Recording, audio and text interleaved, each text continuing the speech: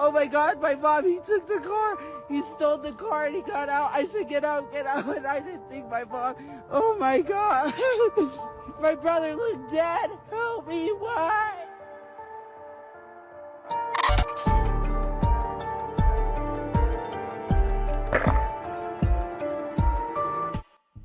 Sirens, headlights. A brightly colored car crumpled against the wall, the police tape flapping in the cold New Mexico wind. This is the deadly carjacking that destroyed the life of a famous TikTok family. Police say the suspect drove off with her brother dead in the car and mother injured with a gunshot wound. But he didn't get very far before crashing the stolen vehicle. And it's none other than the Slidell family, with Tophiachu leading the way.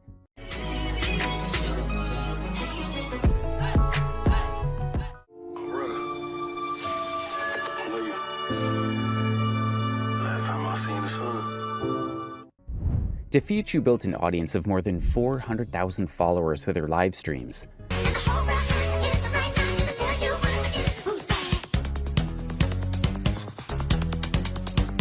Constantly crying on live video to gain sympathy and beg for money. It's gonna be okay. It's gonna be okay.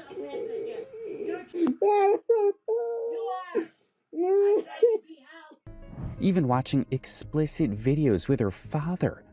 And with Tophia having an unfiltered mouth, she also abuses her dog for not paying rent money. Give me your rent money. No, you gotta pay rent. Give me your money. And makes allegations against viewers who don't support her views. Or not even sit there while you live on the side of a dumpster. Because you will never amount. But in the early hours of March 2025, tragedy struck.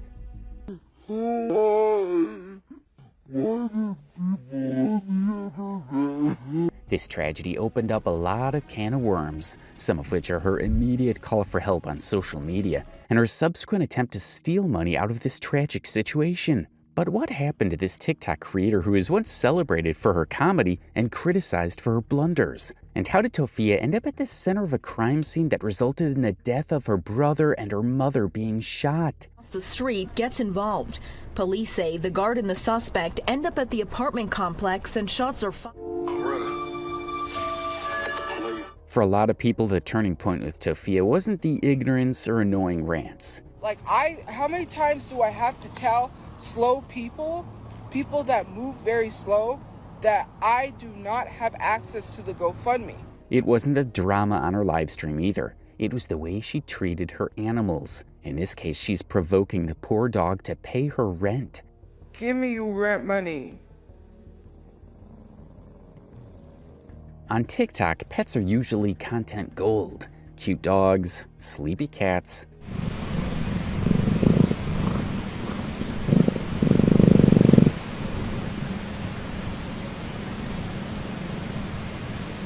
Rescue stories with happy endings. With Tophia, her animals became something else. In multiple live stream clips that fans and critics reposted, viewers say you can hear her snapping at her dog Hershey, yelling at him.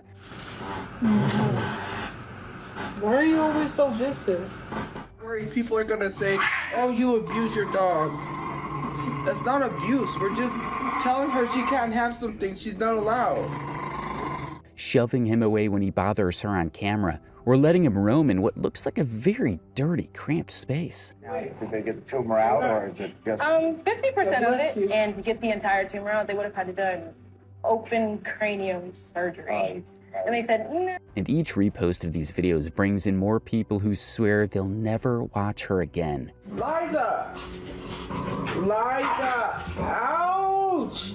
Hershey, get away! Outside of TikTok, local animal lovers are noticing too. In an Albuquerque Facebook group, you can find posts with big red warnings. She has been abusing these animals. I can't go into details about her dog Hershey being neglected and abused, but if you look up Tophiachu, you will see she isn't fit to be a pet owner. She's a disgusting human being. Then there's the petition to remove her from TikTok and YouTube. The petition is basically a laundry list of everything her haters believe she's done wrong. And the animals are right there at the top. The petition accused Tophia of abusing their family dog, Hershey. She was caught on live abusing their family dog, Hershey, throwing her on the floor and teasing her to put her into distress. It also accused her of letting the apartment be so filthy that police body cam footage from a raid supposedly showed Hershey living in a mess. I couldn't go back into the apartment because they refused us to go back in there. He barricaded himself in there. The petition went on to claim that Hershey was left trapped inside for hours after the police raid.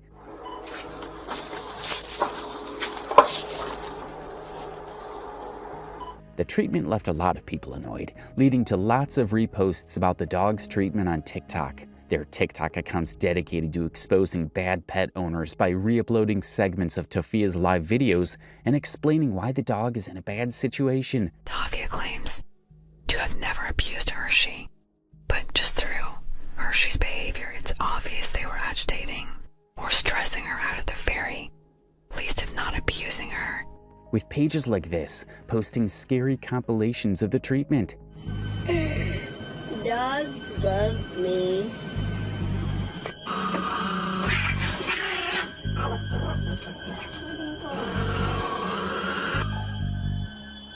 Animal lovers in the comments go off. Eventually, when the heat was too much, Tophia claimed that Hershey had gone missing. Tophia said that the dog went missing after getting into a fight with another big dog. That way, went that way. This black thing went this way. Hershey went this way. I opened the door, and there's this big dog chasing Hershey. But later on in another video, Tophia admitted that the dog passed away in an accident and claimed she wasn't at fault for that. For her cat, my dog was an unfortunate, it was like a freak accident. Her cat was not a freak accident. And with that, the dog was out of the picture. Some viewers still asked after the dog, even after its demise. What happened to her dogs? Because I tried finding info but couldn't find anything, and Tophia let me find out. You did something to your dogs, girl. Other viewers who knew what went wrong were bidding the poor dog farewell. Just when people thought Tophia had had enough of the negative attention that comes with being a terrible pet owner, she was only getting started. Then comes Peach's era, the foster cat. It just had surgery.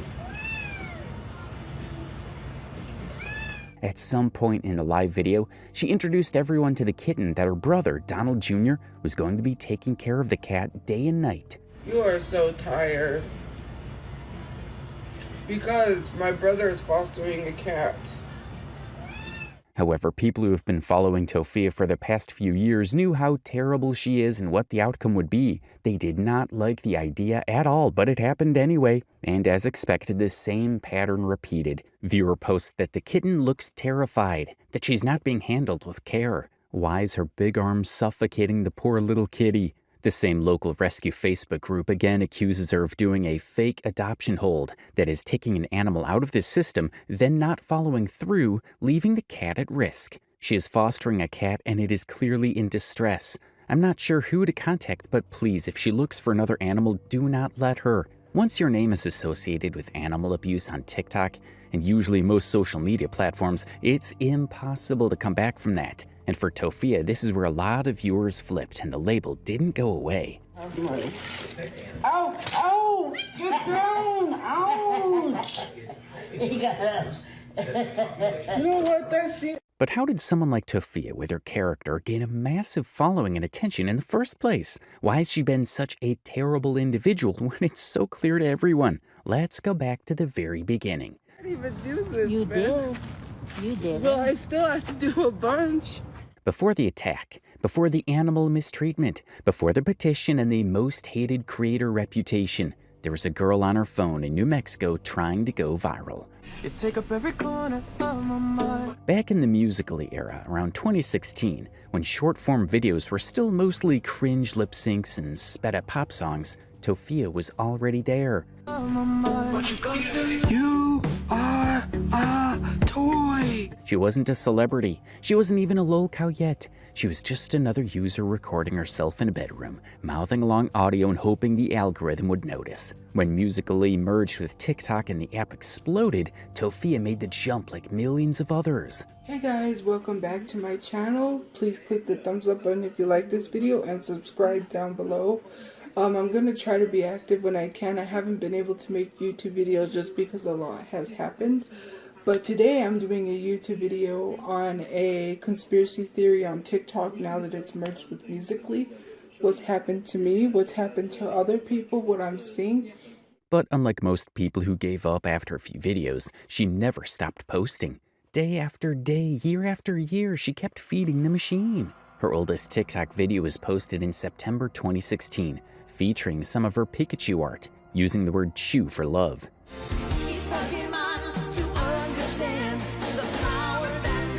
She got lucky with this video because it was the first she posted, and it got a huge 16,000 viewers. This gave her the motivation to keep posting, hoping for better viewership. She went on posting more art she made, which are very good, by the way. I am a lost boy from Neverland.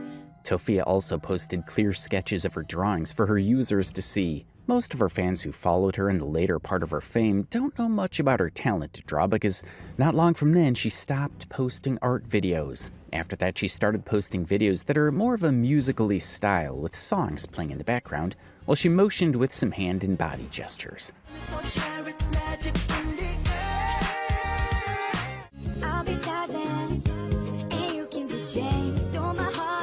At the time, she wasn't attracting as much attention, but she was getting around 50 to 5,000 views on her videos. But a strange thing was happening. Somewhere in 2017, a weird fan started leaving thirsty comments on her videos. From normal comments like, "I love you," to a strange comment like, "I'm coming to your car," to more annoying comments like, "Twerk on me." And the worst of all, this weird man's comment is this. Tophia had really low views then and had only a few comments on each video. So she definitely saw his subsequent messages and didn't give a public reply. Despite the challenges, she kept on posting day in and day out. And this consistency was rewarded eventually with virality. Her true break came somewhere in 2020 during the COVID-19 pandemic when she posted a viral TikTok trendy style video. The video currently has almost 9 million views. All of a sudden, she was getting the attention she always craved. And not long after that, she started being obsessed with a particular Asian creator on TikTok.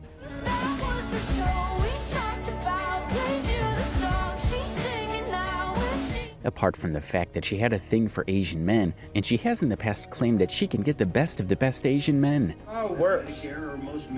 I could literally date a K-pop idol if I wanted to. People are gonna be like, no, that's not possible. It's called manifestation. You can do whatever you want as long as you manifest it and actually work toward it. While trying all she could to manifest this Asian TikTok creator, Tophia was getting a lot of views from doing duets with him. In this video, she had more than 2 million views. The obsession went on and on for months, with Tophia clipping his videos to post on her page or duetting. Okay, baby, I'm going out now. Okay, right, Joey. I love you. Shit, did I just say that? Sorry. Until finally, he deactivated his account, and his contents were nowhere to be found. Some fans speculated that his constant association with Tophia affected his brand, and he had put an end to his page. Pages like his spread the idea. Tophia has an unnatural obsession for Asian men, preferably minor Asian boys. At one point, her obsession got so bad an Asian creator ended up deleting all his social media. The caption of this Reddit post specified Asian boy because of what was once found on her phone while she was on live video. Tophia was showing her livestream viewers her phone, and the tab on the top right clearly showed Teen Asian. She got a lot of backlash for just this mistake, with someone saying, "She also bookmarked the video too. Does she not know how to delete her history?" Tophia moved past the backlash and kept on going with her content creation. With that consistency, she was able to amass more than 400,000 followers on her main TikTok account. Now that's not a top 50 creator in the world numbers, but for a complete unknown woman in New Mexico with no management, no brand deals, no studio, that's a huge audience, especially when most of the growth comes not from polished skits, but from something way messier, live streams. I didn't do anything to I'm not him. gonna say anything. Okay. I'm taking action. When is that gonna be, huh? I'm sick and tired of it. People in the beginning joined her live streams for the jokes, but over time something changed. In one of her earlier videos on TikTok in 2016,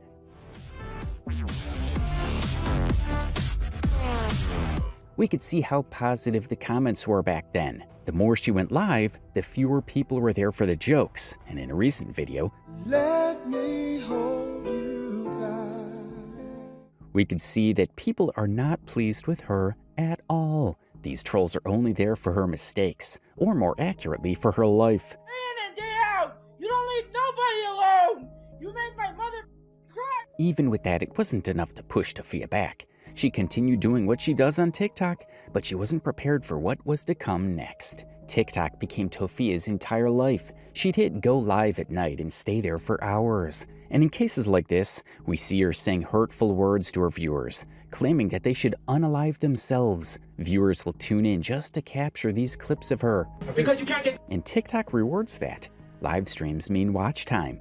Watch time means the algorithm keeps pushing you. And with gifts and donations, there's money on the line. To Tophia, TikTok was her job, a lifeline, and eventually her only plan. How was she able to earn on TikTok? People use real money to gift on TikTok. During the live, viewers tap the gift icon and send virtual gifts. They vary in price and relevance. So little gifts here and another there pile up to a big chunk of money, something that Instagram does not offer. On Instagram, Tophia has around 60,000 followers for posting mostly selfies, AI drawing art, and family content. This is coupled with occasional chaotic Instagram reels such as this, where she is disrespectful to her father. So as her audience grew, so did the story around her. She created a name for herself due to her love for Pikachu, naming herself Tophiachu, her mother Mamachu, and her father Papachu, all while this worked. Because it made her interesting, it also made her a target. They were there to watch her fall apart, and so she did. If her obsession with teenage Asian boys was the breaking point for a lot of viewers,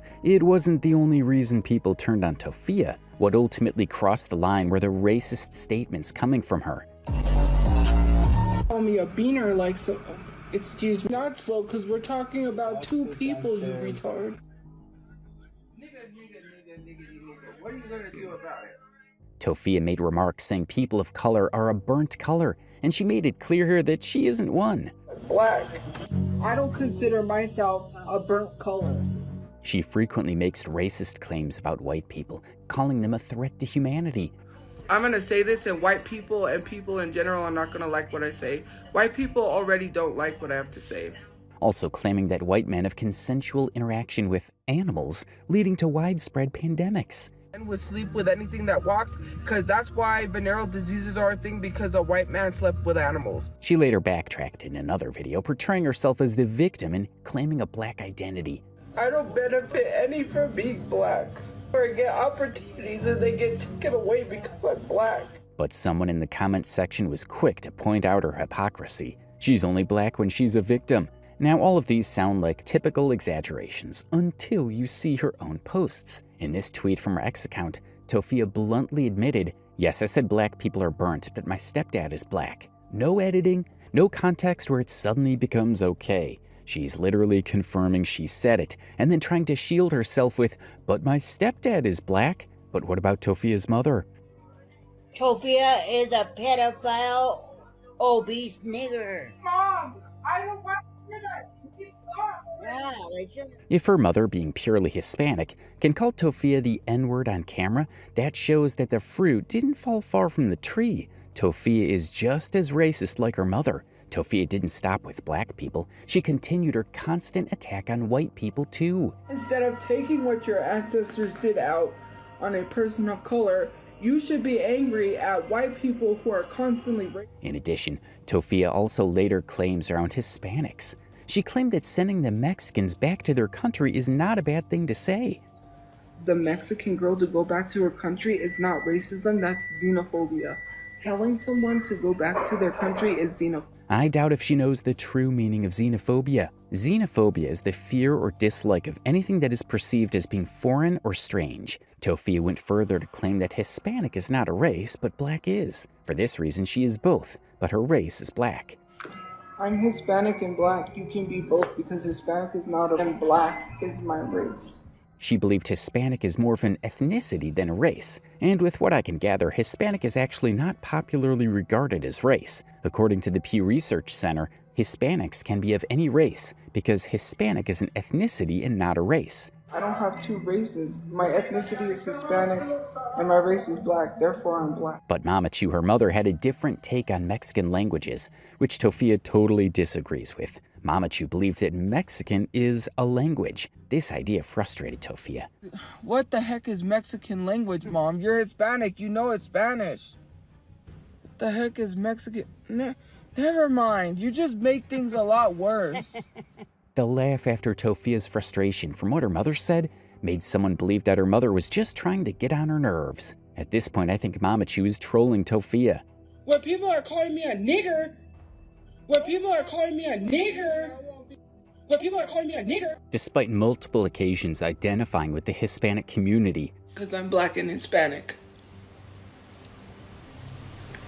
Tophia didn't shy away from shading the whole of them when she had the chance. Her main point was that they were basically a disgraceful set of people. I don't know why someone's saying no support from Hispanic people. You already made yourselves look bad on TikTok, so why would I want to even be known as part of the Hispanic community? Or, like, be known as Hispanic when Hispanic people made us look bad on TikTok? Like, the amount of people that I have seen come for Hispanic people makes me embarrassed to be part of the Hispanic people. I am not. This will also be for sale on the eBay store. Aside from that, Tophia also had issues with Mexican women speaking their language. She thinks they are talkative with no sense of direction. Nerve to talk crap in Spanish, like if nobody's gonna notice, and literally, it's like, you're here. What seemed limited to Mexican women has since expanded to include women of other races. I don't have kids because you will never be a good mother. When it comes to women and racial comments like this, Tophia has a bunch of them. For instance, in one popular video clip, she is seen defending her racial comments by telling people to jump off a bridge if they don't like what she said. I said what I said. You don't like it, you can go jump off of a bridge. Or just jump in front of a bus. That'll work. How about the defamatory picture that Tophia posted? Do me right, okay? Look at heaven doing this. There have also been times when Tophia tried to defend the blacks by calling some other black people coons. White. If you are black, saying that white people can use the N-word, then you're a coon. How about that? And coon is not a slur. Coon is referred to black people. Given how bad she speaks about her viewers, it's surprising that she still depends on the same people for funds.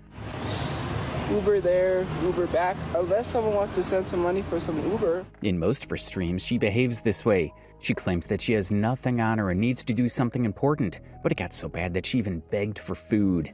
I'm hungry. We can't afford lunches. You know, capitalism got us all. They said you have enough to be able to eat breakfast and dinner, but you don't have enough to be able to eat. Sorry, 8 miles on, but...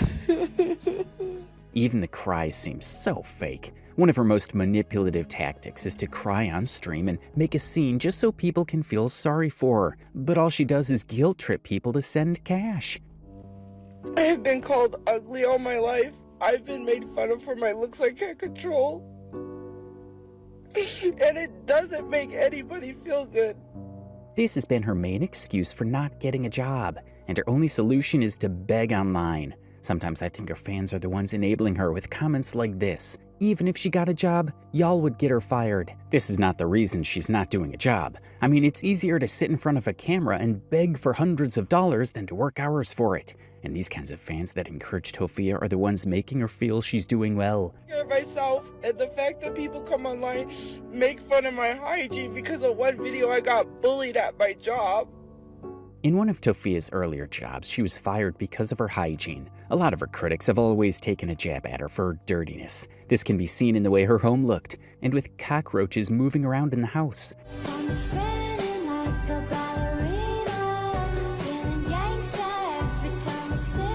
That's the issue with live videos. Everything happens in real time. There's no chance to edit and cut out bad parts. Even while crying her eyes out, some viewers don't sympathize with her. I physically can't feel bad for her, it's just so funny. The reason why most viewers feel this way is that she does this always, even on her TikTok story.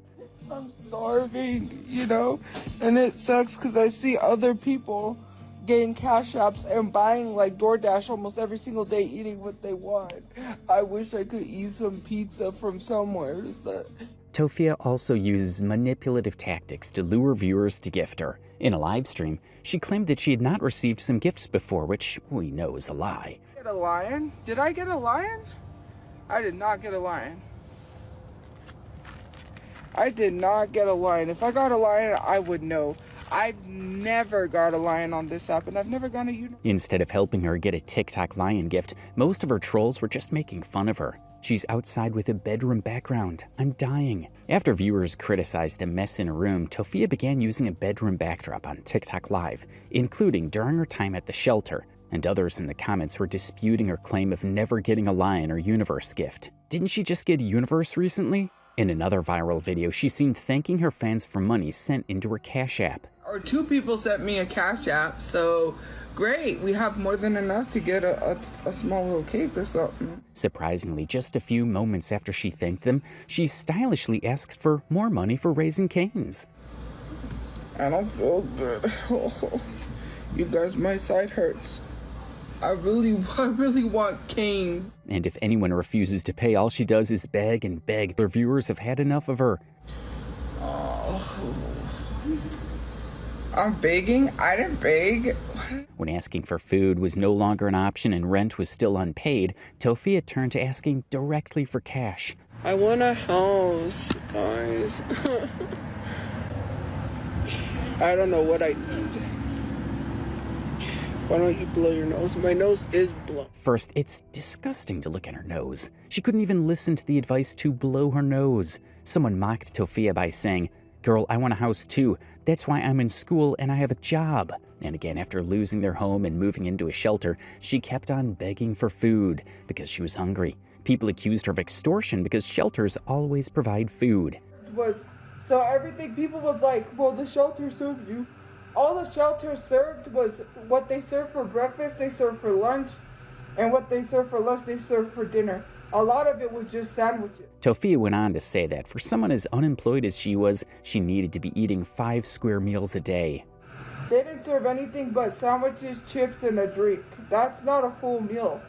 You have to understand, you have to be eating 5 small meals a day. Such an ungrateful soul. This person said it perfectly. Beggars can't be choosers. You're lucky you're eating something. The truth is that there are people who are willing to send it to her anytime she needs it, but she abuses such privilege. A while back, she posted this on her TikTok story, where she was begging for money to stay in a safe shelter at night. Unfortunately, she got some money in her account, and immediately she posted how her day went to the whole internet, setting a perfect example of how to waste donated money. Why would someone who says they're broke and in an emergency go to a casino to gamble? And people's reaction shows exactly how dissatisfied they are with her manipulations. At times, Tophia collected money for rent but spent it on Comic-Con. In other moments, she even said she needed money specifically to attend the event. Someone fund my trip to Comic-Con.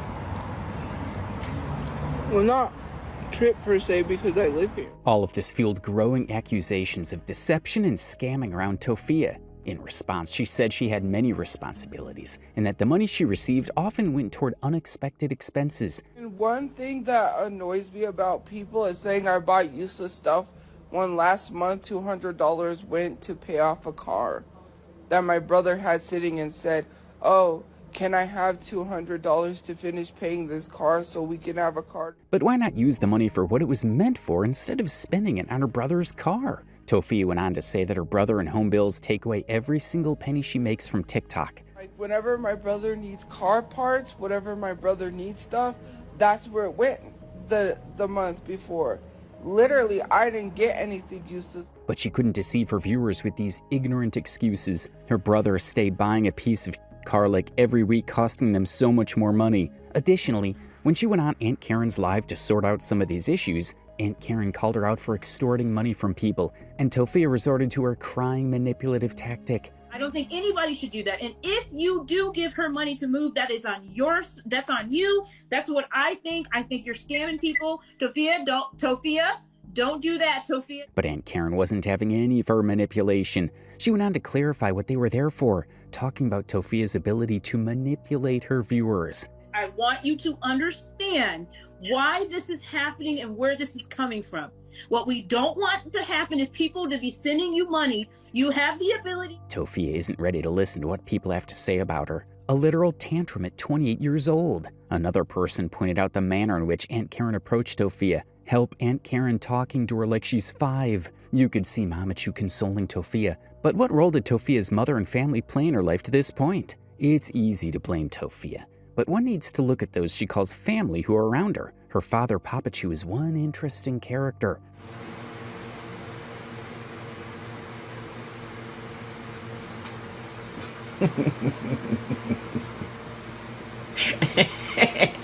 We'll discuss a little bit about his world domination plans later. For now, let's look at Mamachu, who is the closest to Tophia. Mamachu is loved by most viewers, and they hate how Tophia treated her most of the time. For instance, ignoring Mamachu. I got a Tupac shirt! I got a Tupac shirt! Oh my god, look, Tupac! I got Tupac! Someone gave an appropriate response. Why does she say Tupac like a slur? There you could hear Mamachu struggling, and Tophia isn't worried to check on her. Some viewers called her attention to it. On another worse occasion, we see Tophia looking at the camera with a slight smile on her face, while Mamachu fights for her life from a severe cough.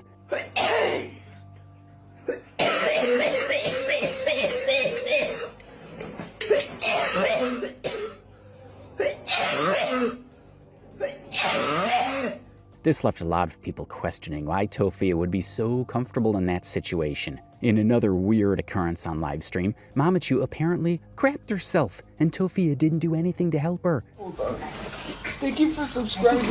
Myself. Hold on. I gotta go pee.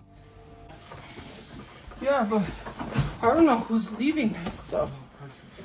This is not an isolated situation. In another livestream, something similar happened. But in this case, Tophia laughed at her mama while she coughed and dumped on herself.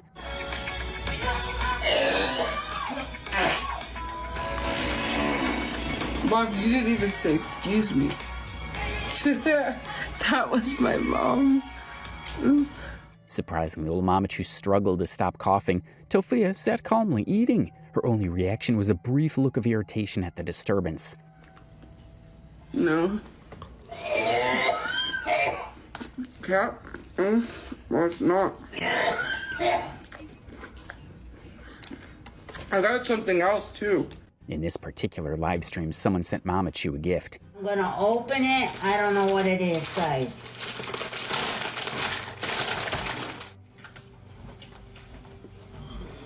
I'll show you.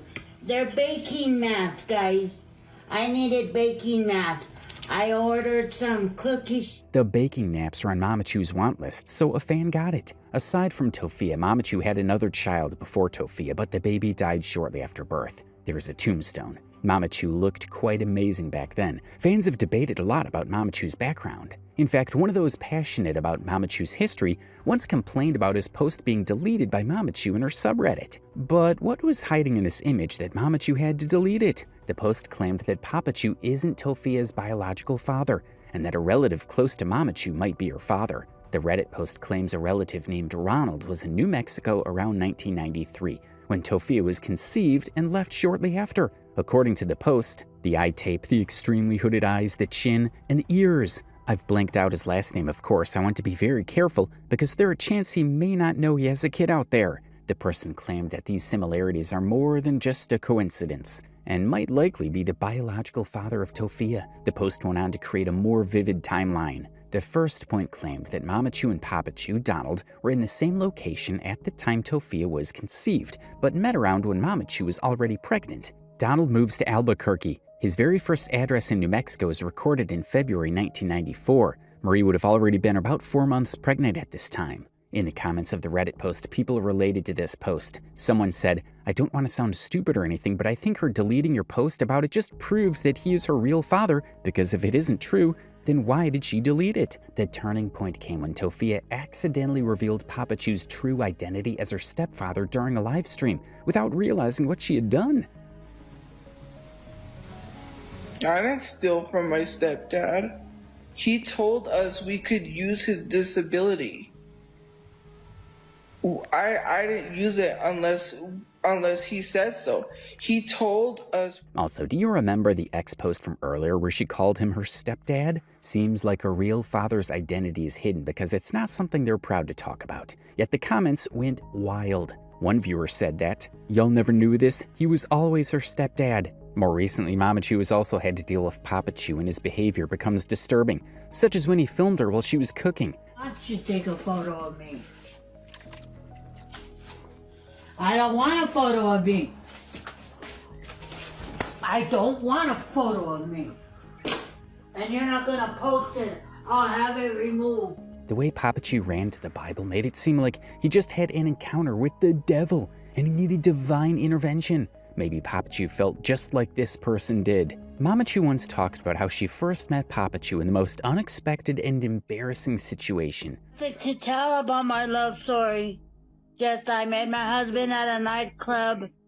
So these dance moves must have been what captivated and captured the heart of our dear Mamachu's heart. Papachu has a very deep and out-of-the-box religious understanding. He always has these green crosses all over his room and houses. And on his X account, he introduces himself quite honorably as the one and only Son of God who has given me absolute power and authority to rule the world. On his X account, he has repeatedly shared explicit content on his X account, which cannot be shown here. He claims to own Ozark International Bank, but there's no evidence that the company actually exists.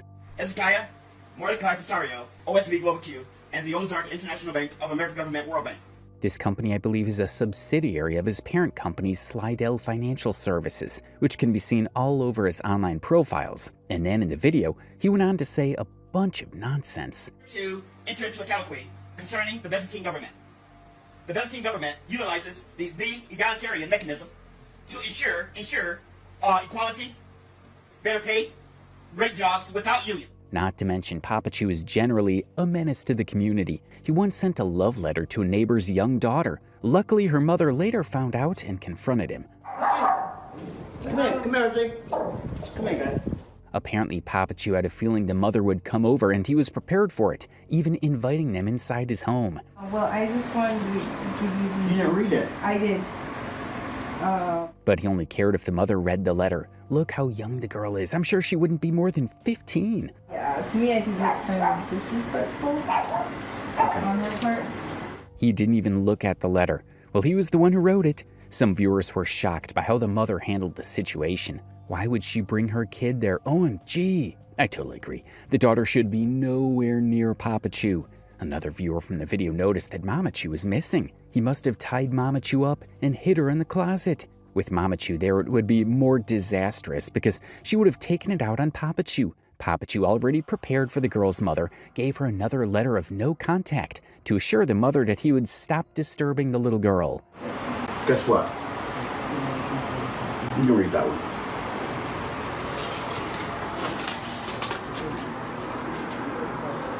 No further contact, writings, or communication. Luckily, the girl's mother seemed satisfied with what was given to her, even cracking a joke that her sister could be a better option because she's single. Okay. Yeah, because, I mean, or I don't know. But my sister, you know, she's single. Just kidding. Just kidding. I'm just kidding.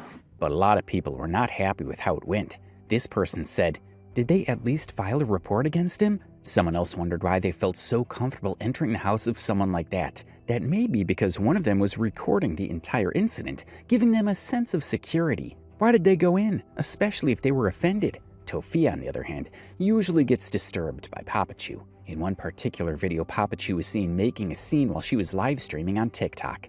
When you were in the hospital and I came at 2 in the morning, open heart surgery. Open heart surgery. The first thing you said was, "Hi, Daddy." Okay, go. Jesus Christ. Bye, guys. In another video, we see Papachu trying to get on Tophia's live stream by force. No, you can't get on the live stream.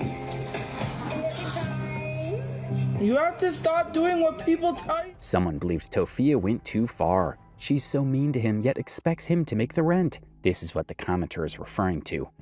We're screwed. What? He hasn't been paying the rent. We owe $2,000. There have also been videos that showed that Tophiachu uses his fake investment company to scam people. And to Mordecai Global at gmail.com, and I will explain the program to you and how much money you can make and the minimum investment. This person was confused, as most people were. Maybe he is, maybe not. The caller even tried to troll Tophiachu, but he didn't even recognize the attempt. Okay, do you maybe have time to talk about God a little bit? I can do that on the live right now. How about that? Okay, can you give me a shout out on live? What's your name? It is Tophiachu's live archive. Tophiachu Wire. Live archive. Oh, okay. Tophiachulive.com. Yep. It's funny he didn't see what she did there. The old man is a total nuthead.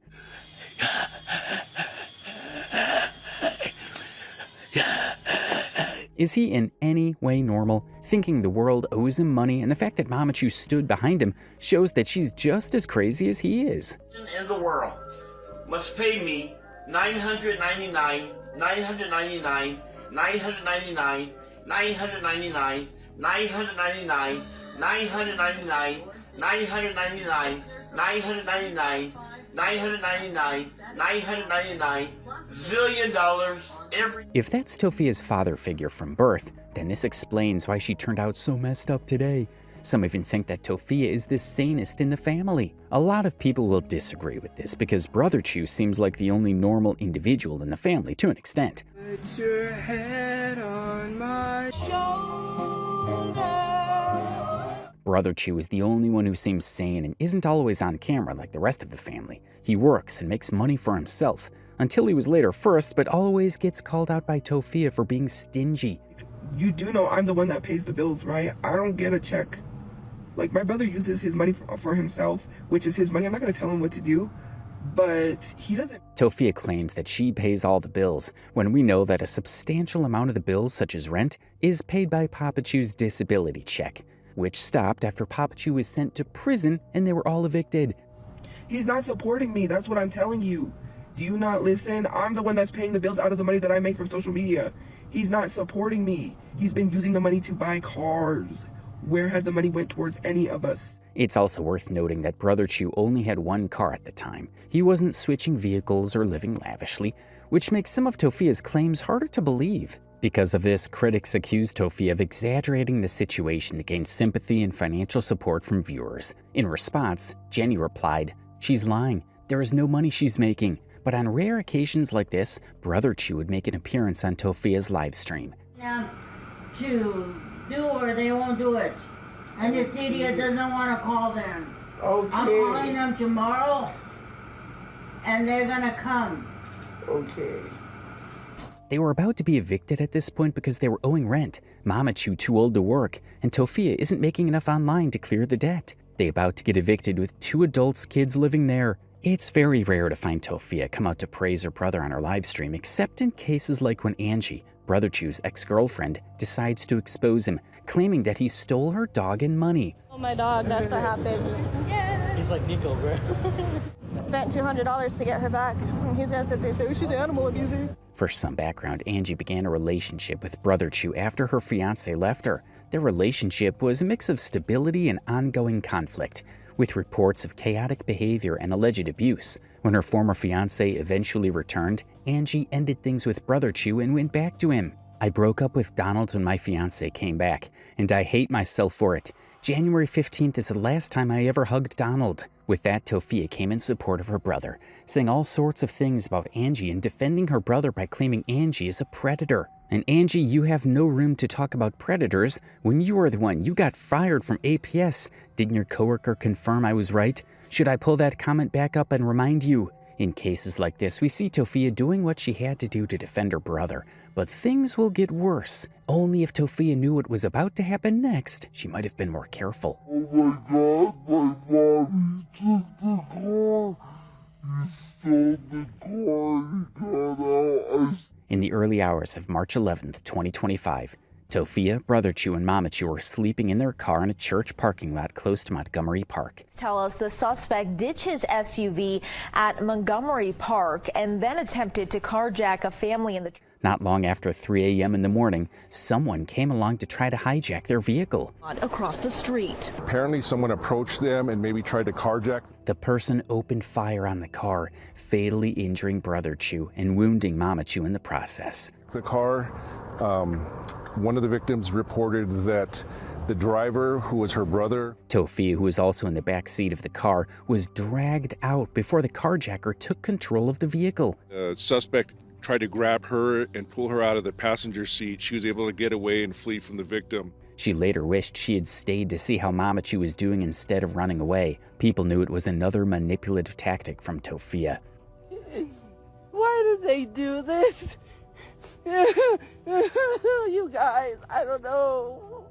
My mom may be dead.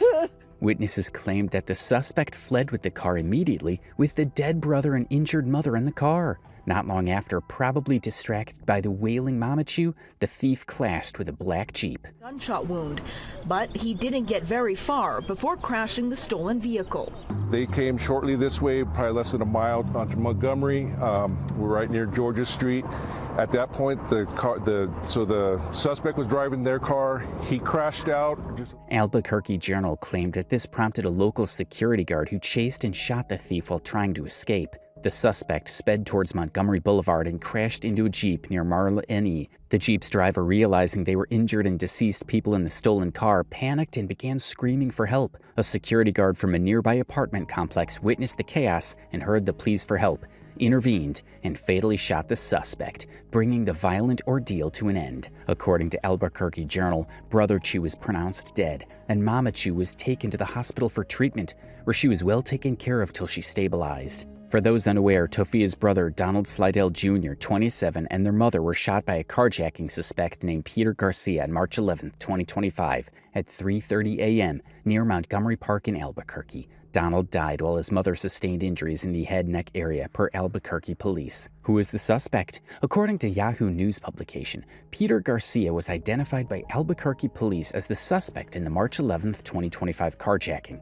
Peter Garcia was identified as the criminal link to an earlier crime involving the Slidell family. According to a police department spokesperson, this information supported the decision that the security guard's actions were justified. At this time, we do not anticipate charging the security guard, who killed Garcia at the end of his rampage, Gallegos said. But how was Tophia able to get away from the carjacking accident? What was her immediate reaction? Well, according to her, she called the cops. I called the cops, y'all, right away. Tophia also clarified to her viewers that she called the cops first before coming on Instagram to wail. Also, guys, the Instagram story of me freaking out was after I called the cop. They left to find the car. Whether that was true or not, we can't be sure. This was the video she was referring to. In the video, Tophia described feeling shocked, devastated, and overwhelmed by the incident. Oh my God, guys, oh my God, my family was shot. They killed my brother. My brother's dead. Oh my God, my mom, he took the car.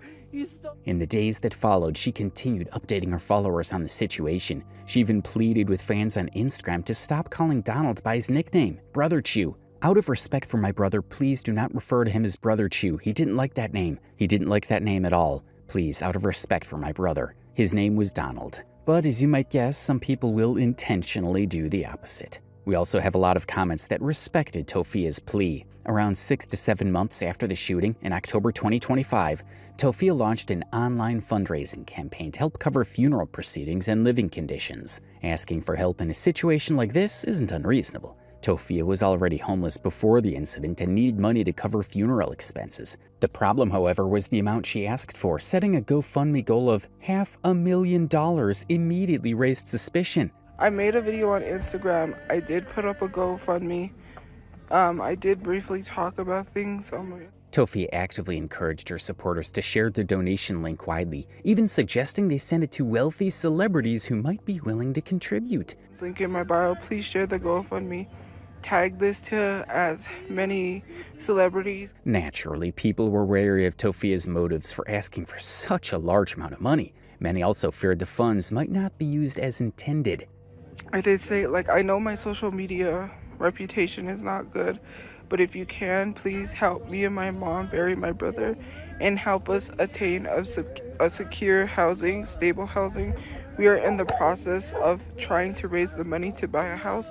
Most viewers didn't oblige. They questioned Tophia for the desperation she sees in her eyes and the target she picked. Someone asked, why $500K? To buy a house. Also, we'll need furniture and to bury my brother. While other viewers vowed to report the GoFundMe page instead of donating. This is fraud and I will be reporting to the GoFundMe. Viewers were angry mostly because of her past and the threat Tophia gave in the video to anyone with an opposing opinion.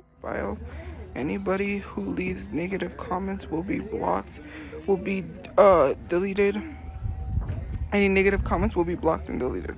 It takes 2 seconds. Someone was highly surprised at Tophia's ambition and demanded from people by saying, to buy a house? Who gets on TikTok and asks people to buy you a house, especially when you basically make fun of people with actual jobs? The audacity. You can see in this popular Instagram post, Tophia posted seeking help through GoFundMe. Any help towards my brother's burial and help secure a safe, stable living environment. Tophia talked about her financial condition and how her extended family cannot help her in their current situation.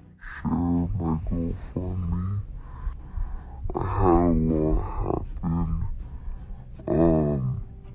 My family is in financial strait. To her unfortunate displeasure, one of her aunts saw her post and left a shocking revelation about Tophia and her antics, including how Tophia kept Mamachu away from her immediate family. I know for a fact that the minute you messaged your uncle about his sister he wanted to help, you were the one that kept your mother's family in the dark. Nonetheless, Tophia didn't give the comment much thought, but she got annoyed by a specific video from a creator on TikTok who called her out about using her mother's illness and brother's deaths for money. I see that she's on social media asking for help, like always. But at this point, I think that they should send her mom to a home. Tophia reacted negatively to the suggestion and dismissed it altogether. Instead, she complained about how bad the shelter they had stayed in was, using those experiences to argue that people should donate money to help them secure a new home. Money? You're talking about shelters? We went to the West Side shelter. You want to know what happened the first day we went? Hours to get a bed. A lady got attacked by a dog in the face. And the police suggested not to go to the West Side shelter because it's very Tophia also went on to say that it was the creator's intention to profit off of her situation and not to care for her safety and her mother's. But you made this video over 1 minute to profit off of my situation. Talking about no handouts, talking about I'm going to profit off of this. What are you doing? Talking about my situation over a minute. This video's over a minute, right? Aren't you profiting? One suggestion offered was placing Mamachu in a shelter home, giving Tophia the space to focus on finding steady work. This would allow her to save money and eventually support both herself and her mother. Someone gave Tophia some good advice as regards to Tophia's mental health. Put the phone down so you don't see what people are saying and grieve.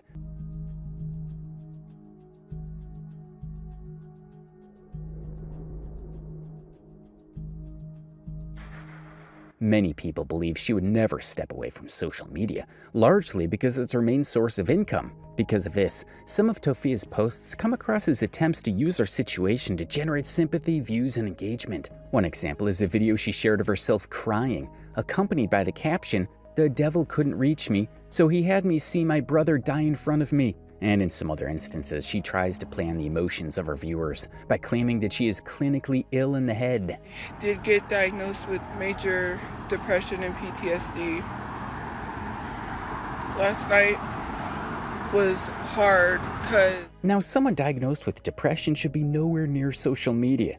And well, most people don't even believe her. This person said, "Stop lying, no one diagnosed you." Another person claimed that she only cares about what she can get from viewers. All you want is money and attention. And then in another weird video that she posted recently, she said that she is stalked by people because of harassment from online trolls. Like out here, like I'm constantly being stalked by people. It is not fun. It's mentally draining to have to deal with someone who won't leave you alone because they're following you everywhere. They're preventing you from even having... In recent weeks, Tophia and TikToker Jay Grizzle became involved in a heated online dispute. As the conflict escalated, Tophia accused Jay of harassing her online.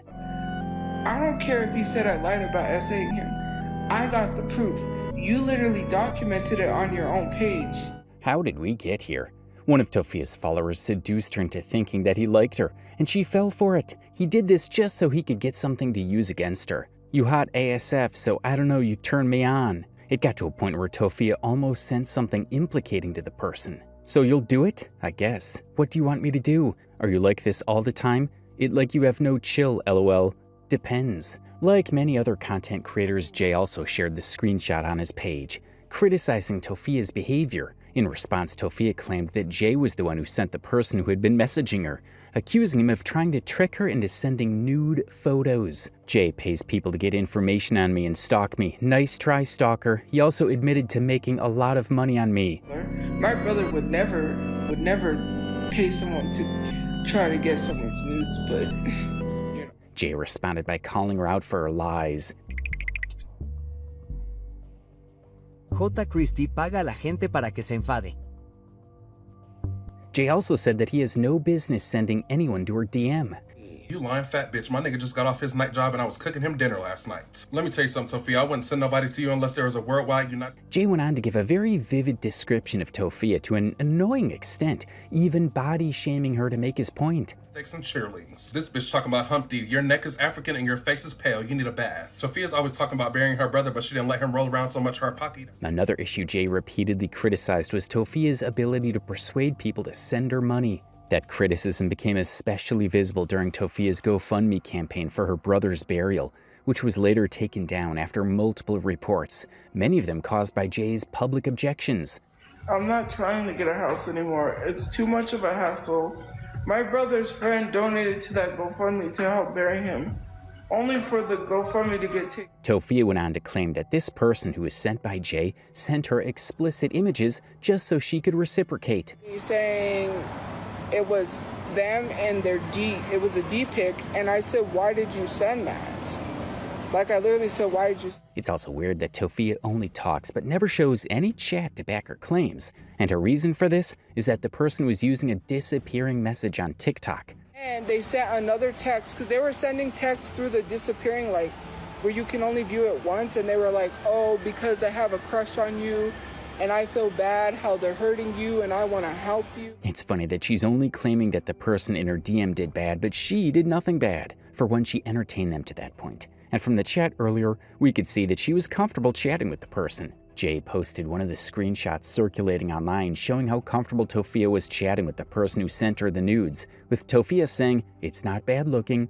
In another screenshot, we can see her saying that she likes whatever he sent to her. Did you need to see more? Like I said, you can send whatever you want. Who's gonna stop you? I don't want to send anything you don't like. Who said I didn't like it? In response, Tophia attacked him with the "he sent men to women" tag instead of dealing with the problem. Jay sent men to take advantage of women. Do you men think it's cute to send unsolicited nudes after the women say they're uncomfortable? Jay uses men to stalk women. With her ugly side out in the public, Tophia went on to threaten Jay. Dijo que iba a hacer que me robaran y luego obtener información sobre mis padres y explotarme. Luego la zorra dijo que iba a chantajearme. Además, mientras intentaba sonsacarme información sobre mí, también intentó sonsacarle algunas fotos explícitas al señuelo. Oye, But Jay made sure to make his stand clear to Tophia. He won't be taking her threats lightly and will be making a formal report soon. Iba a cerrarse. Primero, mucha gente quiere saber qué estoy haciendo con las putas amenazas que he recibido. Y ya lo he denunciado al sheriff local de mi ciudad. Sofía, una cosa que quiero que sepas es que no me tomo las amenazas a la ligera. Y la amenaza ya se le ha mostrado a mi sheriff local y mañana se presentará una denuncia. After he made the threat, Tophia posted a chat she said came from Jay, showing an alleged threat of violence against her. What stood out to many was the timing. The message appeared only after the possibility of police involvement was raised. This black man talking to a black woman like that. Also, I wonder how the police would like to hear and see that you said you'd buy them off. Maybe don't lie. I said I'd do it legally. The chat between this person and Tophia revealed several damaging statements that further harmed her already troubled reputation. One of the most disturbing moments was a message questioning whether she felt any regret about the path she took leading up to her brother's death. She was asked if she regretted being famous, whether living a more low-key life might have led to a different outcome, but she couldn't bring herself to say she regretted using social media. The person catfishing Tophia eventually came onto Reddit to expose everything, claiming that he had posed as an 18-year-old Asian guy. I'm the guy that was catfishing Tophiachu. I posed as an 18 to 19-year-old Asian guy, and she asked for nudes and enjoyed them.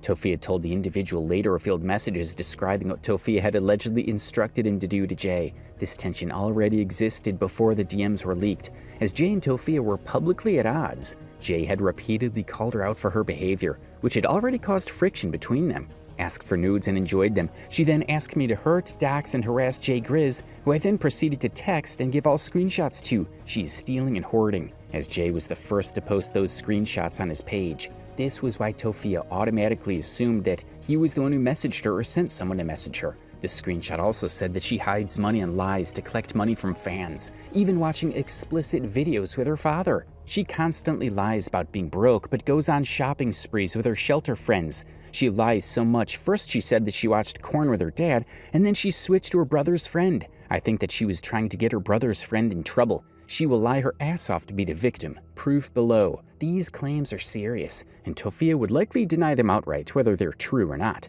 Still, this is only one part of a much larger story. As more details surface, the picture becomes harder to miss, and this is far from the last time her name will come up.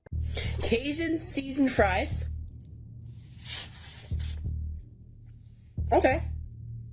Mildly spicy, but nothing that I can't bear. These are actually pretty decent. 8 out of 10. Wages? Can I get a French onion soup, please? Under Idaho's current minimum wage. I'm calling for backup. Give me a second.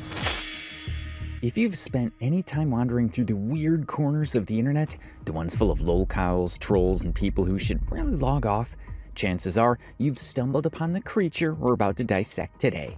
Meet Nova Online, the internet's own personal cautionary tale.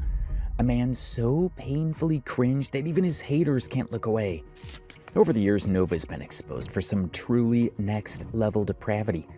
We're talking about wearing diapers and entertaining underage girls on Discord with Twinkle Twinkle Little Star. How I wonder where you are, up above the world so high, like a diamond in the sky. Twinkle, twinkle, little star, how I wonder what you are. You did so good. Aww. I love your singing voice. And that is sadly not the only occurrence. Numerous leaks from his Discord reveal pretty wild, weird, and emotionally scarring messages like this one. His unhinged antics, unbearable personality, and endless degeneracy have earned him a very special kind of fandom. A loyal army of trolls who've practically made tormenting him a full-time job. Thanks to the dedication of his loyal trolls, Nova has been fired from his workplace, kicked out of his church, banned from karaoke bars, and raided on Discord more times than most of us have checked our email. Now, you'd think that after all this, any sane person would take a hint, maybe reflect, maybe disappear quietly, maybe touch some grass, but not Nova. Now, Nova has somehow managed to become worse. Despite countless bans and raids, he keeps crawling back to Discord like a moth to a particularly cursed flame. And according to recent leaks, he's still proudly living his diaper kink fantasy. Some of the recently leaked pictures show him wearing what looks like baby clothes and sucking on a pacifier. If you're already disturbed, don't worry, that's just the appetizer. Today we're diving headfirst into the disgusting, chaotic, and almost unbelievable lore of one of the internet's most infamous lolcows, Nova Online. From his earliest antics to his most recent disasters, we're unpacking everything. So grab a drink, maybe a stress ball, and brace yourself, because this is gonna be one wildly uncomfortable ride. Nova Online, or Gabriel Gage, is a 21-year-old American social media personality who's been doing some pretty wild things on the internet since the lockdown. He began his online career with what he probably thought was a noble pursuit, posting food reviews on the most prestigious and intellectually stimulating video sharing app of all time, TikTok. In those early days, Gabriel mostly reviewed basic fast food items, rating them on a scale of 1 to 10 as if his opinion could revolutionize the culinary world. If you happened to stumble upon his content back then, you probably wouldn't have imagined him becoming famous, let alone transforming into one of the internet's most bizarre lolcow legends. To you, this may just look like an ordinary bag. But today, in our first food review of 2023, we are trying a very requested restaurant for the first time. And that restaurant is Five Guys. So when I normally try something for the first time, I get quite a bit of food, but I only got a burger and fries. The highlight is the burger, so let's try the fries with ketchup. Definitely made fresh. Even though this traveled all the way from the valley, it's like, they are a little soggy, but they are really, really good. And I'll give these a 9 out of 10. Took my cardigan off because I was getting hot. Okay, bacon burger with every effing thing on it. Ah, it's falling apart.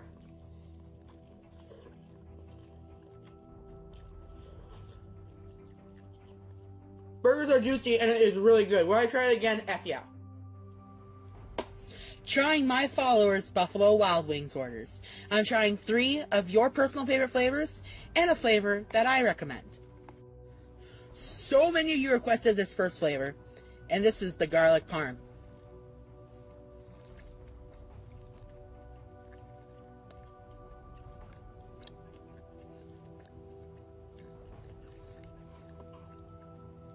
Needs more garlic.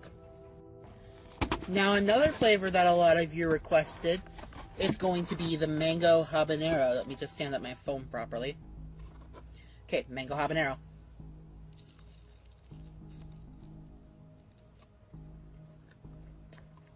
Damn flies. That's spicy.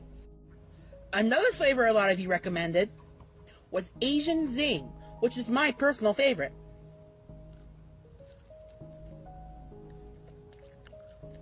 A little sweet, a little spicy. Perfect combo. Another flavor that I recommend, it might be a little bit unorthodox, but I got the teriyaki.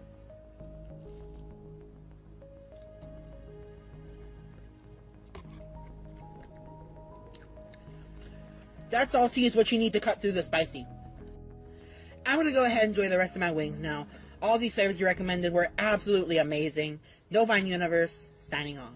His videos were painfully mediocre, the production quality was non-existent, and his on-camera presence had all the energy of a wet paper towel. There was absolutely nothing remarkable about him. But as it turns out, fate had other far more cursed plans for Gabriel Gage. After joining TikTok in 2020, Gabriel kept posting for months without any real traction, until one fateful day when he uploaded something so weirdly explosive that the internet simply couldn't look away. That brings us to the infamous Wingstop review. Before we say anything else, we think you should probably watch it first.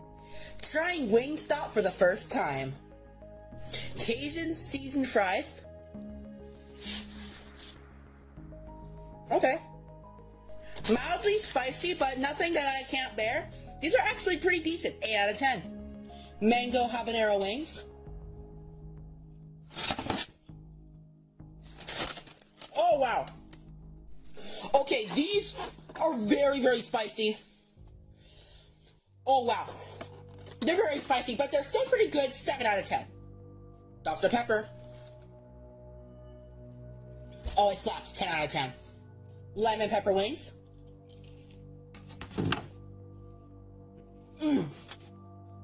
Lemon pepper wings are absolutely stunning. They're amazing. 9 out of 10. Garlic Parmesan tenders. Really good. 8 out of 10. Now, if you're sitting there thinking, that's it, you're not alone. The video didn't go viral because it was good. It went viral because there was something off about Nova. Something so awkward and unsettling that the internet collectively tilted its head and said, what on earth is this? And as we all know, the internet absolutely lives for weirdness. After that video, people agreed that Nova wasn't just another TikToker. He was a specimen. Someone worth documenting, observing, and frankly mocking. And in a weird way, he didn't disappoint. After his first Wingstop review went viral, he realized that he could easily gain traction by carrying on whatever nonsense he was doing, and kept posting weird, extremely annoying food reviews and TikToks. After some time, we got another banger from him, the Monster Review. This review is particularly interesting because he apparently shot it at his church and unknowingly doxed it during the video. And spoiler alert, this wouldn't be the last time he unintentionally revealed his own location. It was just the beginning of a long, cringe-filled pattern of self-doxing disasters. Trying Ultra Sunrise Monster Energy, and if you're wondering why I'm not at home, I'm at my church for Bible camp. We're just waiting to board a bus to go to Cusick. So, we're trying Ultra Sunrise Monster Energy in the morning before we go. It's 7:46 a.m. First impressions. Smells like orange juice. Alright, cheers.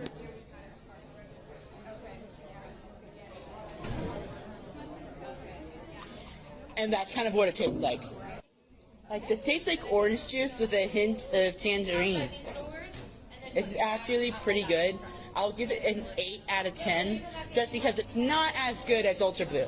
Anyways, download use code WIZARD for 2 times running blows. You might not see me. At this point, Nova was already starting to get some real attention online. In just a few months, he had managed to rack up over 300,000 followers, a pretty impressive feat for someone whose main talent was making people feel uncomfortable. He was continuously posting very bizarre videos on his TikTok that were surely getting him the kind of attention he wanted. People were particularly mocking him for his typical Discord mod appearance, and he was wholeheartedly giving people even more reason to laugh at him by posting content like this.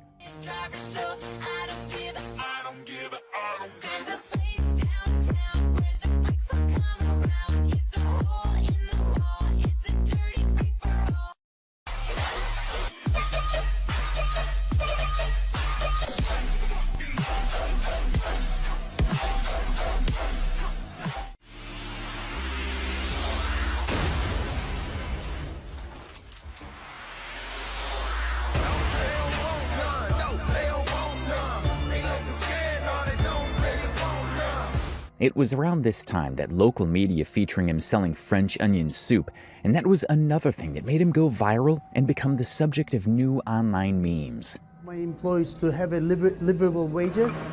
Can I get a French onion soup, please? Under Idaho's current minimum wage. Despite the growing mockery over his awkward speaking style and painfully mediocre content, nothing truly disastrous had hit Nova's life yet. Sure, he was the internet's new chew toy, but in his mind that probably counted as fame. People were actively trolling him for his appearance, but it was quite evident that he was least bothered. People watching at this point saw Nova as just another internet gone case, the kind of fleeting oddity that trends for a few months and gets memed to death and then quietly disappears into digital irrelevance. Everyone assumed his 15 minutes were almost up, but of course that didn't happen. Instead, what came next was something far more chaotic, an event that would cement his place in Lolcow history, the Discord disaster. As Nova started gaining traction on TikTok, he began adding Discord server links under his videos. What most people didn't know at the time was that Nova wasn't just using Discord, he was practically living there. He spent hours in multiple servers, oversharing the most intimate and unnecessary details of his life, as if the internet was his personal diary and privacy was just a myth. But as Nova's fame grew, so did his army of trolls. At first, people mocked him for his awkwardness, his strange speech patterns, and his general walking red flag energy. But over time, some began to suspect that there was something much darker going on beneath all that weirdness. So naturally, the curious ones joined his Discord server, partly to make fun of him, and partly to see just how deep the rabbit hole went. And oh, they found something all right. Something so bizarre, so disgusting, that it completely shifted public opinion about Nova online. Upon digging through his messages, people discovered that Nova was an active member of several ABDL servers, short for Adult Baby Diaper Lovers. These are adults who wear diapers not for medical reasons, but as part of a kink or fetish. But as bad as that sounds, it was nothing compared to what people uncovered next, because the real Discord disaster was only getting started. So Nova was part of these Discord servers where grown adults gathered to talk about diapers. Some of the leaked messages from these servers were truly mind-blowing. For instance, there's one where Nova passionately expresses his desire for a, quote, messy diaper, and another where he casually mentions waking up in the middle of the night wet. But sadly, and somehow unbelievably, that wasn't even the worst part. Whoever leaked these screenshots soon discovered that Nova wasn't just a sad, lonely adult with a diaper fetish, but he was also a certified internet creep with behavior that crossed into straight-up predatory territory. Some of the leaked Discord video chats show him talking to a 14-year-old girl and singing her a lullaby. Before we play that clip, brace yourselves, because the energy he gives off in this video is less awkward internet guy and more the villain in a low-budget true crime documentary. Don't be surprised if I fall asleep on call again. I won't be surprised. But as you said, I've been looking cute when I sleep. Yeah. And Moonshine is just an amazing addition.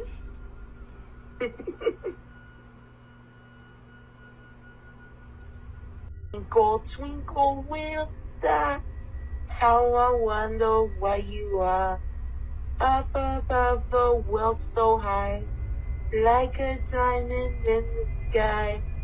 Twinkle, twinkle, little star, how I wonder what you are. Unfortunately, that is truly not the end of it. In another short video, you can see him literally showing his diaper to the same girl.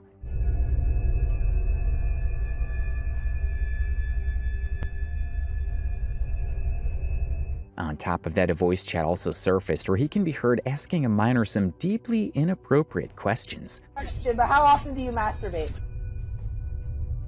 Along with these videos and chats, some other screenshots of him talking to a Discord bot about age play and sharing his diaper fantasies with people on the platform also surfaced. When all of this exploded online, the trolls who were already on Nova's case went absolutely feral. They confronted him directly, expecting some kind of apology or acknowledgement, but Nova, he didn't appear bothered at all. According to him, everyone was just blowing things out of proportion and mistaking him for a pedophile. In his opinion, showing his adult diaper to a minor was not predatory at all. He also tried to excuse his behavior by saying that these minors were being toward him. Poor misunderstood Nova. At one point, Nova was even spotted on a Discord server trying to compile evidence to prove he wasn't a creepy, deranged pedophile, because apparently nothing screams innocence like obsessively building your own legal defense in a chat room full of strangers. In one particularly delusional message, Nova claimed that the police would have to catch him in the act of violating a minor to arrest him. According to his logic, as long as he didn't get physically caught, he was in the clear. This screenshot alone shows just how self-aware Nova really was. He used to argue that his actions stemmed from age regression and various mental illnesses, but moments like this make it painfully obvious that he knew exactly what he was doing. And let's be honest, mental illness is not and never will be a free pass for predatory behavior, especially when you're fully aware of the harm you're causing. Once commentary channels caught wind of his Discord leaks, the story exploded. One creator, Underflow, even discovered that 90% of the accounts Nova followed on TikTok were minors, some literally a decade younger than him. Nova followed a multitude of underage children, boys and girls, and people who suck on binkies, people who are so young and insane, people that I would consider to be anywhere from 3 years younger than him by 10. He follows them on his very own public TikTok of his. And if that wasn't damning enough, more leaked messages showed Nova defending a man who had allegedly abused a 5-year-old girl. He actually said he didn't believe in the once a pedo, always a pedo ideology. We're pretty sure that at this instance he was defending himself more than the sick individual in question. Speaking of defending himself, Nova's initial response to all these allegations was that he wore diapers and had a strange obsession with baby clothes because he suffered from age regression, which according to him was a response to some kind of trauma. Google describes age regression like this. Age regression is the temporary reversion to a younger state of mind, marked by behaviors, emotions, and thought patterns characteristic of an earlier age. It can be an unconscious coping mechanism for stress or trauma, or a voluntary practice for comfort or therapeutic purposes. So is age regression in any way? Well, not at all. It's generally considered a coping mechanism for stress or trauma, nothing inherently about it. The kind of behavior we've seen from Nova, however, lines up far more with a diaper fetish or kink than with any innocent coping mechanism. And honestly, there's no shortage of evidence to back that up. The Discord leaks show Nova openly admitting that he has a diaper kink. Not only that, but in one of those servers, he even wrote that it wasn't his fault he was attracted to minors. All of these revelations, combined with Nova's breathtaking lack of remorse, snowballed into a full-blown internet hate campaign. At this point, people didn't just dislike Nova, they wanted him permanently deleted from the internet. And while they couldn't convince the platforms to suspend his account, they did manage to hit him where it hurt. They contacted his church and got him kicked out. Yes, the same church where he shot the now infamous Orange Monster video. Someone, likely one of his dedicated online critics, decided to inform the church management about Nova's online escapades. And well, let's just say the church wasn't thrilled at all. As a result, they banned him from entering the premises. Now, for most people, that might have been a much-needed wake-up call. But Nova took it as a personal attack from the universe. The second he found out he was banned, he rushed online, absolutely seething, and started screaming his lungs out on livestream. He also repeatedly claimed that all the evidence against him was apparently photoshopped. And of course, that meltdown was pure gold for the trolls. They'd been waiting for this kind of emotional outburst, and Nova delivered. Hating on small TikTokers, just trying to be fun, but all you want to do is falsely accuse them of crap they never did. Y'all are being legitimate assholes. Have you ever seen an episode of Darman? You would know to not be an asshole to people you don't know nothing about. Don't judge people before you get to know them. Proof my ass, it's all photoshopped. It's been proven. You're in timeout for like 5 minutes. Then I'll turn back on speaking privileges. Maybe. Now you better effing behave. You guys need to get a job instead of wasting your fat asses on small TikTokers. Those are clearly effing photoshopped. And if I can, I'll get my effing lawyers into this. You guys have no effing father. This is you, and this hand is me. Gah! I'm at my breaking point. Y'all are effing trolls who have nothing else better to do!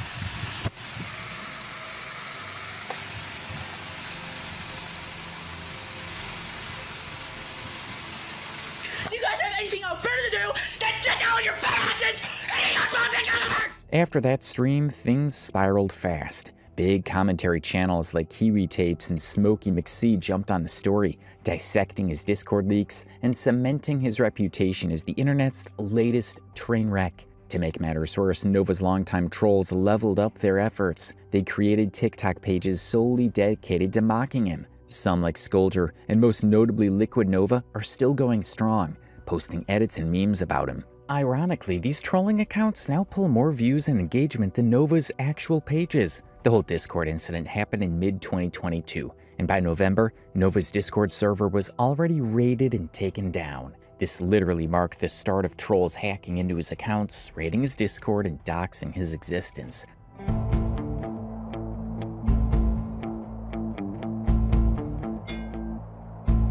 A week after the raid, the server was completely deleted. At this point, Nova decided to lie low for a bit. We don't really know why. Maybe he finally realized he'd made himself the internet's favorite clown. Or maybe he just needed a breather from all the chaos he created. Whatever the reason, for a short while, he actually gave the internet a much-needed break from his non-stop degeneracy. But of course, the trolls who had made it their personal mission to keep tabs on him were far from done. Before we move any further, we need to meet a very important character in this whole saga. The man who basically turned Nova's online life into a living nightmare. His name was Skolger, and he was the mastermind behind most of the major Discord leaks during that time. He's also the same guy who contacted Nova's church and got him banned. He even created an entire TikTok account dedicated solely to posting Nova's degeneracy for the world to see. So yeah, calling him Nova's biggest hater would honestly be an understatement. Around the time Nova took his little internet sabbatical, Skolger decided to do some more digging.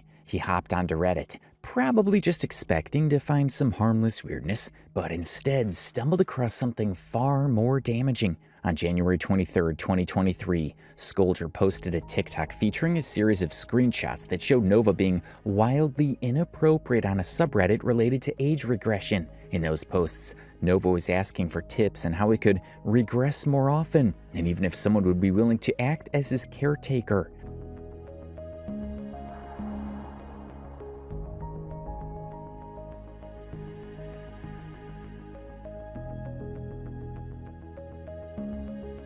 We'd like to remind you once again that age regression is very different from having a diaper kink.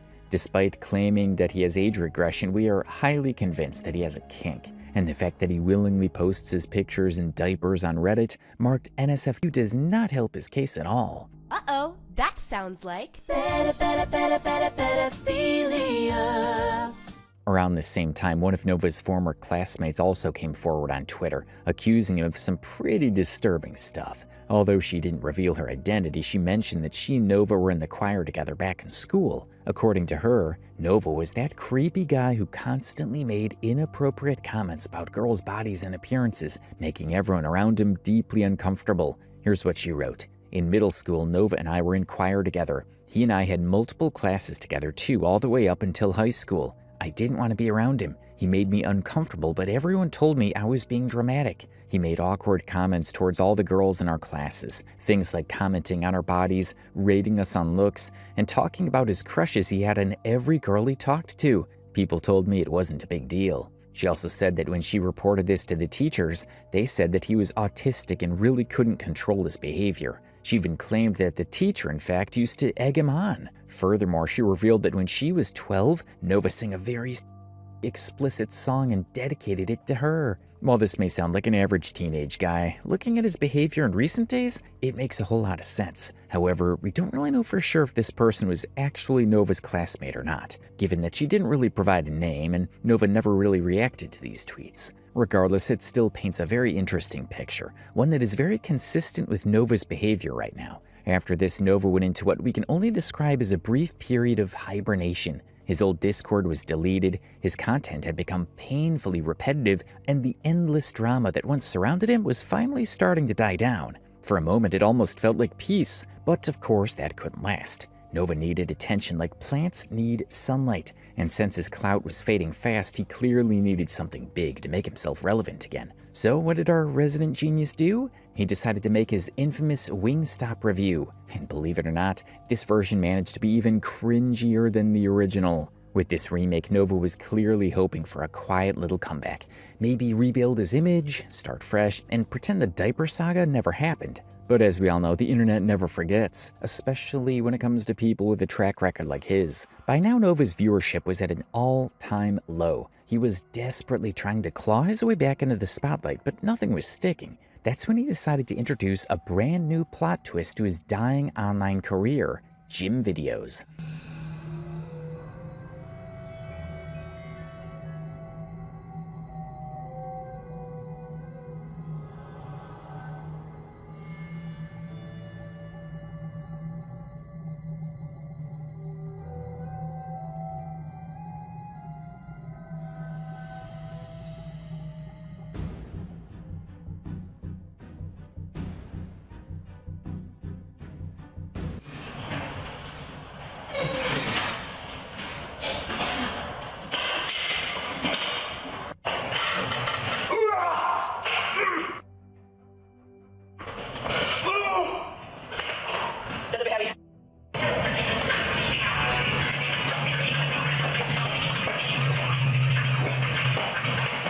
And while this new chapter did catch some attention, it still wasn't the grand redemption arc Nova was hoping for. But soon, something new and predictably chaotic was about to unfold in Nova's life. At the beginning of 2023, a brand new character entered the scene, one who would drag Nova right back into online infamy. This new addition was a guy named Hiroshima, an eccentric YouTuber who ran an anime channel called Black the Anime. And to be completely honest, this guy was no upgrade. He was just as unhinged as Nova himself. To give you some context, Hiroshima wasn't exactly an unknown name on the internet. He actually went viral a few years ago during the infamous Logan Paul controversy, and not for a good reason. Now, if you're somehow unaware, Logan Paul is a famous yet notoriously controversial influencer who was canceled by the entire internet back in 2017 for doing something incredibly tone-deaf. During a trip to Japan, he decided to visit the Akagara forest, a place tragically known as a suicide hotspot. But instead of treating the situation with sensitivity,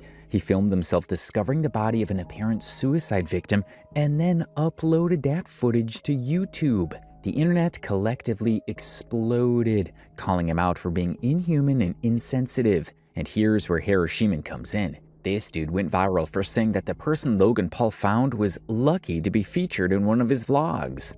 I'm a Japanese maverick. I deserve to have a platform. And the guy who died should be lucky to be in Logan Paul's vlogs. I'd do anything, even that, to be in Logan Paul's vlogs, because you get recognized by a lot of people, you know, millions of people. And from this clip alone, you can already tell just how insane and problematic this guy really is. In the following years, Hiroshima went all in on his dream of becoming a YouTuber, dropping out of college to follow the footsteps of his idols, Logan Paul and Mr. Beast. So in his own very questionable way, he decided to make his big break by launching an anime series. The anime was titled Blacked the Anime, and to put it lightly, it was unbelievably racist, offensive, and just downright awful. The animation was crude, the writing made zero sense, and the stereotypes were so bad that people immediately called him out. Here's a glimpse of the anime to ruin your day. Aren't you going to tell me to stop? Don't think I won't do it. I've already messed up my life. are you talking to me? Everyone knows I've said that word. I have to go to class, weirdo. The backlash over the project was so huge that Hiroshima was practically forced to post an apology video. But even in that apology, it was painfully obvious that he wasn't sorry at all. In fact, he seemed weirdly proud of his creation, because instead of stopping, he kept releasing episode after episode of the same offensive mess. Fast forward to 2023, and Hiroshima decided to take his chaos to a whole new level. He came up with an idea to collaborate with some of the internet's most infamous Lolcows and feature them in his next anime project. And of course, one of the first people he reached out to was none other than Nova. Reportedly, Nova wasn't just offered a lead role, he was also given some creative control over the project. Around the same time, Hiroshima released the trailer for his new series, Ohio the Anime, and it instantly went viral. The trailer teased appearances from some of the most controversial online figures, including EDP-445, and Hiroshima hyped it up non-stop. He even claimed the production budget exceeded $2 million, which, let's be honest, was a complete lie. Nobody believes in you. You've lost again and again and again. The lights are cut off, but you're still looking at your dream, reviewing it every day and saying to yourself, it's not over until I win. Ohio the Anime is real. Listen, Ohio the Anime is real. Ohio the Anime is real. Ohio the Anime, it's real. And Ohio the Anime is real. So all that hype and big talk definitely got people curious, and naturally the internet went full detective mode. It didn't take long before the truth came out. Ohio the Anime was nothing but a total and complete scam. A creator on TikTok posted a video exposing the whole thing, revealing that people actually had to pay to voice act in Hiroshima's so-called anime project. According to this creator, after joining the official Ohio the Anime Discord server, he discovered that they were running an entire subscription-based pay-to-participate system. For just $10, you could earn yourself a minor voice role. But if you wanted to be a main character, you had to cough up around $30 to $40. Basically, they were taking money from hopeful participants, having them record their lines, and then doing absolutely nothing with them. The production never moved forward. That's why the internet kept seeing endless trailers, flashy promotional clips, and updates. But no real anime ever came out for months. It's a scam. Ohio the Anime is a scam. Let me show you. Nearly all the videos on this TikTok account have the same sentiment in the description. Join the Discord server. Be a voice actor. I joined the Discord server, and the first thing I see is server subscriptions. And for a measly $10 a month, you can be a side character. Oh, you don't want to be a side character. Gotcha. Completely understandable. For $30 a month, you can be a main character. I am not a professional voice actor by any metric, but I can tell you this. I've voice acted long enough to know that this stuff never happens. You don't pay to get a role. What about the auditioning process? And if you check their most recent videos on their platform, apparently they've been firing some of their voice actors. Yeah, some of the voice actors have been let go. Cool. They got their money back, right? At this point, many people began to suspect that Nova himself might have paid to snag a main character role in the series, and as time went on, even more ugly truths about this project started surfacing. In March 2023, Nova uploaded a video claiming that Ohio the Anime had been officially cancelled. In that same video, he completely exposed the project, saying the team behind it was actively scamming participants, taking their money, and never reaching out for additional roles or production updates. He also claimed that EDP was never going to be part of the anime, despite the trailer depicting him as some sort of main character. And I was in. I got my own character design and everything. I got some lines to do. I was being paid and all that. But what I didn't know is that behind the scenes, Lassen was scamming people. So, for example, obviously I did know about the charging people and all that.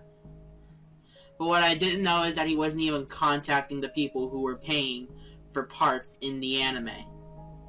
Which is crazy.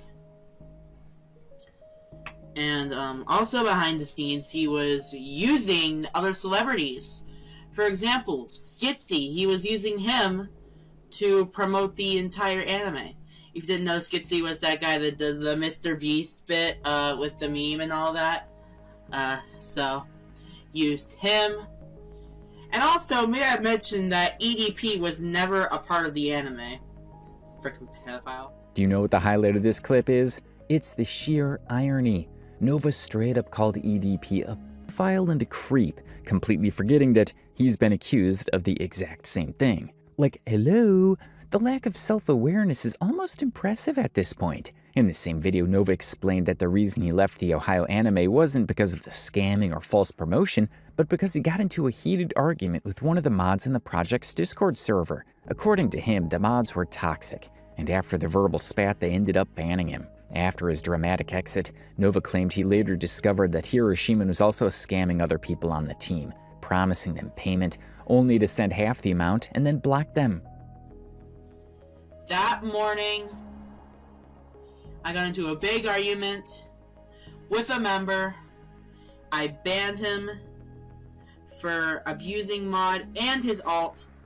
Shino unbanned him and his alt, gave them a mod role higher than my own so that they could ban me for doing my frickin' mod job, to be honest, and banned me for no frickin' reason. That's it. And not to mention that this was not the first time that it had happened. I had banned people for doxing me. I had banned people. He looked visibly upset while talking about everything, trying to frame himself as some sort of innocent victim of injustice and betrayal. And honestly, if this had happened to literally anyone else, maybe we'd feel a little bad. But Nova, the same guy who's been parading around the internet in diapers and posting NSFW content under the guise of age regression, yeah, no sympathy here. If anything, this was just poetic justice, a scammer getting scammed. After this, he uploaded a couple more videos on TikTok, trying to expose Hiroshima even further. But if we're being honest, even these dramatic sob stories didn't get him the kind of attention he was clearly hoping for. I mean, his big expose about Ohio the Anime has barely 11,000 views, and that's after 2 whole years. What's worse is that despite all the accusations and chaos, Hiroshima actually went ahead and released the first episode of the Ohio the Anime. And there's really only one way to describe it: absolute crap. The production quality was tragic, the story was non-existent, and the overall execution was so bizarre that the internet didn't even know whether to laugh or cry. Thankfully, at some point, reality must have hit Hiroshima in the face, because he never released another one of those painfully cringeworthy episodes. The entire fiasco just fizzled out into internet oblivion. And honestly, that was a mercy for everyone involved. But just when things seemed to calm down, another much more chaotic chapter in Nova's life was about to begin. We can't dive deep into the lore of Nova Online without mentioning Tophia, or as the internet knows her, Tophiachu. Now, if you're new to the chaotic world of Lolcows and have no idea who this creature is, let's give you a quick crash course so you can fully grasp what's about to unfold. Tophia is another Lolcow of Mexican descent who, much like Nova, is infamous for her completely unhinged online behavior. She first started gaining attention with her so-called mafia boss daughter videos, where she pretended to be the child of some powerful crime lord. The videos were, to put it lightly, painfully bizarre and cringe. But as time went on, things took a much darker turn. Her online antics grew increasingly disturbing, even crossing into what many described as predatory or pedophilic behavior. On top of that, she's been accused of everything from animal neglect and racism to homophobia and scamming her followers out of money. Combine all that with her strange obsessive fixation on Asian men, and you've got yourself one of the internet's most infamous train wrecks.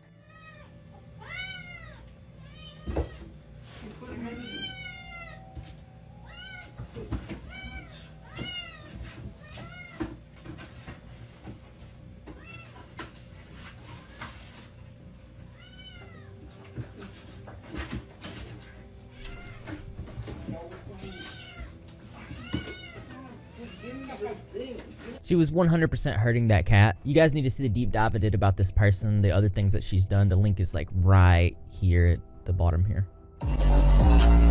Call me a beaner, like, so, excuse me. Not slow, because we're talking about two people, you retard. Nigga. What are you gonna do about it? What the f do you want? Mom, don't be calling my phone, retarded.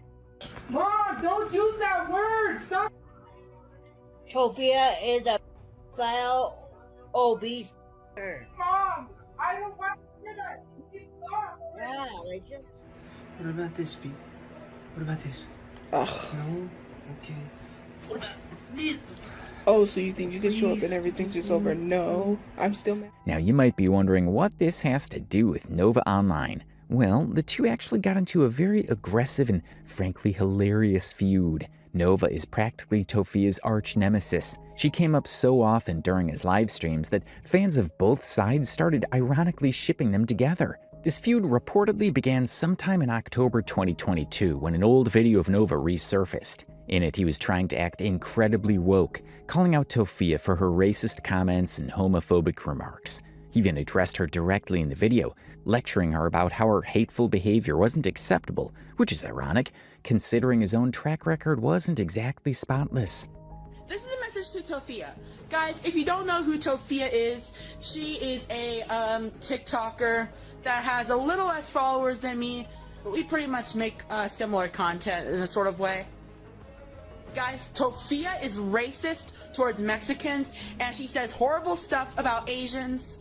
And Tophia, if you're watching this, I'm calling you out. This is not right. What you are doing is completely wrong, and everybody in this world should be equal. God said that all men are created equal, and therefore, we should all be equal. We should learn to get along in this world, and Tophia, you are not resembling that.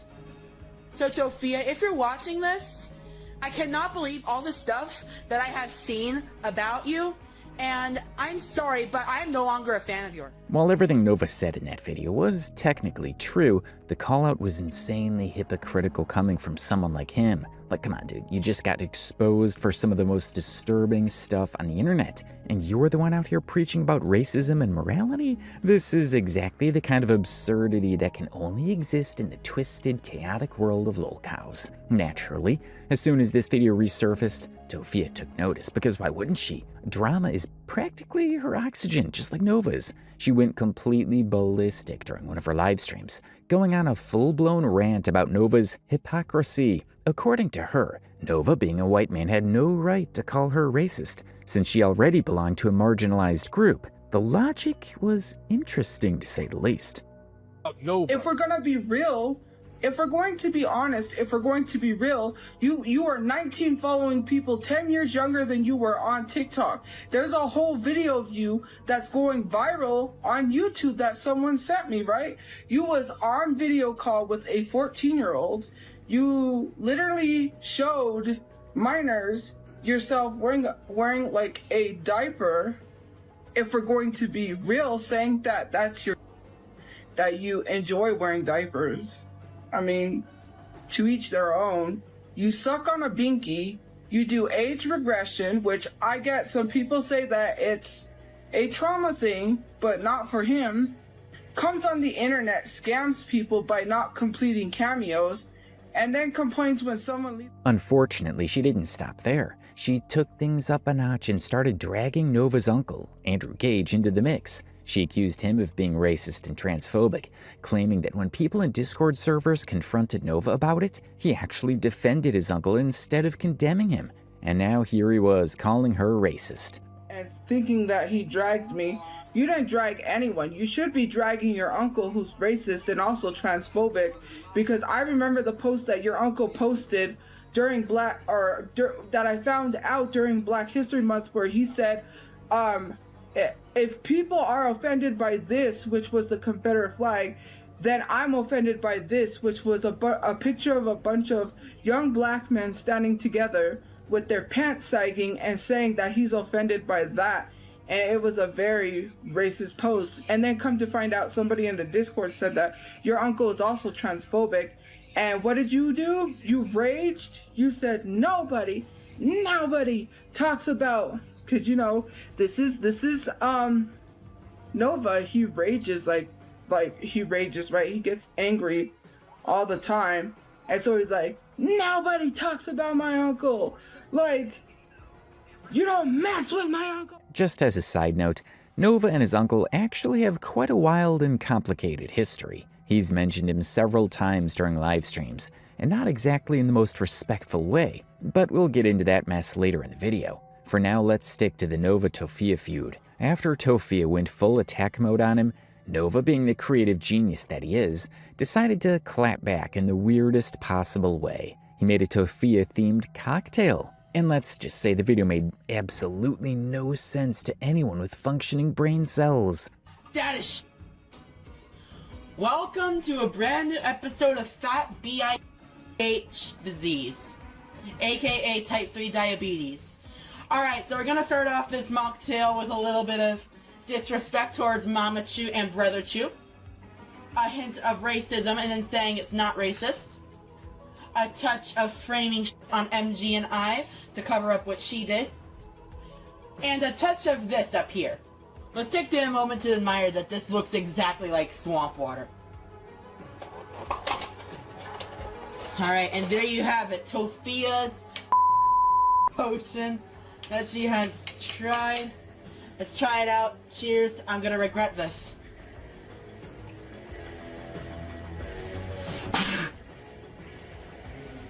After this, their feud took a turn into downright bizarre territory. What started as your typical internet drama soon evolved into something so ridiculous it was almost performance art. Both of them were constantly calling each other out. But the funny part, they were accusing each other of the exact same things they had both been exposed for. So in trying to insult one another, they were basically just roasting themselves. Iconic behavior, really. Not long after the infamous cocktail video, Tophia posted a series of raging Instagram stories, claiming that some of Nova's diehard fans were threatening to travel all the way to Mexico to egg her window. She also accused Nova of being nasty toward her on Discord. Oh, and listen up, Tophia. Me, Andy, Pleasant, Bree, and Jake, we're all on our way to New Mexico, and we're all gonna jump you.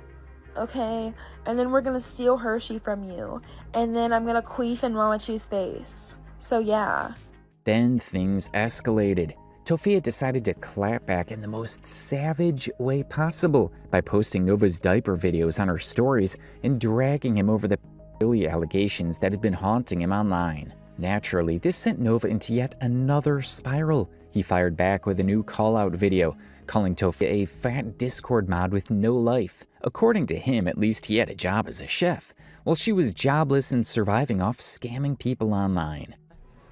But hey, at least I'm not a 28-year-old fat who still lives with their parents and has no job and barely does anything with their lives but do TikTok lives all day. At least I have a job where I work as a prep chef at a local restaurant, and I'm actually making decent money off of it, and at least I'm not lounging around doing Discord mod fat stuff all day. Anyways, we're going live on Twitch in about 30 minutes. Tophia was also not going to let that slide. She jumped on another live stream, this time armed with evidence. She claimed Nova had been commenting on her social media despite her having blocked him everywhere. She even said Nova had threatened to file a defamation lawsuit against her for reposting his diaper videos. Her response? She'd be more than happy to face him in court and tell the judge everything he'd done on Discord. Went on that, when they went live on Twitch and they said, I hate you. I hate you, Tophia, and I hate Leslie too. Okay? Bro. If you hate me that much, why are you commenting in my comment section? Why are you commenting to me on Instagram? And why are you making accounts to comment to me on my TikTok? You hate me, right? I have him blocked. I don't have him unblocked. Nova. And someone saying, look at the animation, I saw it. Someone sent me the animation. If you're talking about the parody that I made and someone made an animation to it, I already saw that. Like, Nova was out here saying that he's gonna sue me for defamation. Bro, you can't sue someone for defamation if there's a whole video on you. You followed 9-year-olds on TikTok when you were 19. You followed people who did age regression and sucked on binkies. Respectfully, you sent videos, disrespectfully, actually not respectfully, disrespectfully, you sent videos to minors showing them that you wear diapers.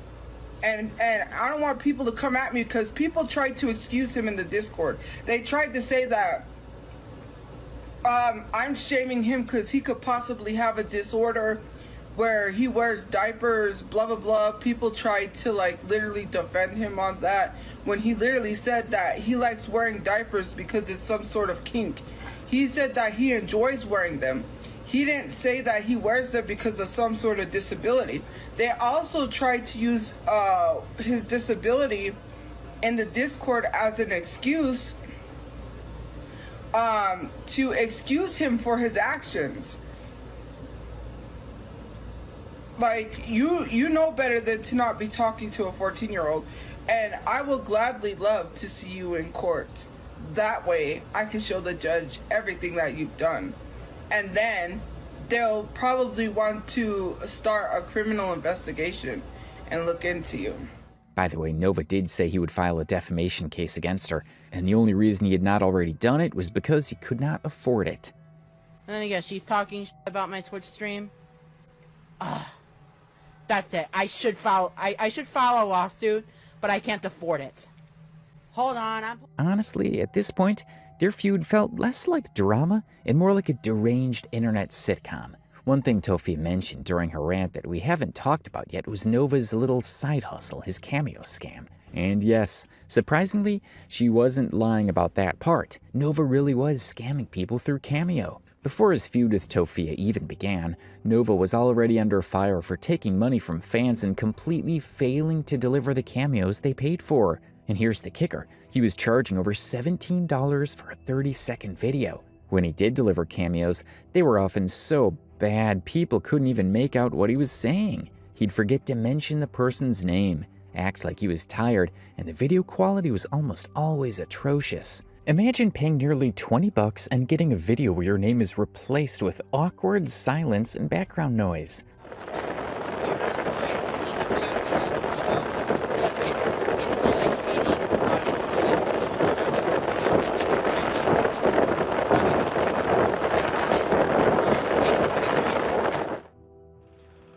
Hey, what's going on? Hey guys, we're at Tophiachu, and I just want to say, one of your friends recently recommended me your YouTube channel, and I've just got to say, it's some pretty unique content.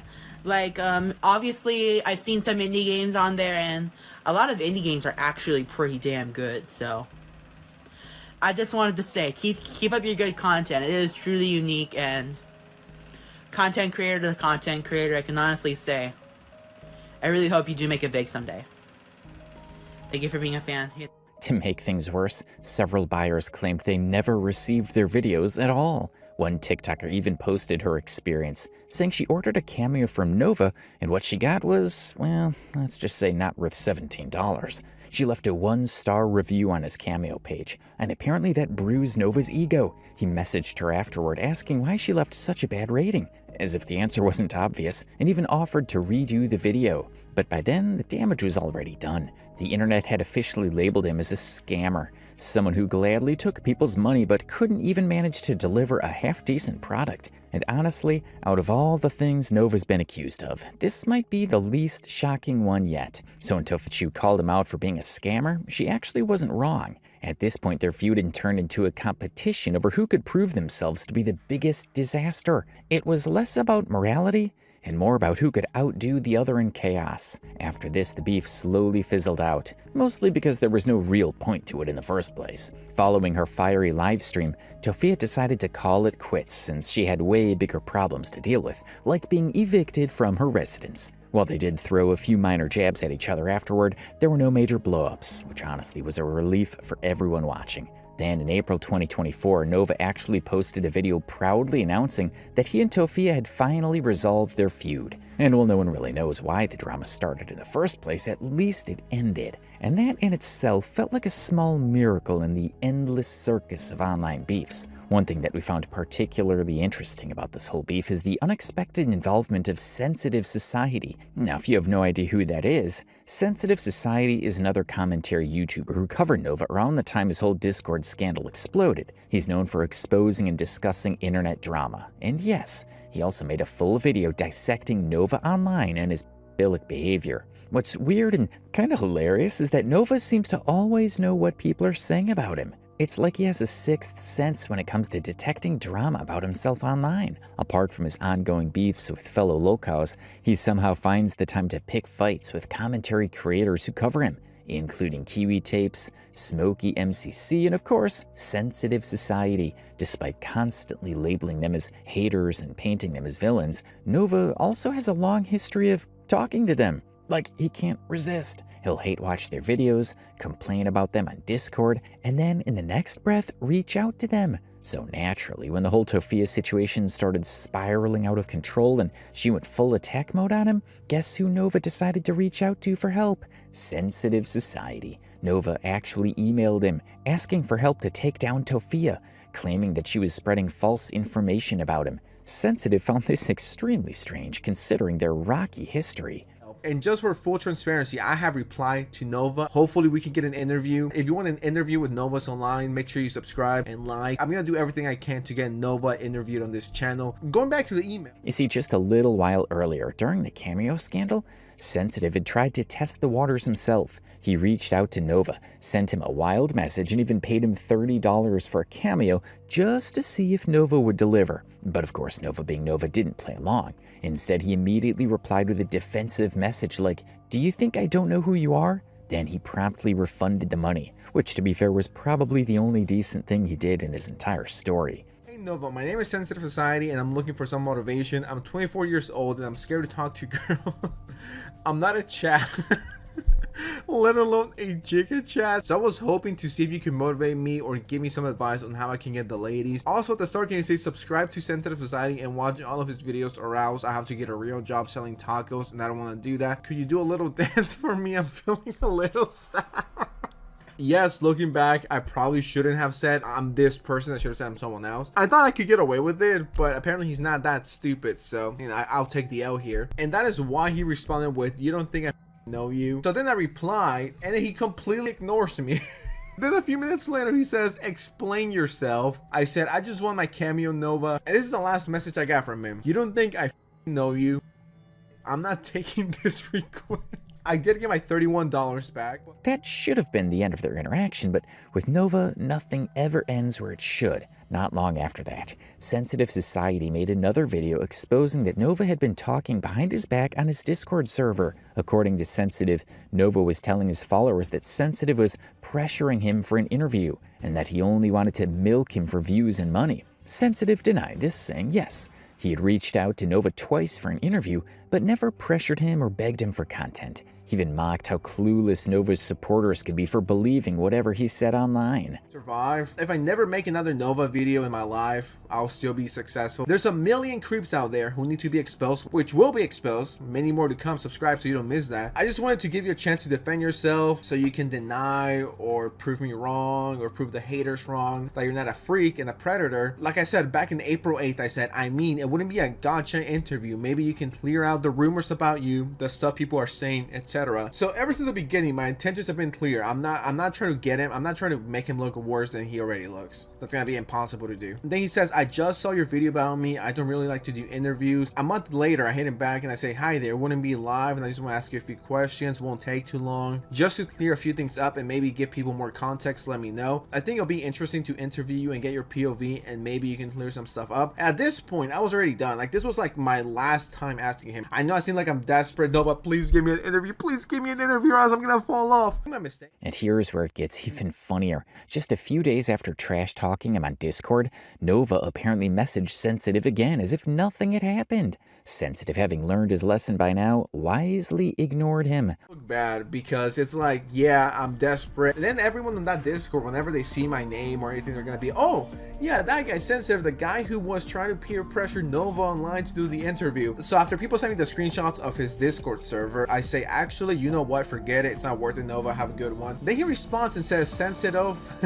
I do have a question though, and I'm not going to respond to that. Just a very interesting. Another interesting that happened around this time was that Nova's Discord server got raided again, and all the new attention his feud with Tophia brought him definitely didn't help his case. Instead of rebuilding his image or addressing the accusations in a mature way, Nova chose the most Nova way possible to handle it. He decided to clear his name anonymously through another Discord channel. Yes, you heard that right. Instead of making a serious statement or addressing things publicly, he went behind the scenes, leaking a few random screenshots that supposedly proved that another user, Scoldger, had framed him. And that was it. That was his entire defense. No coherent explanation, no evidence, just vague screenshots and a crappy article about age regression. If we're being totally honest, 2023 was an absolute train wreck for Nova when it came to clout and viewership. Just a year earlier, around mid-2022, he was practically a Lolcow legend. His chaotic videos were pulling millions of views. Commentary channels couldn't stop talking about him, and his name was everywhere in the online gossip world. But by the end of 2023, that golden era was long gone. Nova wasn't just struggling, he was fighting for relevance with every ounce of internet energy he had left. Sure, his trolls were still around, doxing him, spamming his comments with hate, and dissecting his every move. But the hate watching only gets you so far. The actual numbers told a very different story. His viewership had dropped to an all-time low, and his videos were barely scraping a few thousand views. He did manage to spark a little chaos with his feud against Tophia, but even that quickly lost steam. What started off dramatic soon turned repetitive, dragged out, and honestly, just plain stupid. So for the rest of 2023, Nova was on a full-blown mission to make a grand comeback. He wanted to reclaim the fame he once had. Unfortunately for him, nothing was truly working out. He tried everything from nostalgia bait to total rebranding, and managed to fail spectacularly at each attempt. For instance, he tried remaking some of his old food review videos, the kind that originally gave him a bit of internet fame back in the day. But this time around, they just didn't hit the same. Alongside those, he also kept uploading a bunch of random, cringe-worthy TikToks that honestly left everyone second-hand embarrassed. It was like he was trying way too hard to look unhinged, clearly catering to the trolls who once made him viral in the first place.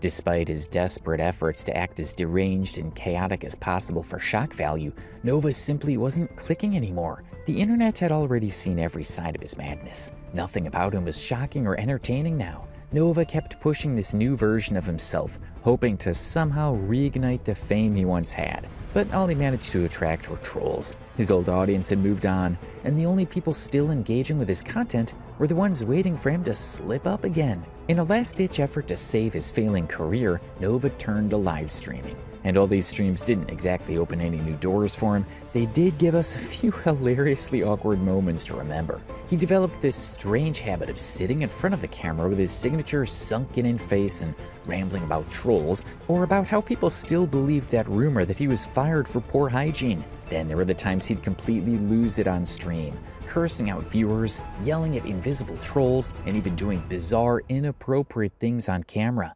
I once ran into a troll at the bowling alley, and then another troll in Del Taco.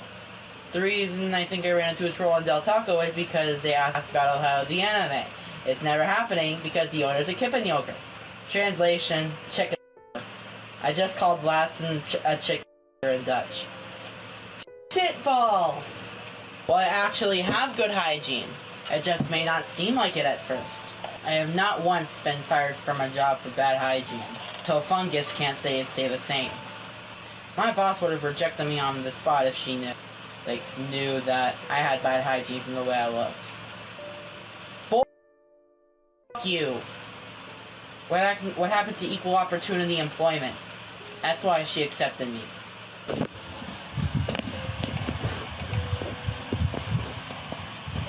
You guys asked for it. F*** you and think about what you've done.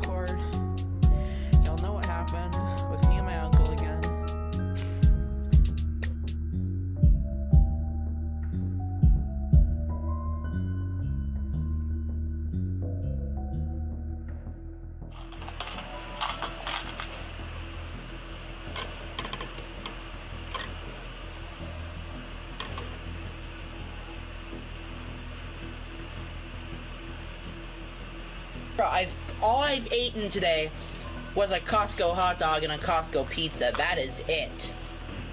I'm a fuckboy, dirtbag, piece of again. I lose friends and again. I'm a mess.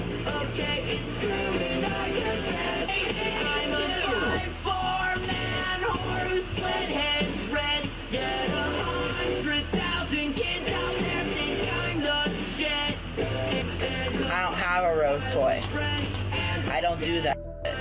And of course, no Nova stream was complete without him complaining about his uncle Andrew Gage, a name you'll definitely hear more about later. But for now, here's a small glimpse of one of his now infamous live stream meltdowns over his uncle.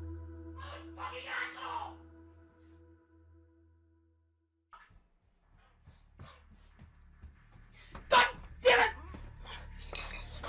Motherfucker! Cocksucker!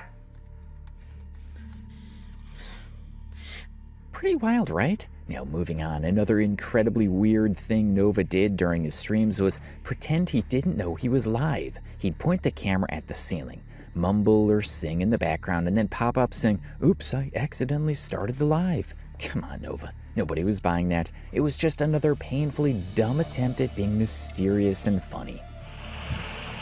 Alexa, insult generator. Alexa, insult generator. I won't say anything because I think you might cry. Honestly, I wish I had that other invisibility thing that I had during Chapter 2. Chapter 2, Season 6. I don't know why I'm talking to myself. Got him! That was easy. One shot down. Get out of here, bozo. Easy! Surprise! I hope I don't accidentally start a stream or something. That would suck. Get out of here, you're bad.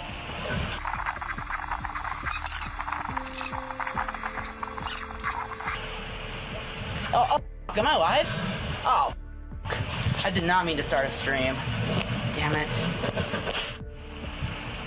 Alexa, insult generator. Alexa, insult generator. I won't say anything because I figured you might cry.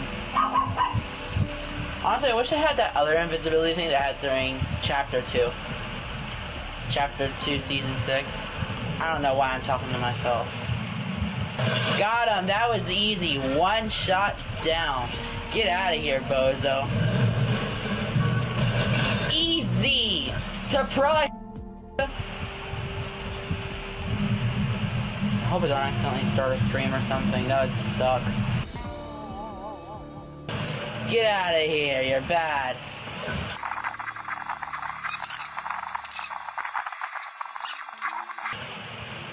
Oh, am I live? Oh, I did not mean to start a stream. Damn it. By this point, his actual fan base had dwindled down to almost nothing. The few viewers who showed up were either diehard fans refusing to let go, or trolls waiting to clip his next embarrassing moment. One of his most dedicated detractors, a creator who went by the name Liquid Nova, used to watch every single live just to grab notable clips and upload them to his own TikTok. Liquid Nova was actually the one who posted those infamous clips where Nova pretended not to know that the live had started. And as we mentioned earlier, Nova had a very sharp eye on his trolls and haters. He was fully aware that people like Liquid Nova were lurking in his lives, recording every embarrassing second and then re-uploading them to TikTok for everyone's entertainment. I'm tired. I can't put up with this shit no more. We're gonna name it a funny name. Well, I've been feeling very insecure lately, and I went to the doctor's today, and I weighed 270, so... Oh, and yeah, Liquid Nova, if you're in here, f*** you. And I hope your mom finds out you've been bullying innocent people online. Alexa, play My Heart Will Go On. I sang this song at karaoke. Sorry I've been silent, guys.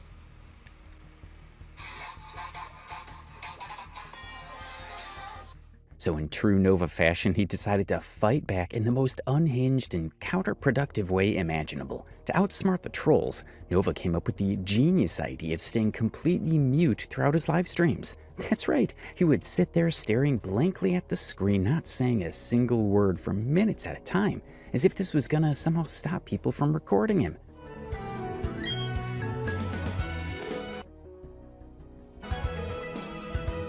Nova, what's the point of go and live if you won't even say anything? I've already played this game. It's Liquid Nova. If I speak, he gets more content. Alexa, insult generator. I miss when Nova used to clap back at his trolls. I want Nova to clap me. They just want a reaction.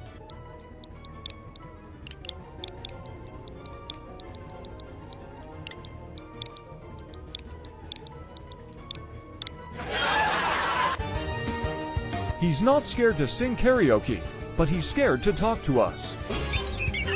This is boring. I'm just gonna try to get banned. Nova, I'm stroking my right now.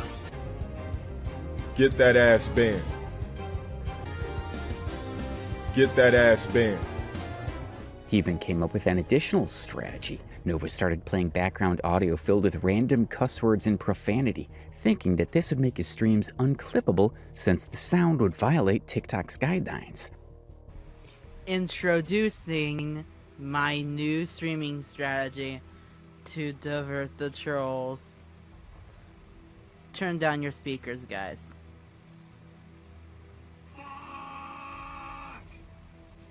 Alright, y'all. This is what's gonna divert the trolls. Because this guy likes to bleep out all the swear words. For those of you just joining, if you're hearing in the background, that is not your imagination. That's my streaming strategy to divert the trolls.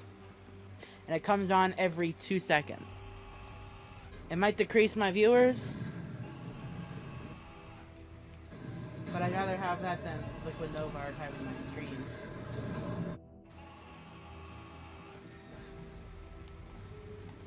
Denied! Sit down!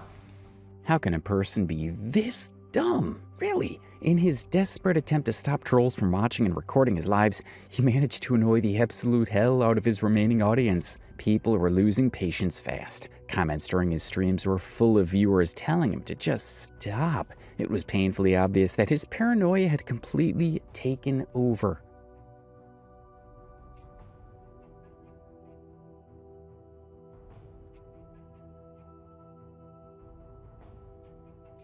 This is the only way I can deflect liquid lard-ass Nova. Sorry, y'all. Well, this is boring. So am I of Nova. Great content. I'm sorry. I have to stop a certain troll from recording. Why is this so immature? Hell, just speak. I can't, so I don't give the trolls content. Then just don't give them content, but speak. It's simple. Can you turn that audio off? It's really annoying. UDI is meant to be because I don't want Liquid Nova in here. Honestly, if Nova didn't want people recording and mocking him online, there was a much simpler solution. Maybe just don't act like a scumbag on live in the first place. But of course, Nova had to do it his way. While his live streams and food reviews were crashing and burning spectacularly, there was one tiny corner of his content that was actually giving him a sliver of visibility: his gym videos. Nova had created a separate account called Nova in the Gym, where he posted workout clips and progress updates. The account doesn't exist anymore, but thankfully a few of those videos were archived. Oh boy, there's something else. Around the same time though, things took another downward turn. Nova apparently lost his job. He was working at Denny's, and sometime around October 2023, he posted a story admitting that he'd made a big mess at work, and as a result, he was fired.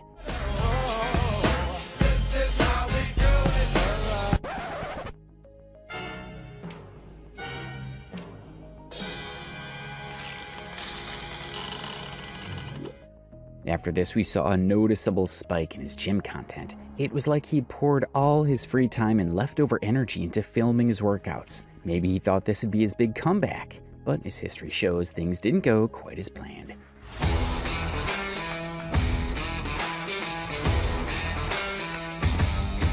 Nova Online really hit him with the "On guard, my fellow, on guard." Soon after getting fired, another mild disaster hit Nova Online. This time it wasn't trolls or live streams gone wrong, it was something even more humiliating. A YouTube channel called Lolcows Academy somehow discovered Nova's old Reddit account. In October 2023, the channel uploaded a detailed video exposing numerous screenshots from that account, showing Nova posting and asking all sorts of bizarre things on subreddits related to age regression. As soon as the Reddit account was exposed online, Nova reportedly panicked and deleted it. But as the internet always reminds us, nothing ever truly disappears. People had already archived everything before he could hit delete. Now, in most of these screenshots, Nova was doing what he does best: crying about his sad, lonely life and playing the victim. In one particularly pitiful post, he wrote, "A lot of people on TikTok think I am a P-word, and I've proven my innocence. However, they are still harassing me about it, even with evidence that I'm innocent and was framed,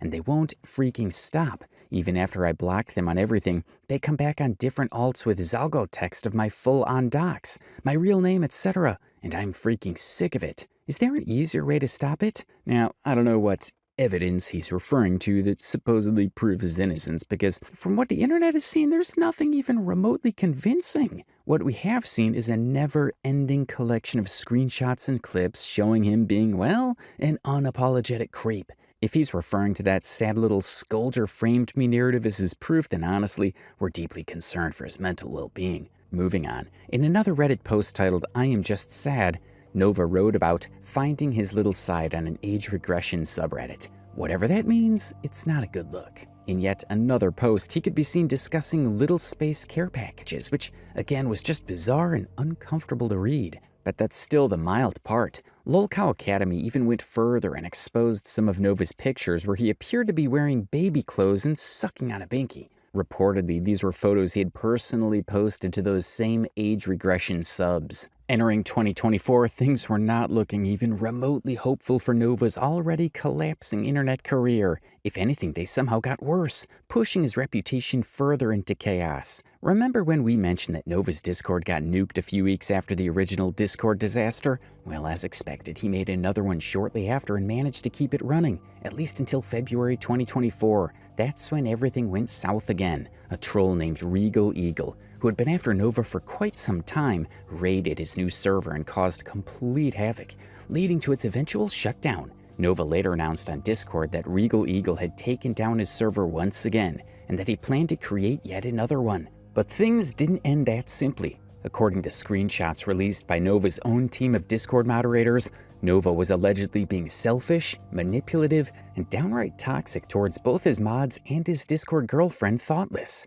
On the day of the raid, Nova apparently panicked and began spamming every single mod on the server, demanding they fix the situation and blaming them for the entire disaster. Naturally, the mods were furious. They started trash-talking Nova openly in the general chat, exposing how unbearable he had been behind the scenes. To make matters even messier, his girlfriend, Thoughtless, joined in and completely aired him out. She accused Nova of being toxic, refusing to pay his editors, and cheating on her. She also called him out for expecting his team to work around the clock for free, while he reaped whatever crumbs of attention his online mess was generating. In short, the raid didn't just take down Nova's Discord, it exposed the cracks in his entire little empire. When all this chaos was unfolding in the general chat, Nova stayed suspiciously quiet, only occasionally replying to his girlfriend, as if trying to keep the situation from spiraling even further. But the silence didn't help him much. About a week later, Nova finally announced that he would be shutting down the server entirely and starting fresh with a brand new one. And true to his word, he did. However, his new beginning didn't last long because the trolls that had been haunting him from the start followed him right into his new server. Reportedly, this time the raid came from a group called Chu Crew, a band of online trolls primarily focused on harassing Tophiachu. They raided his server relentlessly, making sure he couldn't catch even a moment of peace online. But believe it or not, this wasn't even the worst thing to happen to him that year. April 2024 would turn out to be a complete disaster for Nova, as a string of shocking events started to unfold one after another. On the dull afternoon of April 18th, 2024, Nova's main TikTok account, @TheNovaUniverse, was hacked by a group of trolls. Around this time, a new troll named Pivo appeared on Kiwi Farms and began updating everyone about what had happened. According to his posts, Nova's account had been completely taken over. The hackers changed his username, profile picture, and even rewrote his bio to mock him. But it didn't stop there. The hackers began posting clips of Nova's alleged predatory and inappropriate behavior directly to his own account, weaponizing his platform against him. While there's no concrete proof of who exactly was behind the hack, many in the community believe that Pivo, along with a few of his close companions, were the ones responsible. After all, he had been extremely active in trolling Nova for months leading up to this incident, often sharing leaks and updates about him across multiple platforms. So in the span of just a few weeks, Nova managed to lose his Discord server again, get raided by new trolls, and then have his main TikTok account hijacked and used against him. It was, without a doubt, one of the lowest points of his already disastrous online career. A few days after the chaos, Nova finally uploaded a video to one of his backup accounts, addressing what had happened. In the video, he announced that his main TikTok account had been hacked and that he knew exactly who was behind it. According to him, he had fallen for a phishing email, which ultimately gave the hackers full access to his account. He even showed his viewers the email he'd fallen for. Hey all, Pate Nova Kadri. If you're seeing this video, you probably follow this account right here. That is my main account. As of a few hours ago, that account has unfortunately been hacked by a phishing scammer after I received this email. I fell for it pretty bad. I'm currently working on trying to get that account back. I was picturing things that I did not want to picture a long time ago, like before my 2-hour nap. And after my 2-hour nap, I feel a little more cool, calm, and collected, but I'm still so pissed off that I fell for the scam. I'm taking full responsibility. It was definitely my fault. I didn't check the email. God damn, I fell for it pretty bad. But, hey, I'm going to be posting some videos here from now on. And it kind of sucks. I had 14 drafts. Hopefully those are not lost to time. Hopefully I can just relog back into my account and they will still be there. Wow. Anyways, I'm gonna be posting a little bit more here from now on. And please continue to watch my videos on my other account. Hopefully they didn't unlink my PayPal. Anyways, Nova Universe, signing off.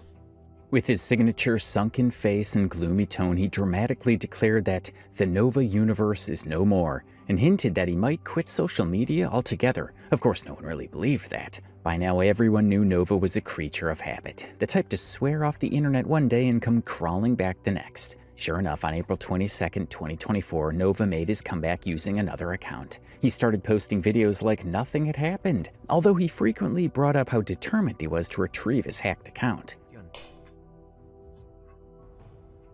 Mi cuenta volverá a ser mía, aunque sea mañana o en unos meses, volverá a ser mía.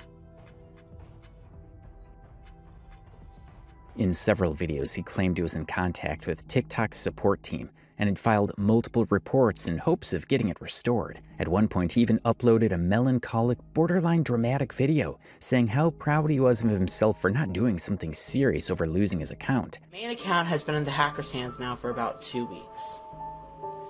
No luck getting it back. Haven't heard back from TikTok from the 5 reports that I've posted. I've gave them my UID, I've gave them all my and they're still not giving it back. And despite all the that I've been through, I'm proud that I haven't ended it all yet. Like, I've contacted the Trevor Project at least a few times since the account got hacked, because I'm dealing with a lot of other shit behind the scenes that I don't want to get into detail about. But just when it seemed like my life was looking up, I had a new job, new therapist, new friends, everything went down the hole. And my mental health got into the worst state it's ever been. Well, I'm proud of myself for staying strong this entire time, even if I have been dealing with so much, but I gotta keep strong. It's the only way I'll be able to survive. After this, things got even worse. On May 3rd, 2024, Nova completely lost all hope of ever recovering his main account. Turns out the hackers had put the account up for sale and even stolen money from his creator fund. And if that wasn't bad enough, around the same time, his home address was leaked online, reportedly by none other than Pivo, the same troll who'd been taunting him for months. This doxing incident opened the floodgates for non-stop harassment. People began sending random DoorDash deliveries to Nova's house. At this point, when Nova started talking about people allegedly sending him pizzas and other random deliveries, viewers online began to question whether any of it was even true. One particular story that raised eyebrows was when Nova claimed that a group of trolls sent him an unpaid Domino's pizza delivery, but the manager of the Domino's happened to be a fan of his. Allegedly, the manager felt bad for Nova and decided to give him the pizza for free. Whoever called Hawaiian pizza from Domino's to my house without paying for it, the guy gave it to me for free, so since we've got this pizza that I've never tried, we're gonna do a food review on it. Oh yeah, and by the way, massive shout out to the manager at my local Domino's. She's actually a longtime fan of the TikTok, so if you're watching this, thank you for being a fan. Now, this story sounded way too convenient for most people. Viewers immediately started speculating that Nova had made the whole thing up just to gain sympathy and attention. This moment pretty much reignited the ongoing debate about how much of what Nova says online is real and how much is just pure performance. Despite his accounts being hacked, his Discord getting raided, and his credibility slowly falling apart, Nova remained the same chaotic, unbothered version of himself. The man is nothing if not consistent. He just keeps doing the same old things over and over again. as if nothing in his world ever changes. From his other account, Nova continued to post food reviews and random product reactions, especially about his all-time favorite beverage, Dr. Pepper. Yes, for some bizarre reason, Nova has a borderline emotional connection with Dr. Pepper. Out of every food or drink he's ever reviewed, Dr. Pepper is the only thing that's consistently earned a perfect 10 out of 10 from him. Signing off. So I was at my local shop recently, and I found this Dr. Pepper beef stick. Let's give it a smell. It smells nothing like Dr. Pepper. It just smells like pepper. Anyways, bone apple teeth. Around this time, Nova also posted one of his most unintentionally funny food reviews yet, a review of a sushi restaurant that he never even named. For this review, he supposedly recorded himself eating sushi, and then weeks later, he recorded a voiceover review talking about the experience. According to him, while the sushi tasted decent, he ended up getting food poisoning afterward. No, Kadri, I am doing this video as a voiceover, and this is finally that sushi review that I recorded about 3 weeks ago. I got this from a place called Redacted in Riverstone. I'm not going to give the name of the restaurant away because I got food poisoning here. Now, first off, let's try this miso soup that initially came with my meal. I tried the broth and I was absolutely stunned by how good it was. And this was with no soy sauce added. I decided to try a little bit of the tofu, and I do not like tofu. It's just a texture thing for me. Next up, we're going to be trying this 2-piece Ora King salmon nigiri with wasabi and ginger. Now, getting a little soy sauce, let's try it out. Now, I absolutely loved the flavor of this, but I would regret it later on.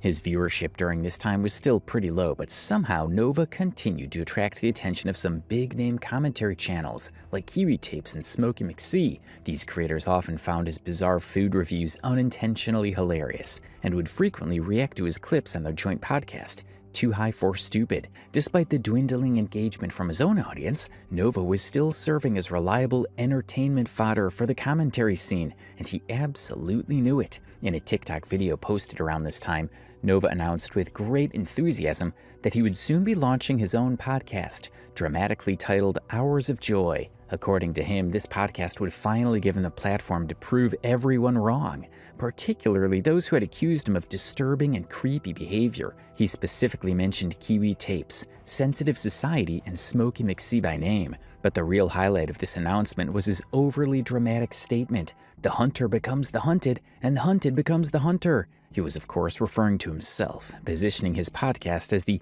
grand comeback where he'd flip the script on his haters. But, yeah, I just intend on doing this new podcast for fun. So the name of this podcast is going to be called The Hour of Joy. And the name does not imply what this podcast is going to be about. Everyone who has wronged me, the hunter becomes the hunted, and the hunted becomes the hunter. Every single person who has wronged me, Kiwi, Smokey, Sensitive Society, everyone who has made these false fucking accusations about me, I'm gonna prove them all fucking wrong. The hunter. But with this podcast, the only thing Nova managed to flip was his already crumbling reputation. In the video announcing it, Nova proudly mentioned his genius social media manager who was supposedly helping him produce and organize Hours of Joy. He even gave her a public shout-out on Instagram, which led people to discover that her name was Sia Jager. At the time, no one really paid much attention to her. She was just another background character in Nova's chaotic saga. But later on, Sia would become an important puzzle piece in exposing Nova even further. The first episode of Hours of Joy finally dropped on June 24th, 2024 on Spotify. It was nearly 40 minutes long, and yet it contained absolutely nothing of value. The whole idea behind this podcast was supposedly to set the record straight, a chance for Nova to clear his name and counter all the allegations that had been made against him. In earlier TikTok clips hyping up the show, he had specifically called out Kiwi Tapes, Sensitive Society, and Smokey McSee, promising that he was coming for them through this podcast. And yes, he did come for them, but not in the way he thought he would. Instead of defending himself or providing evidence to disprove anything, Nova spent the entire 39 minutes trash-talking these creators. He and his social media manager went over their pages, counted how many videos they'd made about him, and ranted about how they were using him for clicks and views. Everyone, it is Hey Nova Kadri, also known as the Nova Universe. We are here with the debut episode of Hour of Joy. And joining me is my social media manager, Sia. Hi, guys. But I'm pulling up Smokey's Twitter right now. All right, I'll do the same. Hold on. So the most recent tweet that he has messaging me is retweeting a comment of someone that cited me near the bus stop. Someone on his Twitter seemed to have edited the video of you, like, telling your fans not to be racist. Like, if you scroll down... Oh, yeah, I saw that. Yeah. Let's go ahead and head over to Kiwi's Twitter, see if he's posted any new... Oh, yeah. The last thing he posted about me was on the 24th, called Average Hour of Joy Listener. Yeah. It appears as, like, one of your fans said something like... racist about you being like the supreme race. Oh yeah, did you hear that Sensitive Society appeared on a episode of Too High for Stupid? I think that was last week. Yeah. I noticed there's been like a lot of YouTubers just like clowning on your name. Like for instance, the Leaping Lemur.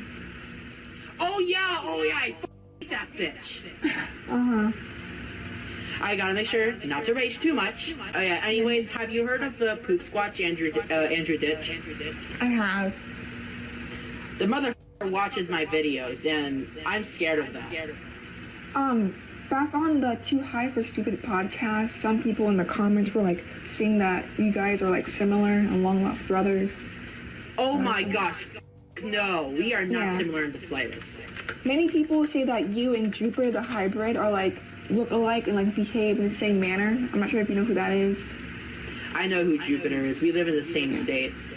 Do you want to go in depth about like why you like are like making a podcast? Like what prompted you to do? Oh yeah, basically I'm making a podcast basically so I can clear my name of these awful accusations that have been roaming around. So do you want to go more in depth with like Kiwi and Smokey and see what's the Sensitive Society? Because I think that's what like a lot of people really want to hear. About what? Like Kiwi and Smokey. Oh yeah. Speaking of Kiwi, Smokey, and Sensitive, let's go over to Kiwi's channel. Okay. Let's see, the last video... He hasn't really uploaded, like, many videos about me. Yeah, but the ones he did upload about you got, like, over 1 million views. So, like, that's why people, like, really, like, flooded your comments with, like, hatred. Yeah, if we go to Popular... If you go to Popular, you can see his 3rd and 8th most popular videos are about me. But, like, on their podcast, he talks about you, like, consecutively. Oh, yeah, the podcast, definitely. Once, like, this video gets uploaded, I'm sure, like, Kiwi, Smokey, and Sensitive will probably respond to it, so then, like, we'll make, like, a response. Yeah, they're probably gonna end up responding it, which will give us more content for Hour of Joy. True. So I guess... Ironically, the one thing he never addressed in this podcast was the actual reason people were calling him out. For a podcast meant to prove his innocence, Hours of Joy only proved one thing: that Nova was completely incapable of taking accountability. Around this time, Nova started posting a series of bizarre updates on his newly created Instagram account. In one of them, he shockingly announced that he was joining the alt-right. This statement didn't just raise eyebrows, it sent his already fragile reputation into free fall. The reason this is relevant is because almost immediately, some people from his fanbase flooded the comments with vile, racist remarks targeting Kiwi Tapes and Smokey McSee. A few days later, Nova seemed to realize just how badly he had messed up. He posted another image claiming that he no longer identified as alt-right because his thoughts and ideologies didn't align with theirs. He also urged his followers to stop using racist language toward Kiwi and Smokey. But then came the hilarious part. Shortly after making that supposedly mature statement, Nova uploaded a video contradicting himself completely. In the clip, he once again told his followers not to mock Kiwi and Smokey, and then immediately added, even though Sensitive is Mexican and Kiwi and Smokey do drugs. It was the most backhanded apology imaginable, and viewers could not believe the irony. Hey, I'll say Nova Casually, and while I fucking despise Kiwi, Smokey, and Sensitive Society, just please don't make any racist comments about them. Just because Sensitive is Mexican and Kiwi and Smokey do drugs, that's just no excuse to say racist shit about them, because one, that's not cool, that doesn't make you any better than they are, and two, making that shit about them, you go as low as they do, because they have made that false shit about a lot of people. So guys, if you're seeing this, just please stop commenting racist shit about the three people that I'm trying to stop using my name for. They're just using my name as cash cows at this point. Anyways, stop being racist in my comments, guys. I don't condone it. Despite his clumsy attempts at damage control, it was too late. The major commentary YouTubers he had trashed in his podcast had already taken notice. One after another, they began releasing videos reacting to his so-called redemption arc, mocking both his podcast and his ridiculous alt-right detour. But the biggest blow came from a YouTuber named The Leaping Lemur, whom Nova had also mentioned in Hours of Joy. Lemur went a step further and dropped a bombshell that exposed Nova's disturbing behavior even more.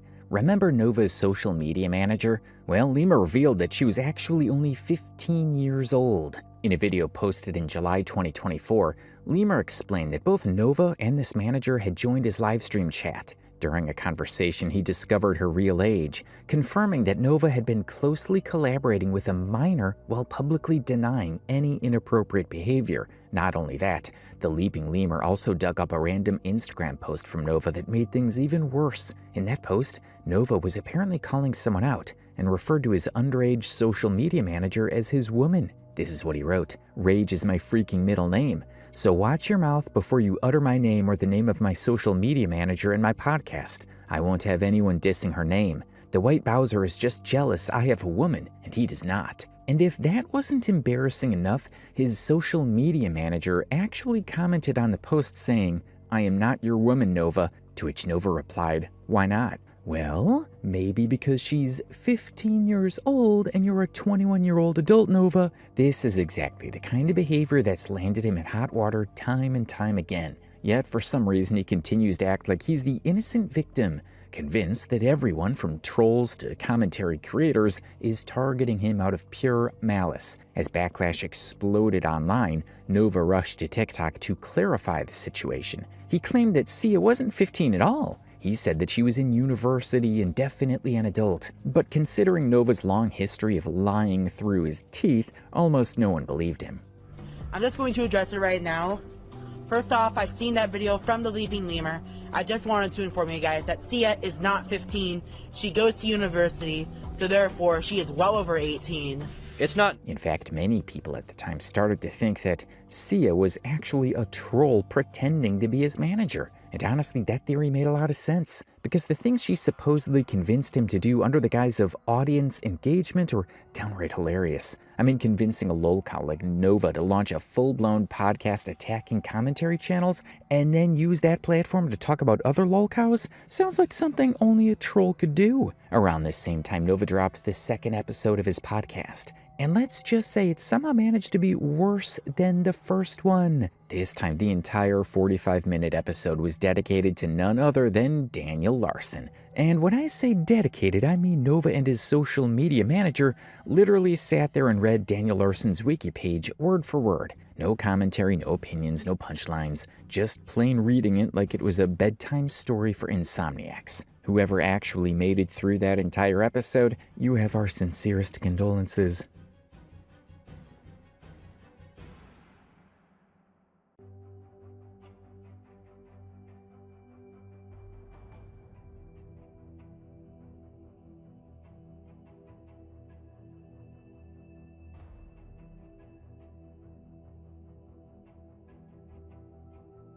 Around the same period, things got even more chaotic online. Nova revealed that he had been banned from the karaoke place he used to frequent. For context, karaoke was one of the few things Nova did that was somewhat normal. Over the years, he had uploaded countless karaoke clips to TikTok and Instagram, and honestly, they were acceptable compared to the rest of his questionable content. But in June 2024, Nova posted a story saying he would no longer be performing karaoke because the venue had banned him. He didn't explain why, but of course the trolls filled in the blanks. A troll named Pivo claimed on Discord that he, along with another troll called Zilla, got Nova banned by contacting the karaoke bar's manager and sending them screenshots of Nova's antics online. Unfortunately, that wasn't even the end of his misfortunes. Around the same time, a troll reportedly spotted Nova in his neighborhood and uploaded candid photos of him online. Then, to make matters worse, the very next day, his ex-hamster account was leaked. And let's just say the search history was exactly what everyone expected. Diaper, adult diaper, breastfeeding, foot smelling, and age play were all listed among Nova's interests and fetishes. And even after everything that had come out, Nova continued to insist that his whole obsession with wearing diapers had absolutely nothing to do with any kind of fetish. According to him, it was just a comfort thing. Sure, Nova, totally believable. Then around August 2024, yet another disaster struck his already crumbling life. His gym membership got terminated after trolls allegedly reached out to the gym management and told them all about Nova's online reputation. In true Nova fashion, he announced this development on social media, first through a few cryptic stories, and then through a very emotional TikTok video where he poured his heart out about how unfair life had been to him. Look, I didn't want to become a lolcow. If you're watching this because you think you might be one, my advice is scroll past this video right now. It's not worth it. Believe whatever lies your mom or dad told you about the internet, and just try to lead a normal life. Being a lolcow is dangerous, and even sometimes it's scary. Sometimes people will try to mess with you in the worst ways possible. However, if you're just watching this because you think it's fiction, then great, keep watching this video, and I envy you for being able to believe that this is not real at all. But if you recognize yourself in this video, if you definitely feel something stirring inside, stop watching immediately. You might be one of us, and it's only a matter of time before they sense it too, and the others will come for you. Don't say I didn't warn y'all. But even amid this chaos, Nova remained bizarrely determined to make his podcast work. In August, he released yet another episode, and this time it was only 3 minutes long. The entire episode consisted of Nova rambling about which lolcows he should cover next. A lolcow covering other lolcows? That is honestly poetic. According to Nova, if he just focused on people who were supposedly worse than him, it would somehow cleanse his own reputation. Kennedy Space Center, humanity's gateway to the stars.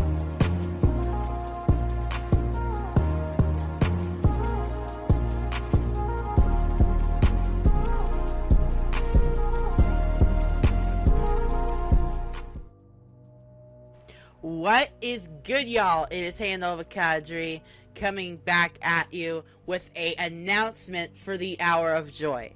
Now, I did upload an episode back at about the start of July, end of June, but I had to take that down via my manager's request and due to several people clowning me. Honestly, it would really up my mental health. So, anyways, Hour of Joy, August 27th, 2024. Hour of Joy is going to be relaunching as a solo project. I already have somebody that's going to be helping me out on the sidelines with several lolcows, such as Jupiter. I'm obviously going to be doing Boogie because he's kind of disgusting. If he was as smart as he was fat, he would be the next Albert Einstein. Have I mentioned Cobra yet? I'm not sure. Oh yeah, I mentioned Jupiter, I mentioned Boogie, I mentioned Cobra. Although Cobra is one of the more respectable lolcows. We're also going to be taking a deep dive into Bossman Jack, the notorious gambling kick streamer. And we're also going to be looking into some other sort of like horror cows, like Andrew Ditch. Oh my god, I hate that dude. Anyways, guys, be prepared. August 27th is going to be the new era of the Hour of Joy. I'm going to be having guests here and there, but these guys are mainly just here to help out with Hour of Joy just by tuning in and just giving us some high quality information that we may need to know. Anyways, I am aware that I am a lolcow myself. This is just a step to hopefully separate myself from these people, because people labeling me a lolcow is one of the worst things that's happened to me. It's really messed up my mental health.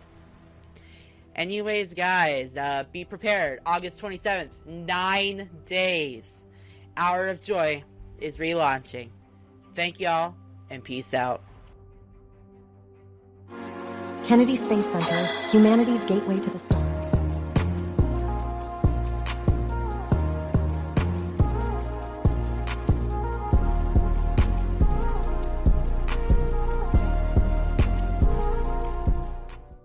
However, almost immediately after he uploaded the episode to Spotify, it was taken down due to mass reporting. Nova rushed to Instagram to complain, promising that he'd re-upload the episode to YouTube. By this point, it seemed like Nova had finally realized what everyone else already knew. His so-called social media managers had been trolling him the entire time, so he dropped her completely and announced that he would be going solo with his podcast. In September 2024, he even released a short episode where he discussed all the potential new names he was considering for his rebranded show, as if a name change could somehow erase the train wreck that Hours of Joy had become. 3 name choices. I think one of them is pretty lackluster, but the other 2, I think, are very creative. So, let's move on and get on to the name choices. So, as I said before, I have 3 name choices to rename Hour of Joy, because, as y'all know, a troll renamed Hour of Joy and didn't even come up with me for the name first. So let's go ahead. The first name, which I think is pretty lackluster, is Lolcow Farms. It's basically Kiwi Farms, but without the homophobic and racist community. But yeah, I think that's a pretty lame name. Y'all, it's pretty self-explanatory. Let's move on to the second name. So the second name I have in mind is kind of another spoof off of a Kiwi Farms name, but I think it's way more creative and way more like catchy, and it's called Kiwi Core. So basically, the meaning behind the name Kiwi Core is basically you gotta dive deep to get into the core of the kiwi, which is basically what we do here on the soon-to-be whatever name that I think is best. So, basically, Kiwi Core is diving deep into the core of Lolcows and basically seeing how did they get here. Anyways, let's move on to the third name. Alright, the third name is one that I think is also pretty decent of a name, and I'm calling it the Vine Dive. A few days later, he announced on social media that he was renaming his podcast to Kiwi Core. Hey y'all, it's Hey Nova Kadri, and Hour of Joy is no more. Hour of Joy is now officially Kiwi Core. In October 2024, Nova went ahead and released 2 more episodes of his newly rebranded podcast, Kiwi Core. And just like everything else he had put out recently, both episodes turned out to be nothing but a joke. Instead of offering anything new or interesting, Nova once again circled back to his favorite topic, Daniel Larson. For nearly the entire runtime, he repeated the same recycled information he found online, adding nothing of value or insight. It honestly felt like he was just desperately trying to fill airtime, hoping someone would still be listening. By this point, even his most dedicated followers were starting to lose patience. The Kiwi Core episodes were awkward, rambling, and directionless, making it clear that Nova's big comeback was quickly falling apart before it even started. From where we're watching, there seems to be two parallel dimensions in the Novaverse. One where Nova is busy acting completely erratic online, making himself a public spectacle day after day, and the other where his trolls and detractors are working tirelessly in the shadows to make his life an absolute nightmare. Around June 2024, even before he officially launched his podcast, something quite similar started brewing behind the scenes. While Nova was busy rizzing up his new social media manager, announcing his grand podcast debut, and throwing shade at commentary YouTubers, a group of dedicated trolls were plotting something much bigger in the background. On June 2nd, 2024, members of the TNF, a notorious group devoted entirely to tracking and archiving Nova's every online move, reportedly hacked into several of his accounts. These included his Discord, Kick, Gmail, and other platforms. The culprits behind the hack were three well-known names in Nova's troll community: Zilla, Pivo, and M3GA, who managed to break into his accounts and unleash absolute chaos. Through the hack, they uncovered even more disturbing evidence about Nova's long-rumored diaper fetish and his bizarre, inappropriate behavior on Discord. But that wasn't all. Digging into his emails exposed some shockingly strange details about his online purchases and private conversations. To top it off, the hackers didn't just stay quiet after gaining access. On Discord, one of them, M3GA, sent out a completely unhinged and explicit message from Nova's account, tagging everyone and mocking him publicly. The message read, "Everyone, my masters, M3GA, Pivo, Zilla, have told me that they won't gate my dirty little a-hole tonight if I don't admit that I love kids, so this is my confession." After this, the hacker granted access to Nova's Discord server to his other peers, who quickly began screenshotting everything they could find: private messages, chat logs, and personal information that would later come back to bite Nova hard. Within just a few hours, the entire team wreaked havoc on his server, nuking channels, spamming messages, and ultimately deleting the server entirely. Not many people know this, but around the same time, Nova was also quite active on the popular streaming platform Kick, where he occasionally went live to stream himself playing video games. During one of these live streams, Zilla managed to hack into his Kick account mid-broadcast and started streaming explicit adult content directly from X videos.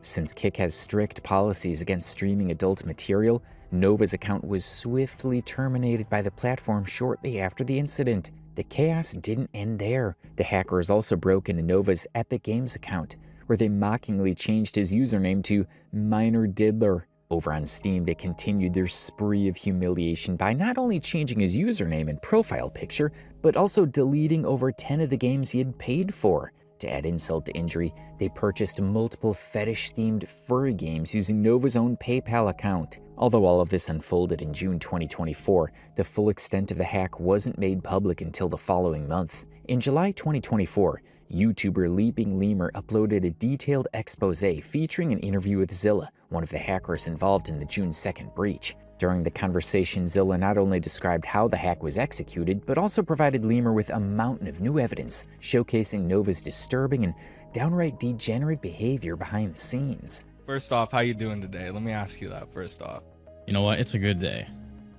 That's good. That's good. I also wanted to ask you, why did you decide to hack Nova, and around what time did it happen? So it was a decision between the three of my friends, me as in Zilla and Pivo and Mega. We just got obsessed with the Nova lore and was like, this guy's funny. You know, we've messed with in the past.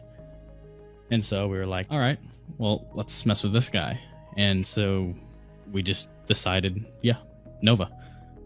And then on June 2nd, we were already inside for like a lot while before, but June 2nd is when it all kind of went to shit. Exactly how bad is some of the evidence that is going to be covered in this doc? In this document, it really puts it into words, and you can visually see how much of a diaper-wearing Discord mod he is.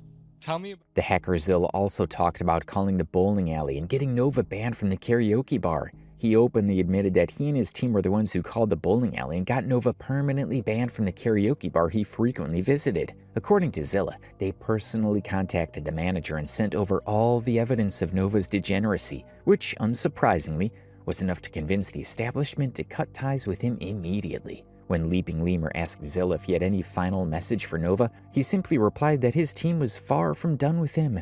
Odd he is. Tell me about getting Nova banned from the bowling alley. Like, how was that experience? It was fun the whole way through. Calling the bowling alley, the manager, whoever was there, he already knew about him. He already knew there was an issue with the guy. And so he just was like, needed hard evidence. And it was funny because I had to sit on a phone call with a grown man ask me, what does "I feel willy small right now" mean? How many socials in total, if you feel comfortable telling me, did you hack of Nova's? Publicly, I can say 5. Can you name them? His Steam. But the most shocking part of Zilla's revelations came when the Leaping Lemur began sharing screenshots that painted an even darker picture of Nova's behavior online. Among the leaked materials were logs showing Nova interacting with an age regression bot named Evelyn Rose Thorne. The two could be seen engaging in disturbingly intimate roleplay conversations, many of which involved around, you guessed it, diapers. What made this even more horrifying was the fact that these exchanges were happening on a public server, visible to anyone who happened to scroll through the chat. The leaks didn't stop there. Zilla also shared screenshots that revealed Nova had an e-girlfriend named Bun, with whom he maintained an extremely toxic relationship. In several leaked messages, Nova could be seen emotionally dumping on her, starting conversations with lines like, "Babe, are you okay?" To which she would reply no, only for Nova to respond, "I'm not okay either." When Bun asked why, Nova proceeded to trauma dump by saying he was having thoughts of ending his life. There was also a post showing Bun breaking up with Nova on Discord.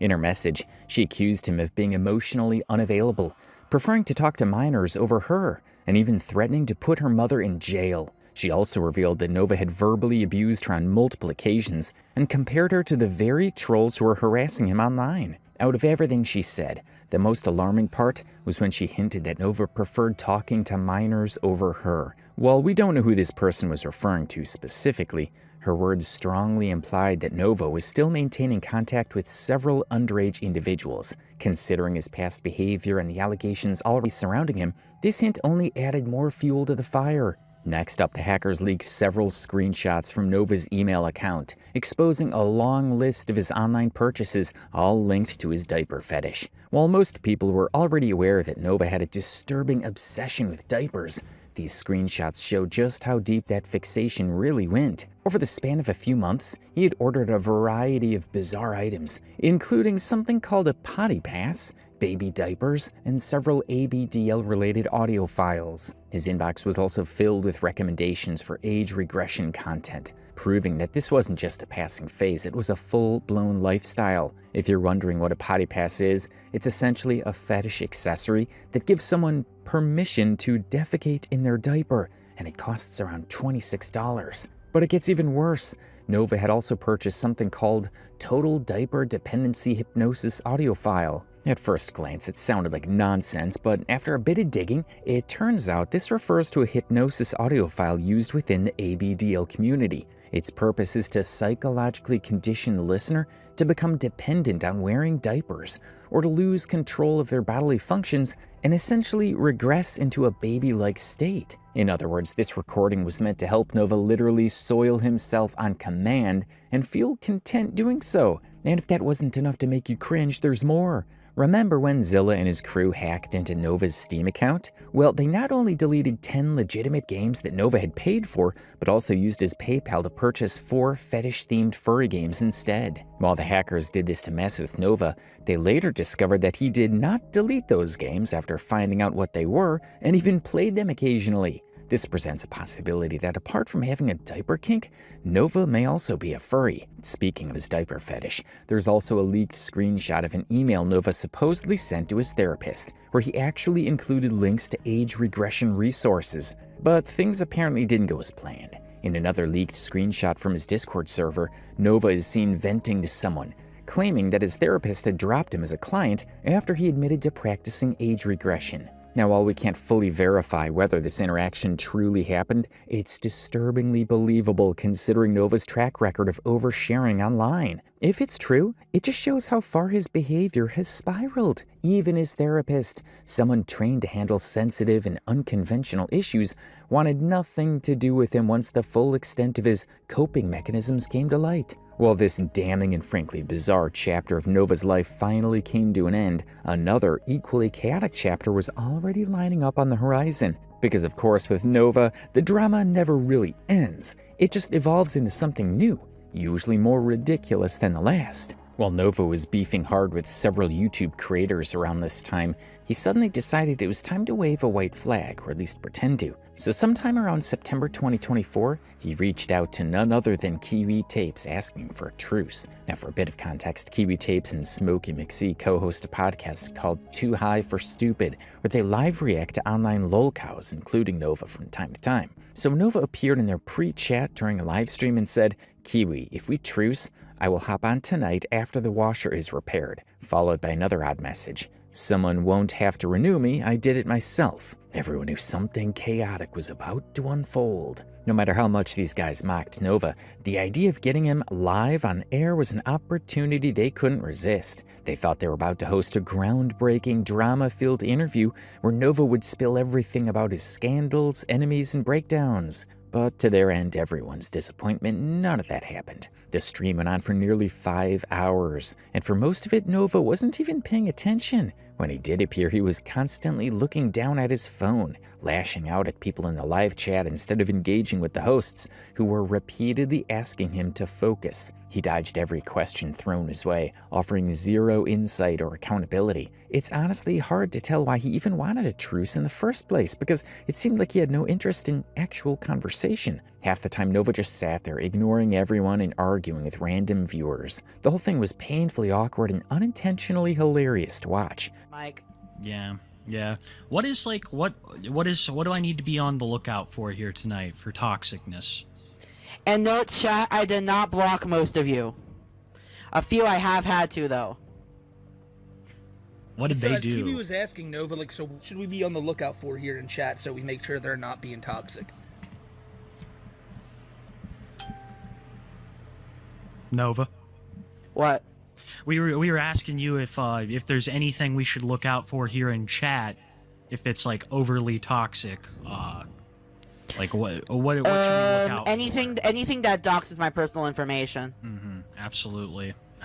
Yes, that dude, I actually showed up.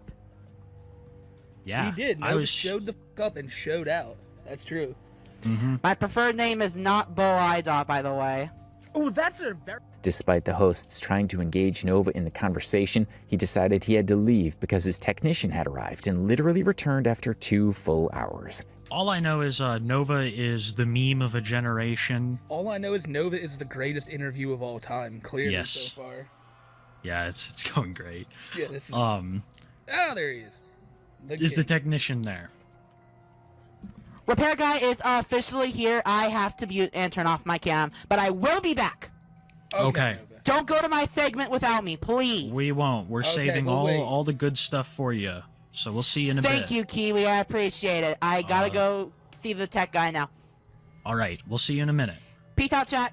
Even after returning and keeping the hosts waiting for 2 hours, Nova's attitude remained completely unchanged. He came back acting like nothing had happened, still glued to his phone and barely engaging with the conversation. When the creators finally managed to steer things towards something meaningful, like the infamous Instagram account where he'd been posting all kinds of unhinged nonsense not too long ago, Nova claimed that Sia had full control over his Instagram, and that she'd recently admitted to being a troll. While that part was surprisingly transparent, things got tense when the hosts pressed him about Sia allegedly being 15 years old. At first, Nova completely dodged the question, brushing it off like it wasn't worth addressing. It was only after the hosts pushed again that he finally muttered a vague defense, saying that she never told him she was 15 at the time. Some incredibly racist stuff. Back then, I was never checked. I never gave the approval to post any of that. She just posted it without my permission, and she revealed herself as a troll not too long ago. I immediately severed all ties with her, and she's making up lies about me now.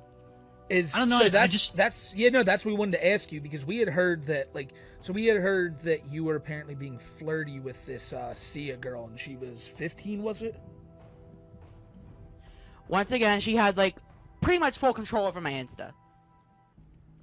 Yeah, I don't know. It seemed like there was a little bit of a flirtatious vibe between you guys, you know?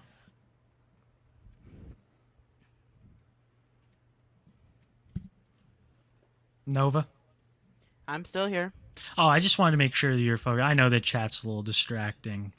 Yeah, because it came out that she was like 15. Like, do you just have anything to say about that? These are the questions chat are asking. Oh no, what happened now?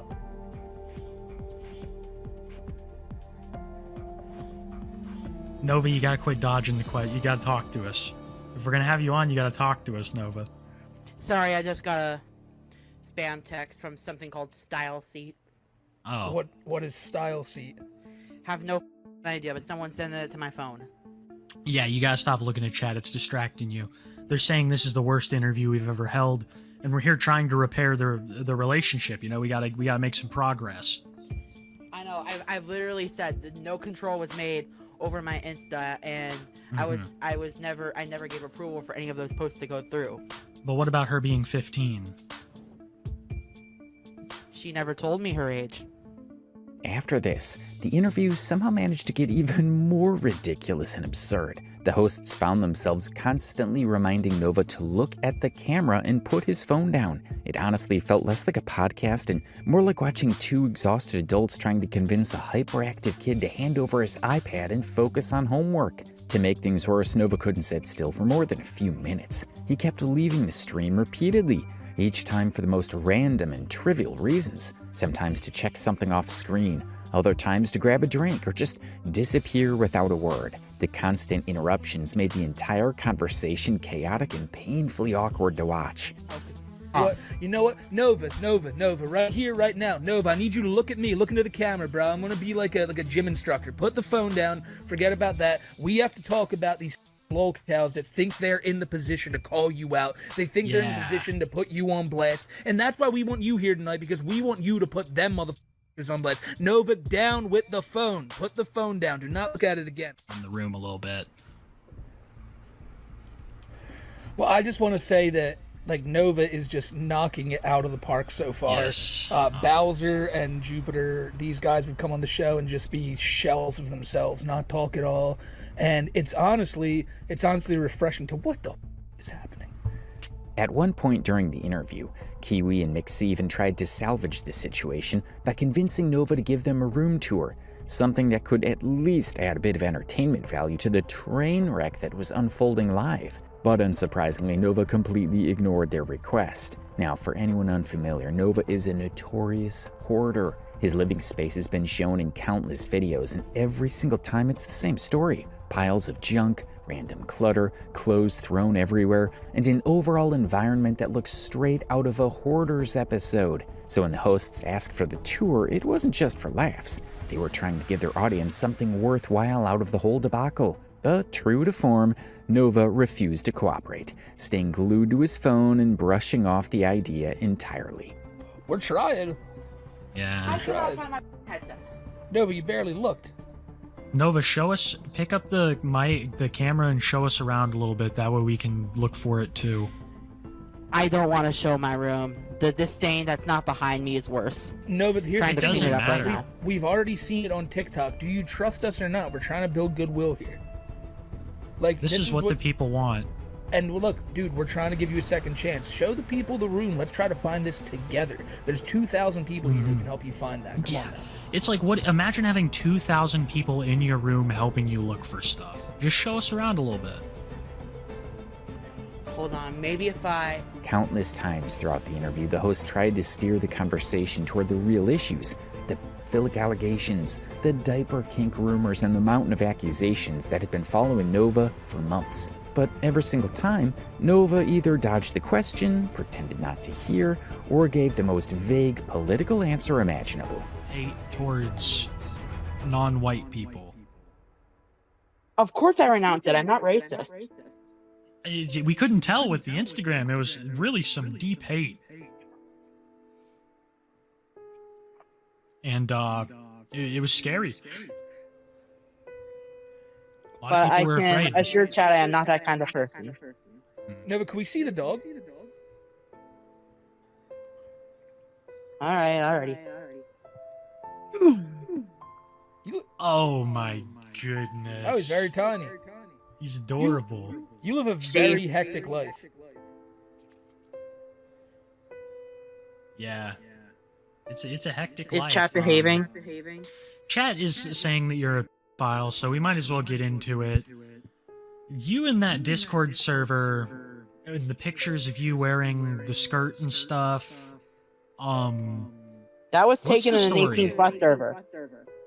Yeah, what's the story behind all that? Like with you and the Sailor Moon cosplay and That was all done in 18 plus servers. With ID verification. yeah, but it wasn't. What happened? So, why do you think people call you a file? They're just trying to put a bad name on a bad tag on my name, I think. I think, Nova, the thing that people always point to is you singing the Twinkle Twinkle Little Star to minors. Yeah. What was that? What was with the Twinkle Twinkle Little Star clip? Nova? We're just trying to get through all this, Nova, so we can like talk with the cool shit. They won't make shut people up about it. understand. Yeah. Let me check chat. Well, no, don't worry about chat. Just answer. We're asking you right here, bro, so you can tell everybody at the same time. People are wondering why you were on the Age Play Discord.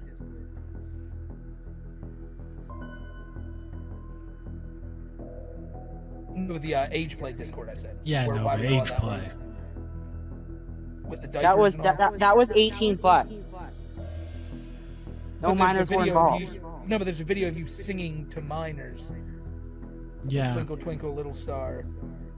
You know, this is why everybody calls you this, is because you sung Twinkle Twinkle Little Star and talked about diapers to some little girl. That's what the chat's saying. Yeah. We need to set things straight. I don't think people know what clip we're talking about, so I'm just gonna pull it up real quick before we get into the more recent content. Give me 1 second here. No, but you're doing a great job. I am seeing people start to... Oh, he's gone. I'm warning y'all, you have about... In the end, both the audience and the interviewers unanimously agreed that it was the worst interview ever. Smokey McSee even uploaded the full recording on his channel, hilariously titling it The Ridiculous Nova Online Interview. The comment section that followed was pure gold. Viewers couldn't stop clowning on Nova's behavior. One person even joked that this interview had the same energy as a photographer trying to get a baby's attention to take their picture. After this train wreck, Nova still tried to keep things civil with Kiwi Tapes. In fact, even floated the idea of renaming his own podcast to Too High for Genius, a clear parody of Kiwi and Smokey's Too High for Stupid. It was his way of signaling peace. But, of course, the fragile truce didn't last long. Things completely fell apart when Smokey McSee, during a live stream, referred to Nova as a pudgy file. Hearing this, Nova rage quit the stream, cussed Smokey, and just like that, the so-called peace between them went up in flames. You know, he's still coming around here, still a big fan of the show, and yeah, I think maybe one day we'll have him back on, but not right now. Yeah, when him and Tophiachu decide. Oh, Inception! You know, he's still coming around here. Hey, What's Nova, up, you're dude? Nova, you're a pudgy file. Nova, pudgy file. Yeah, when him and Tophiachu decide. Hi, Kiwi. Yo! Wait, shh. Nova, you're a pudgy file.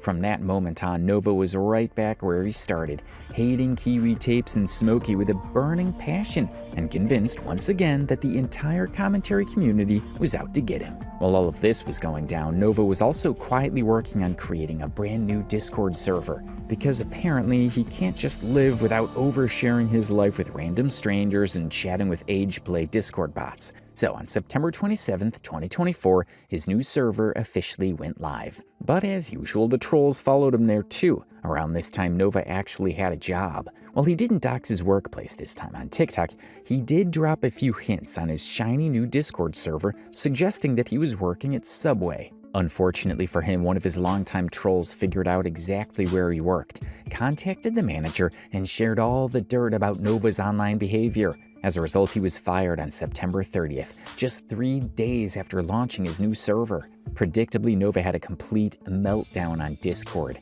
He went off the rails, cursing everyone out and once again suggesting that he wanted to unalive himself. In an attempt to defend himself, he told the trolls that he had never in his life thought about touching kids. Later, during a live stream, Nova shared that his aunt was fighting to get his job back, and that he was trying to apply for other jobs as well.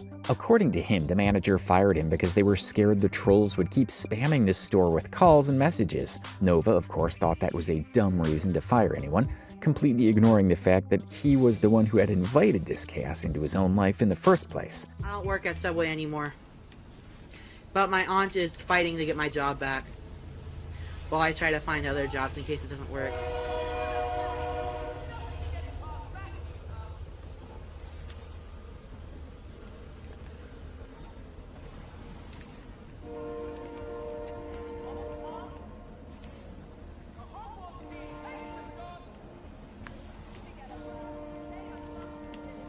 Walmart considered me for a few hours and flat out denied me,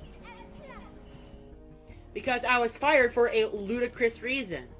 My aunt is saying that's actually illegal for them to fire me like that.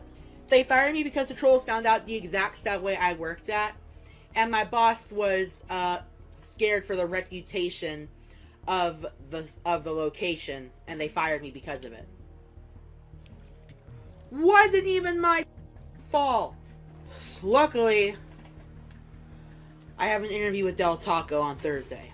But that wasn't the only trouble Nova was getting himself into after creating his new server. Within the same week that he was fired from his job, his Discord was completely raided, and the timing couldn't have been worse. While Nova was busy streaming and playing the Harry Potter game, chaos broke out behind the scenes. The raiders took over his server and hosted a stage channel where they began streaming extremely disturbing NSFW and animal gore content. This horrifying stream went on for almost 15 minutes, all while Nova remained blissfully unaware, continuing to play his game as if nothing was happening. Members of the server kept pinging him and his moderators, trying to alert them about what was going on, but neither Nova nor his team managed to handle the situation before things spiraled out of control. When the mess was finally contained, people in the chat were furious, trashing both Nova and his moderators for their incompetence. Eventually, Nova's team issued an apology, claiming that they were understaffed and couldn't respond fast enough.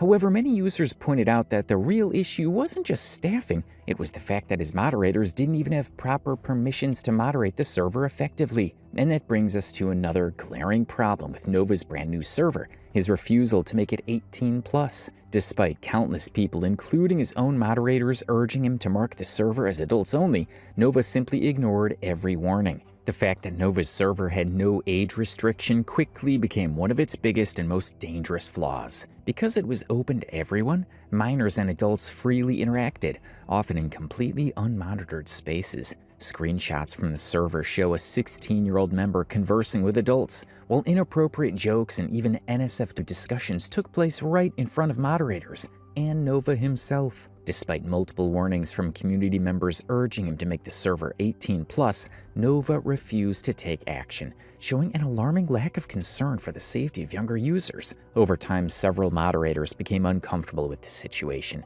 Some of them stepped down, citing the lack of boundaries and oversight. One mod even revealed the reason the server wasn't marked 18+ was because some people didn't want it to be. Then things escalated in a way that shocked everyone. During a voice call within the server, a member, reportedly an OnlyFans creator, began displaying adult toys and explicit content while underage users were still in the car. Panic broke out as members tried to alert Nova and his team. One moderator known as Chris Hansen was visibly distressed, admitting in the chat that he didn't know what to do and that Nova likely wouldn't take him seriously. While the mod attempted to delete the call to stop the stream, it kept being recreated and the inappropriate content continued. When Nova finally responded, instead of taking accountability, he dismissed the incident by saying, "I was freaking asleep. I couldn't take care of it." This entire situation pushed Nova's community and even his remaining supporters to the edge. People were furious with how carelessly he handled everything.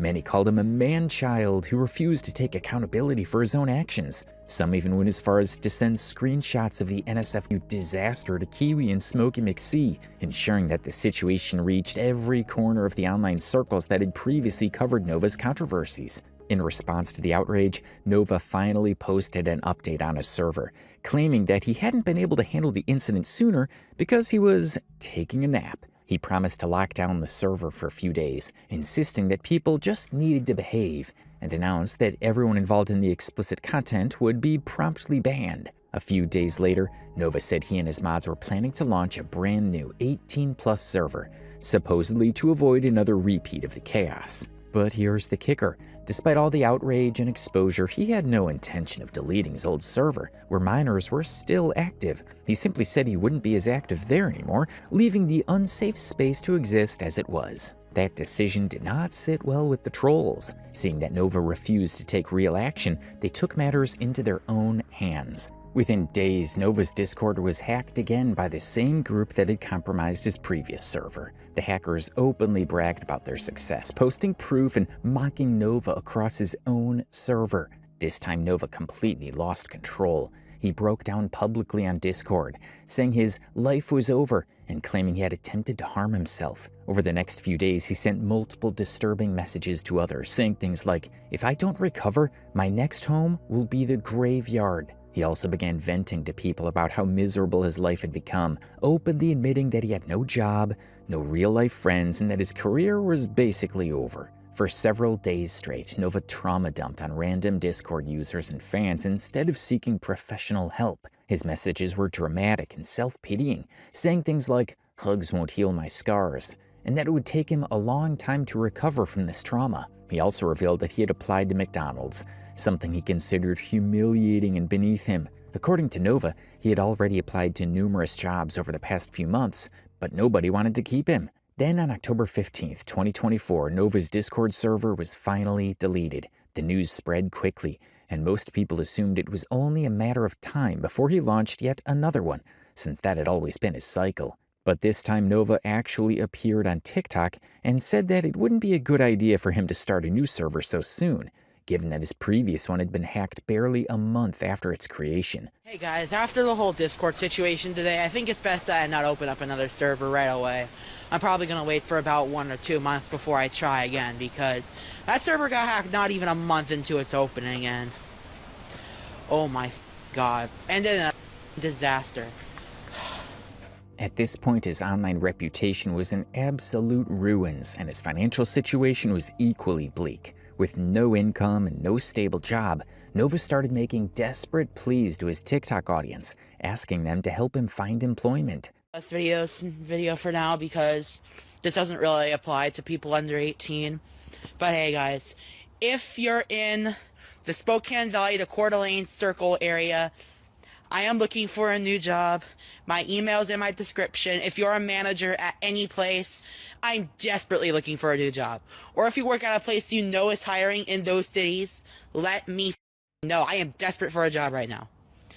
Anyways, yeah, I'll hear from any of y'all soon. This unsurprisingly backfired spectacularly. Trolls began sending him fake job offers and emailing him bogus opportunities, further humiliating him and exposing his growing sense of hopelessness. Around this time, people also began noticing the absolutely filthy state of Nova's living environment. He uploaded a TikTok video featuring his microwave, and there are genuinely no words to describe how disgusting it was. The inside was caked with grime, splattered with dried food, and looked like it hadn't been cleaned in years. Gordon Ramsay's Beef Wellington Bites. I know it's dirty.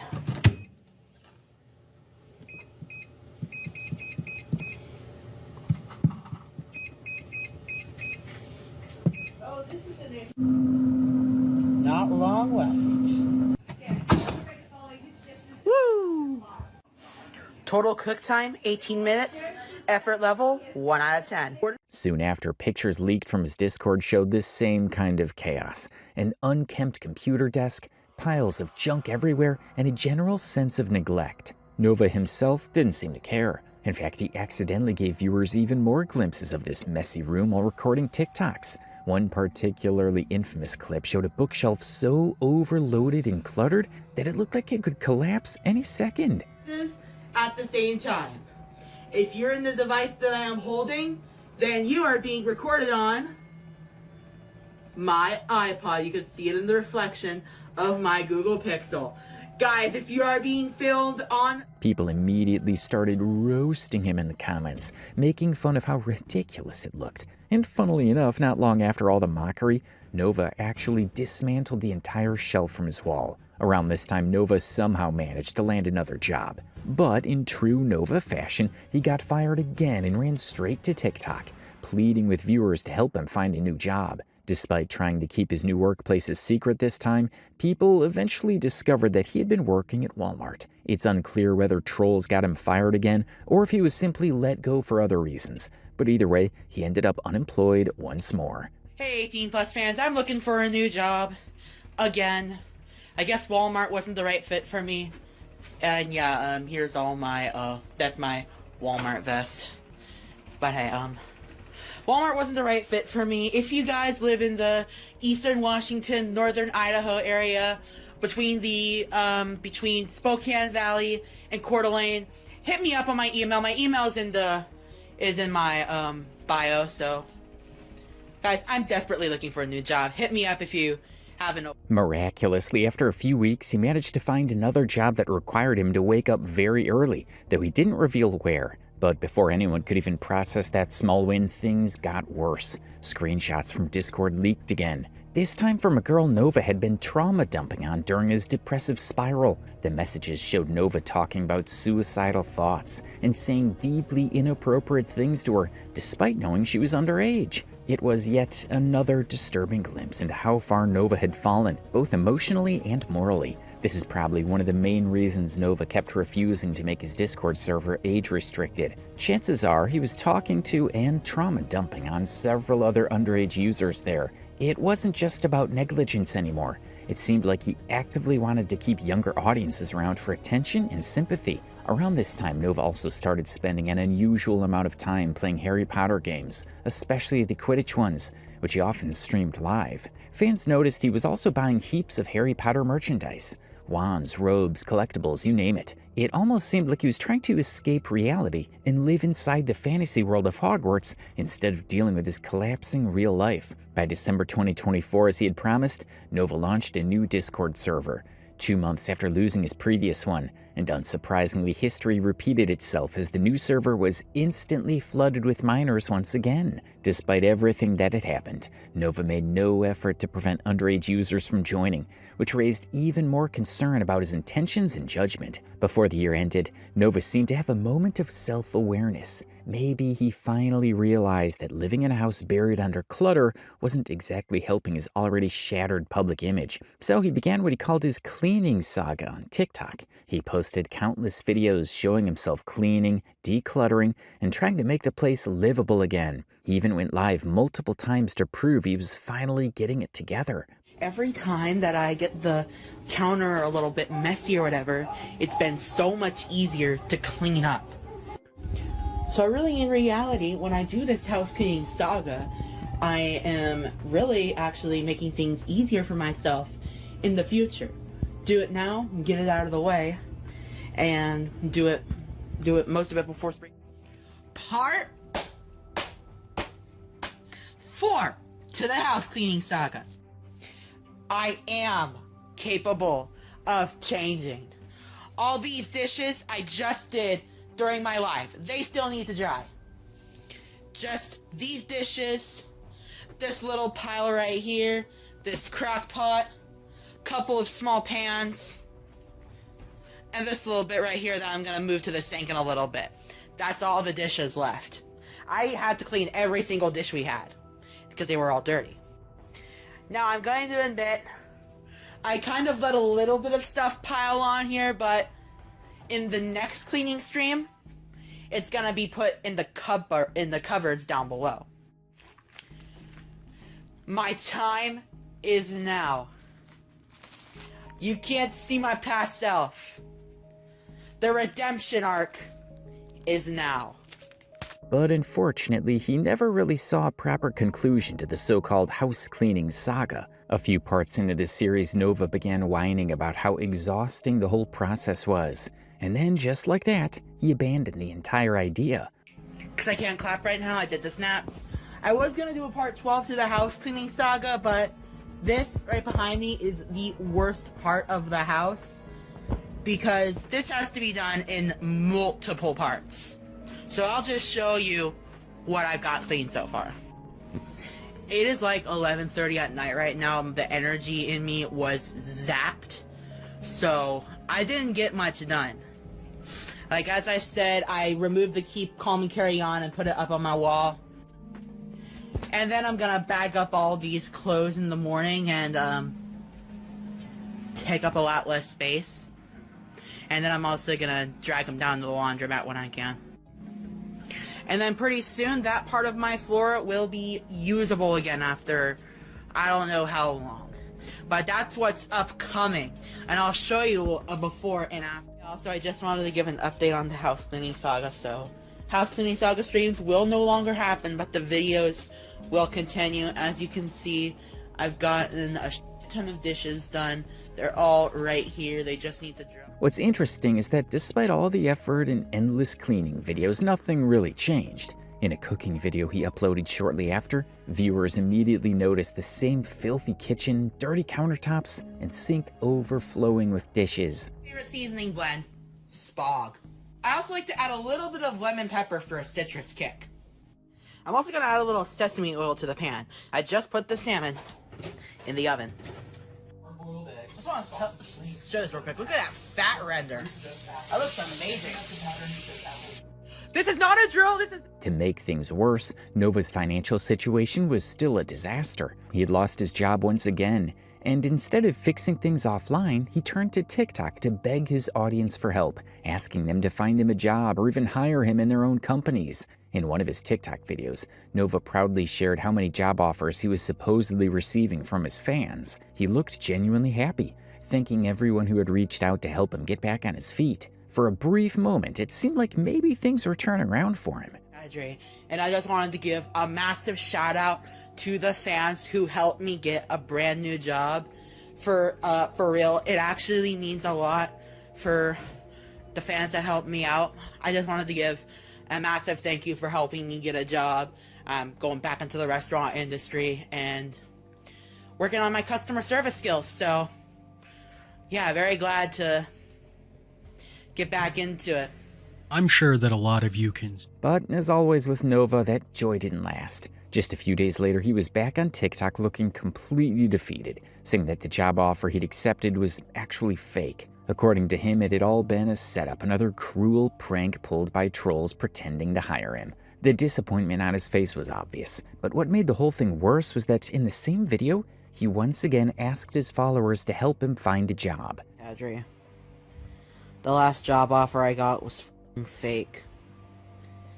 If you're a manager looking for an employee in the restaurant business with food handler certification, you know where to hit me up.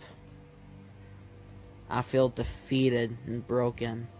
At this point, it was hard not to wonder how Nova didn't see the pattern. His followers weren't genuine fans. They were mostly trolls who thrived on his misery. Expecting them to help him find a job was like asking a fox to guard a henhouse. Still, Nova kept repeating the same mistakes, trapped in this endless cycle of humiliation and desperation. Unemployed and unable to pay rent to his mother, Nova became increasingly desperate for online attention. He started posting bizarre content in hopes of going viral again. One of his most infamous stunts was reviewing the shower at his gym. Before that, he had already done a gas station shower review, which gained moderate traction online. But this location does not, so that means that the gas station showers immediately have a point up, but before we hop in, let's check out the water pressure on this thing. Pretty good, but it's not interchangeable unlike some of the gas station showers. Okay, I am out of the shower right now. I feel so much better. I'm actually going to head inside of the shower stall where it is warmer. But, how good are gas station showers? Part 2. Let's find out. Hi there. I would like to purchase a shower, please.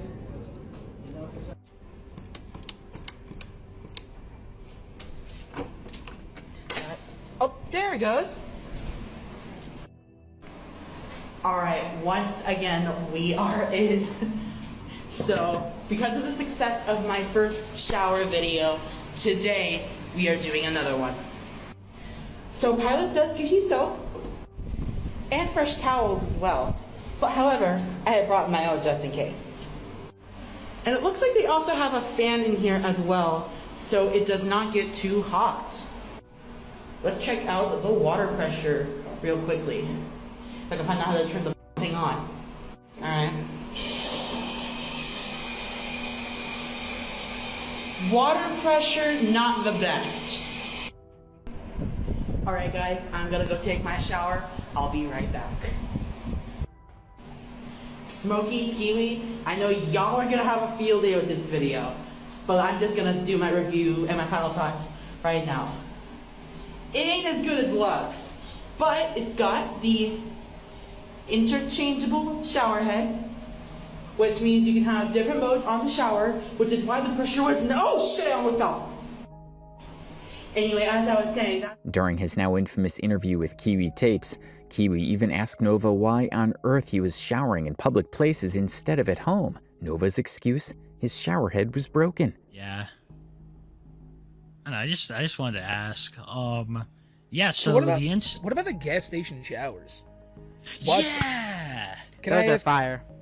Yeah, so what's your fascination with them? Why don't you just get a shower at home? My shower does work at home. But so why don't Just you use it? the water pressure, right?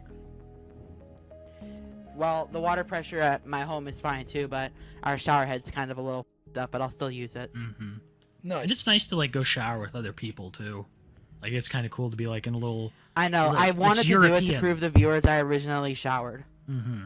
It's very. From this clip alone, you can instantly tell how lazy and directionless Nova really is. Instead of taking a few minutes to fix his broken showerhead, he'd rather go out of his way to bathe at public places like a gym or even a gas station and proudly film himself doing it. It's honestly baffling. Around this same time, the US government began discussing a potential TikTok ban, which sent many creators spiraling into panic, including Nova. For someone who was already hanging by a thread financially, the idea of losing his only source of income was devastating. But instead of handling it calmly, Nova did what Nova does best. He turned it into content. He uploaded a video of himself ranting and raging, shouting about how unfair it was that TikTok was being banned and how nobody was hiring him. The meltdown was so over the top that it almost felt like satire, but sadly it wasn't.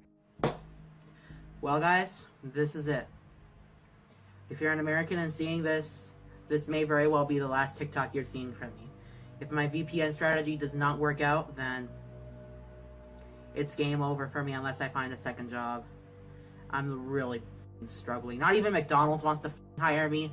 Nobody wants to. Don't crash out, Nova. Do not crash out on your last video. Nova. And just when people thought he'd learned his lesson about trusting random strangers online, Nova fell victim to another job scam. Someone emailed him pretending to offer him a job and he believed it. Unsurprisingly, it turned out to be fake. I think I fell for it again. Victim to another fucking fake job offer. My god, I fell for it twice. Unless the supposed supervisor can somehow prove to me that it wasn't fake, then I fell for it again. I asked Gemini, there's no mention of a restaurant opening up the address date. At this point, it was pretty clear that Nova wasn't just unlucky, he was milking his unemployment for content. I mean, how likely is it that someone genuinely falls for 3 fake job offers in a row? It's far more likely that Nova saw the engagement these job hunt videos were getting and decided to keep the pity train rolling. According to Nova himself, he lost at least 7 jobs in the past year. While he often blames the trolls for calling his workplaces, it's hard to believe every firing was because of them. Because, let's be real, we've all seen just how insufferable Nova can be. The constant whining, the lack of accountability, the childish behavior. It's exhausting even through a screen. Now imagine dealing with that in person in a professional setting. It's not hard to picture why no workplace wanted to keep him around for long. His attitude alone could drive anyone up the wall. Then in February 2025, we actually got a first-hand testimony from one of Nova's former coworkers.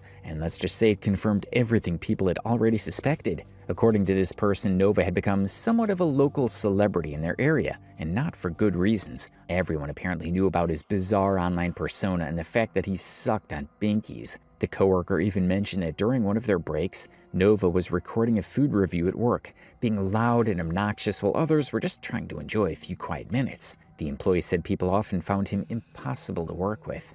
You know, I got the clip, and I'll play it right now. But that's not exactly what happened. The government does have a nice accent to the top. It's perfect. So the video really does not do it justice. Bro was loud as fuck.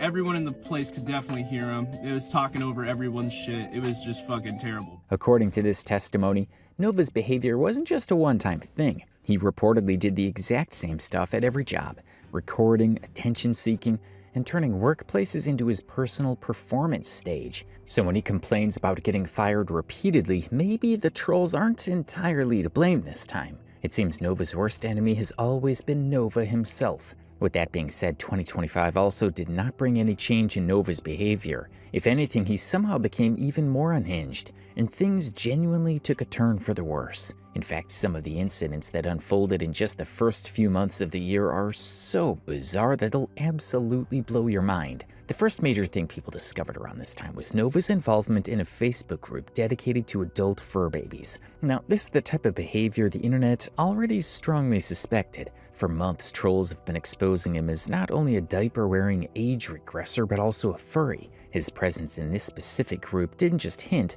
it confirmed everything people had been speculating. Moving into 2025, Nova's job search was still going nowhere. He continued going online, venting about not being employed, blaming everyone but himself, and constantly asking his viewers to help him secure a job. He frequently posted self-loathing rants about his situation. He even mentioned that his mother, with whom he currently lives with, expects him to contribute to rent, and that getting employed was supposedly important for him to support her and improve his financial situation. But here's the kicker. Despite repeatedly emphasizing how financially ruined he was, Nova still couldn't get a grip on his spending habits. Over the past few months alone, he's bought dozens of unnecessary items, collectible CDs, custom trading cards, Harry Potter merchandise, and even water bottles that cost hundreds of dollars.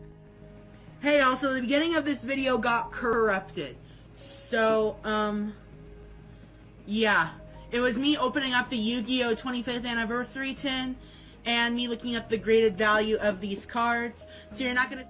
So, I read something online that PS3 games work on PS5. Now, Sony may not want you to know. We've tried Circle. We've tried Sela. Now, let's try Arab.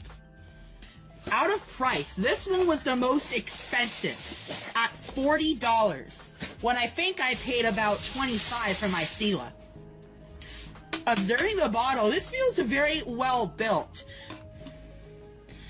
but it doesn't feel like it's the same quality. On top of that, in his obsession with reviewing every junk food item within a 10-mile radius, he likely spends hundreds each month on DoorDash deliveries alone. Seeing all of this, it's really not hard to understand why Nova's financial situation keeps getting worse by the day. At this point, Nova is a 21-year-old adult still living with his mother, and naturally, his mom expects him to contribute to rent like any responsible person would. But instead of prioritizing essentials, Nova seems far more eager to blow whatever money he earns on the most unnecessary things imaginable. Even though Nova has earned some money from TikTok in the past, it's pretty clear that his recent content is not bringing in substantial income. And honestly, it makes sense. His content at the beginning of 2025 and even now is just stale and repetitive. Occasionally, someone will leak something new about him, and then we'll witness the inevitable meltdown that goes viral. But outside of those chaotic spikes, it's the same recycled nonsense every single day.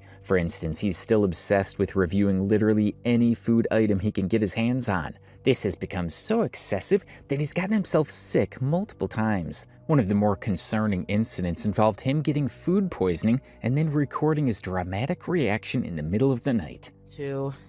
Because I ordered a spicy chicken sandwich from that store today, and I ended up getting one that was wrapped like 6 times, and the veggies were not fresh at all, and they looked like dog. So, on top of that, since he is banned from the karaoke place he used to frequent, he's now purchased his own karaoke setup at home. He's also found another place for doing karaoke because it seems like it's his one true passion.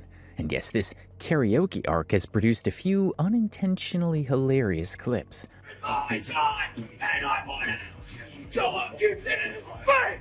It doesn't touch me. Just don't let it must have done a beat, ho, deep, ho, and he rap, he a free throw, man down, call the ambulance, tell him breathe, bro, damn them boys to the car, see walk around the T-zone, what's up with these jabroni ass boys trying to see Compton, the industry can hate me, fuck them all and they mama, how many options you really got, me there's too many options, finna pass on this body, I'm John Stockton,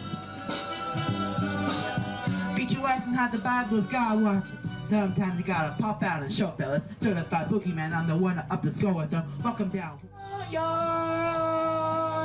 I'm sleeping with my clothes on. I came in through the window last night. Apart from the food reviews and his unbearable karaoke sessions, Nova has also been posting a noticeable number of gym videos. And to be fair, this isn't new. He's been doing this since 2023. He has consistently shown himself at the gym, recording clips of himself doing cardio and various workouts. But despite going regularly, people have pointed out something very obvious. Nova looks exactly the same as he did when he first started. There has been no visible progress. The reason for this is pretty clear. His eating habits are downright awful. At this point, someone really needs to remind him that no amount of cardio is going to work if he's still ordering DoorDash 3 times a day and reviewing every greasy fast food item within a 5-mile radius. But it's not just the food. His workouts themselves also look off. There are multiple clips where it genuinely seems like he has no idea what he's doing.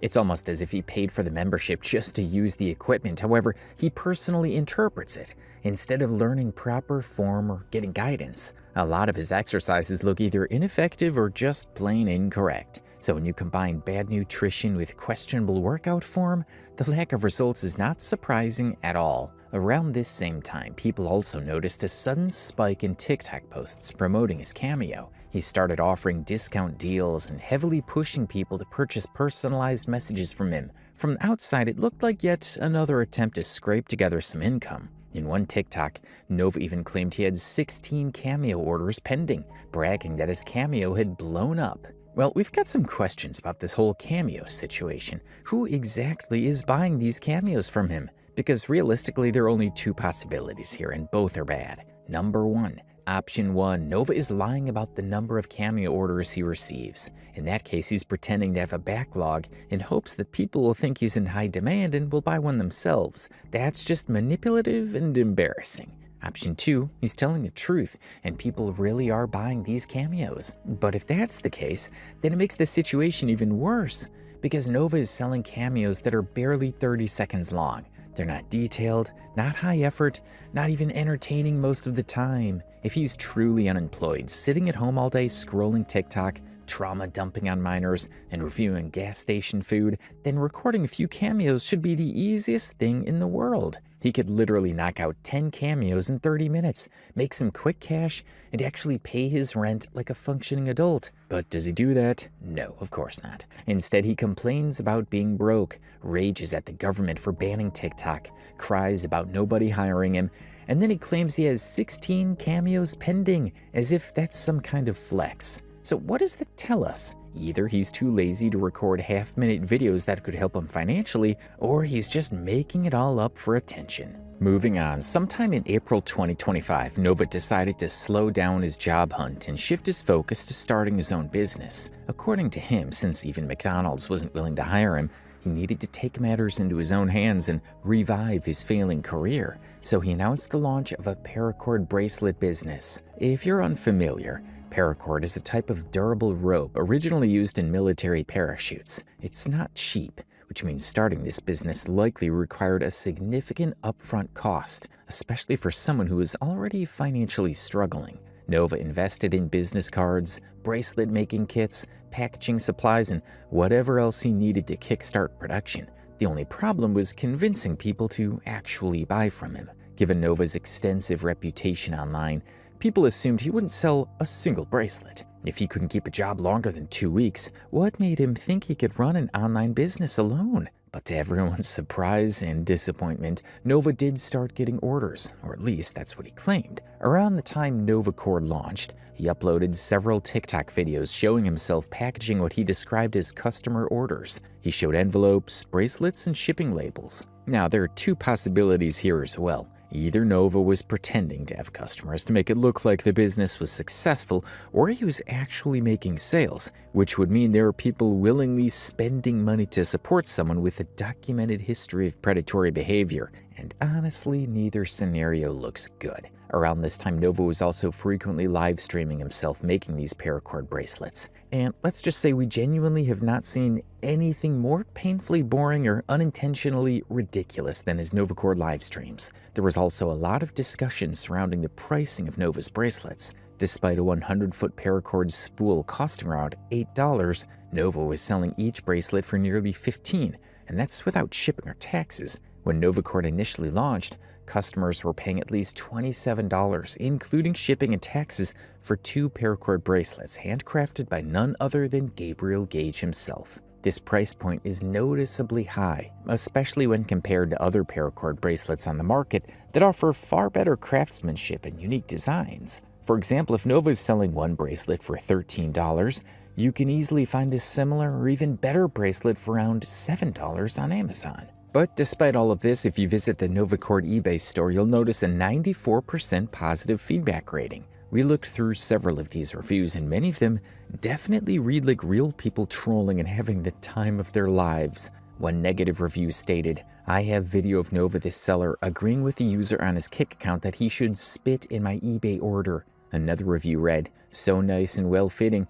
I will wear it every day from now until I die. And when I die, I will be buried while wearing it. I do wish I had more blood, sweat, and tears put into it." Yeah, that sure sounds like trolls are messing with Nova. But at this point, is it even worth it? I mean, if you really are trolling him, you're still giving him money and attention. And considering we literally have seen him interact with underage kids, there's no real point in buying his stuff and financially supporting him, even as a joke. But interestingly, not everyone is reaching out to Nova just to buy his crappy paracord bracelets and leave trolling reviews. Some people have approached him for much darker reasons. One day, Nova went on TikTok to announce that a potential buyer named Bobby had emailed him, asking a bunch of questions about the bracelets and then placing an order. At the time, Nova wasn't selling through eBay yet. If you wanted a bracelet, you had to contact him directly through email. So this guy Bobby reached out, asked several detailed questions, and eventually sent Nova a link, telling him it contained bracelet design ideas. But Nova, who had been hacked so many times, immediately recognized the link for what it was and canceled the sale. Okay, someone tried to stalk my IP during a paracord bracelet sale, and this is not fucking acceptable. I'm gonna tell you what happened. Story time. So as you guys know, I have a paracord business doing all the business that needs to be done, and it's costing me a lot of this. But still, that doesn't try to stop people from getting in the way. So right now I'm taking orders through email. And there's this guy called Bobby. Yes, I'm using the name on the email. But there's this guy, he emailed me wanting 6 yellow and green paracord bracelets. And yeah, I told him the total. And then he started asking me all of these questions like, is your paracord edible? Is your paracord strong enough for survival? Where do you ship to? Etc, etc. And I'm kind of went along with it because I figured it might be an interested buyer. However,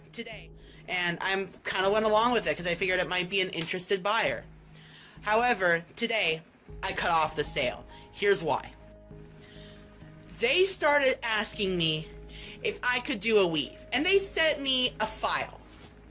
This file was extremely sketchy, and I told them I wasn't clicking on it due to phishing attempts. So, they sent me a link to what they wanted done, or supposedly. I found out immediately what was going on. Hey, I told him, yeah, no, I'm not falling for this. I'm cutting off the sale. You're not getting any paracord bracelets today, buddy. If you want my Unfortunately, that wasn't the only weird incident tied to his little business venture. Nova had accidentally doxed himself through this operation. His home address leaked, and people began sending him disturbingly nasty mail like printed nude pictures of Cyrax. And apparently someone even mailed a graphic image along with a note specifically addressed to Uncle Drew. Letter addressed to my uncle appeared in the mail today. He doesn't even live with me. And what it was in the letter was a very lewd picture and a very nasty message, saying that I never fulfilled a paracord order from someone who never even emailed me. That picture is going right in the garbage. This is completely unacceptable. I mean, this is the first time this ever fucking happened, and this is just completely rude and ugly. Now, another thing came into the mail that I was looking forward to. At this point, it's important to point out that even though Nova had his little bracelet business and was earning some money off TikTok, he was still refusing to pay his mother the rent she was asking for. He was constantly complaining about not having a job, acting like he was struggling to survive. Yet somehow he kept buying ridiculously expensive things and flaunting them online. For example, in May 2025, he bought a MetaQuest 3 to replace his MetaQuest 2. And in case you're not aware, that thing cost $650. Hey YouTube, so I'm thinking about the 16th or the 17th, I'm returning Beat Terry videos to the channel. I got a MetaQuest 3S to replace my MetaQuest 2. It's gonna be freaking epic, baby. Woo! And that wasn't the only splurge. He kept buying various other expensive items while simultaneously whining about unemployment and posting genuinely dark, concerning things on TikTok like this.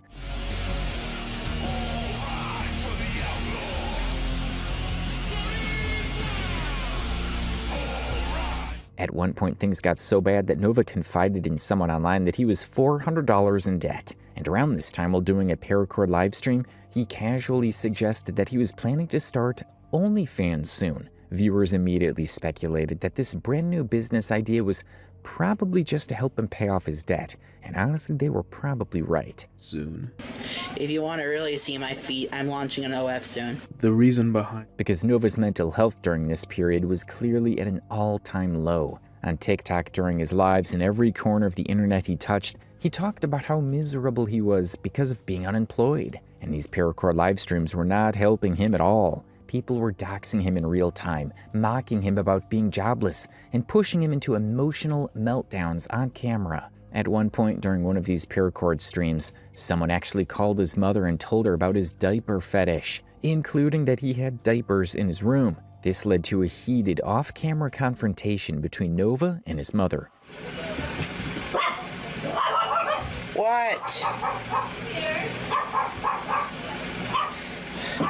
What the f*** are they sending my mom?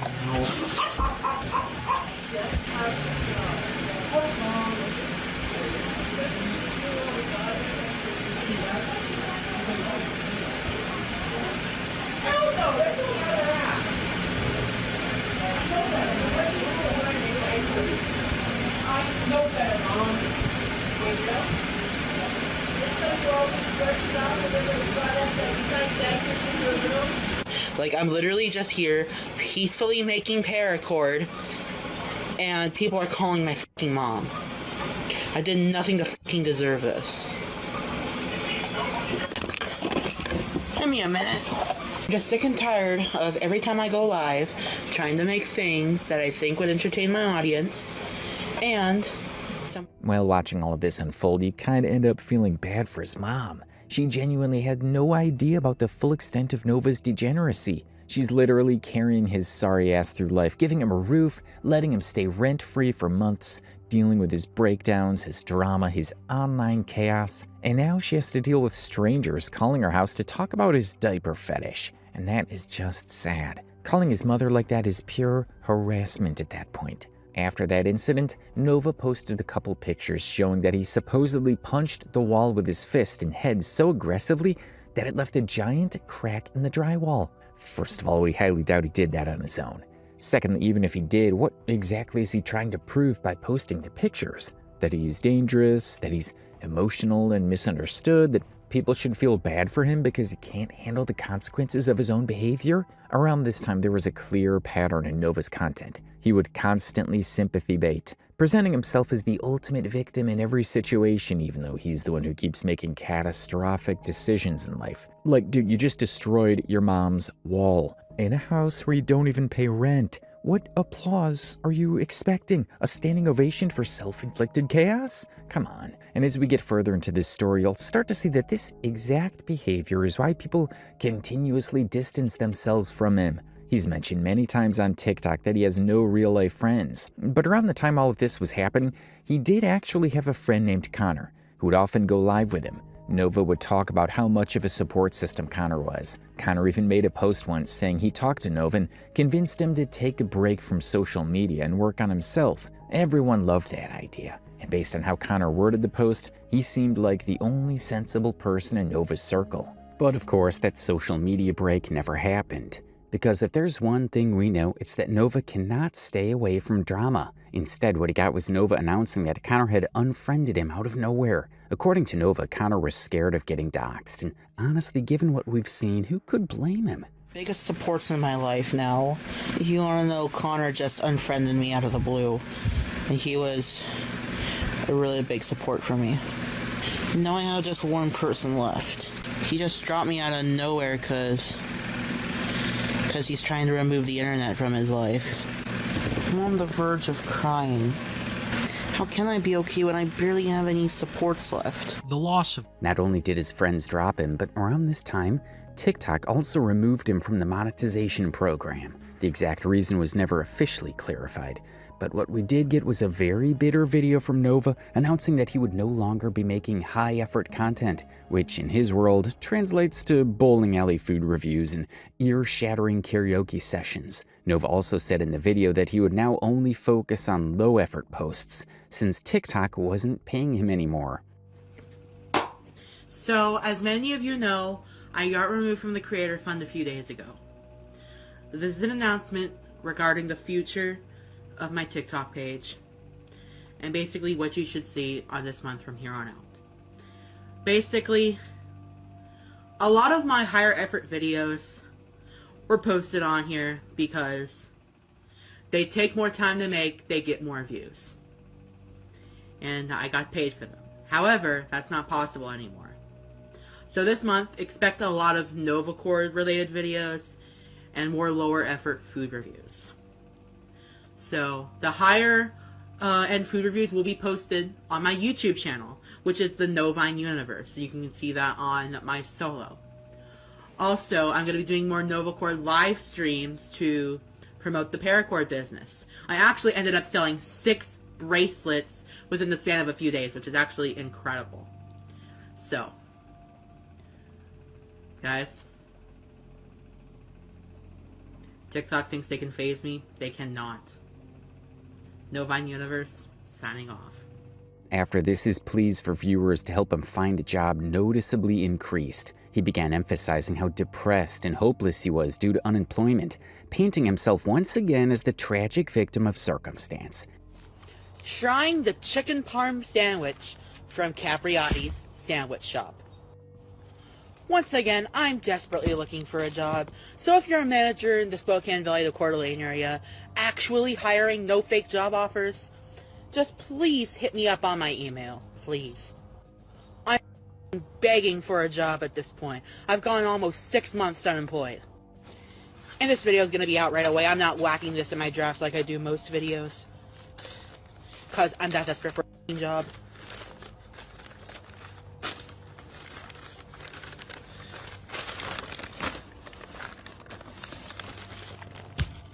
As expected, the sandwich is messy as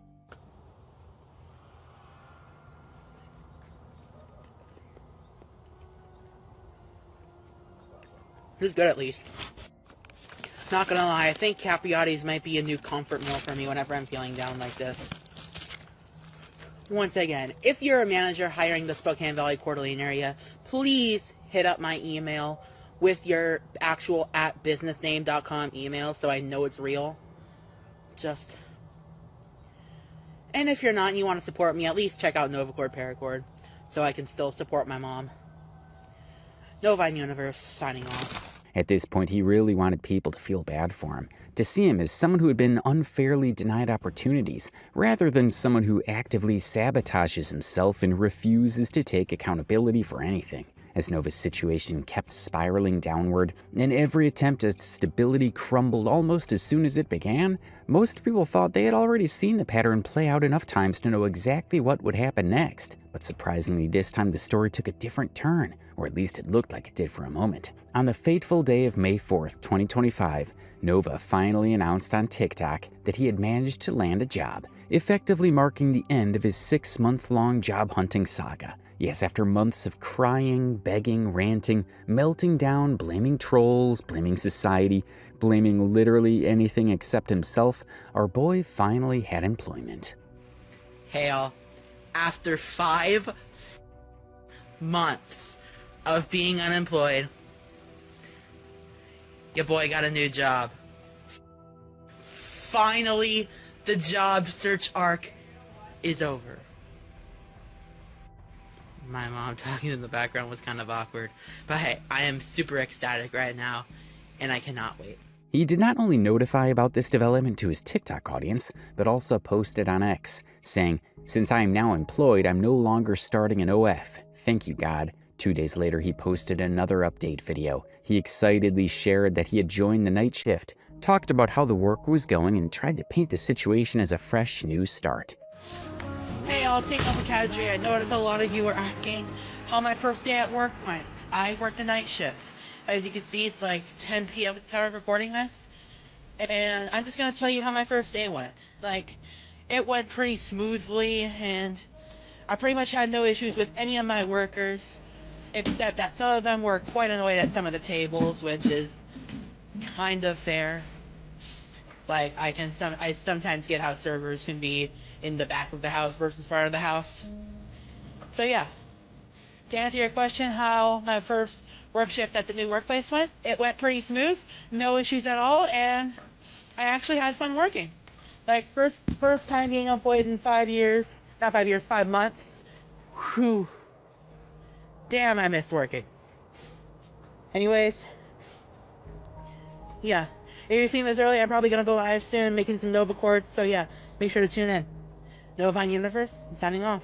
At that point, he didn't outright reveal where he was working, but he didn't really need to. The internet did what the internet always does, and within hours, people figured out that he was working at Denny's. And now, if you've been following Nova's story at all, you already know where this is going, because good things never last long in Nova's world. Just a few days into his shiny new job, a former coworker came forward on TikTok. This person just didn't make a vague claim either. He gave a detailed account of what it was like working with Nova. According to him, Nova had terrible work ethic. He constantly caused disruptions behind the counter, played loud TikTok music while working, struggled with basic hygiene, and consistently left his station dirty. The coworker even alleged that Nova tried to order him around once, as if he were in charge of something. A lot of Nova's coworkers didn't like him. This is actually the second time that one of his past coworkers has come forward. In my previous video, I talked about a man that worked with Nova at Walmart, making a lot of the same claims as this Denny's employee. The man from Walmart had a video of Nova doing a food review in the break room, and this Denny's man's identity was confirmed by Nova himself during a stream. Neither of them mentioned any kind of harassment from the trolls, just that Nova had a poor work ethic. Nova's Denny's coworker didn't reveal too much on his current employment status, but it is widely assumed that Nova was already on the rocks with his new job, and his attitude during stream was part of the reason, raging more and more, almost always quitting his live stream out of sheer frustration. A couple of days later, Nova would dye his hair, really completing that Billy Mitchell look. Allegedly. I think that the new haircut and hairstyle was Nova trying to prove something. It was like what he said during that video with the mask, prepare for a brand new me, only the extent of that was Nova's hairstyle. He was basically the same person that he had been at the beginning of this video, only he now had a job at Denny's and claimed to have a girlfriend. And during a stream, he said he was concerned about losing both. Thank you, Vampin' Love. I really appreciate it, but don't call me baby.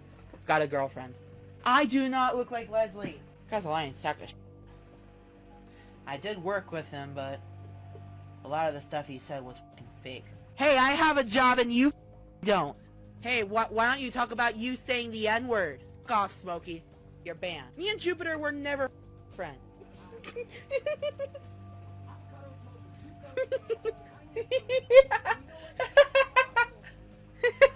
My BSF is texting me, but we might not be just BSFs for long. I'm not sure if my girl partner is still with me. She hasn't been texting me for, like, ages. So much of what he said during that stream would become incredibly ironic in the weeks to come. But for now, Nova had this cocky attitude. He thought that he had it all. The thing that he seemed to enjoy most was the prospect of getting paid. Nova assumed that this would be a new, more stable form of income. So he once again started what he calls his high-effort food reviews, this time reviewing spicy chicken. Well, guys, it's time. I never wanted to do it, but we're here.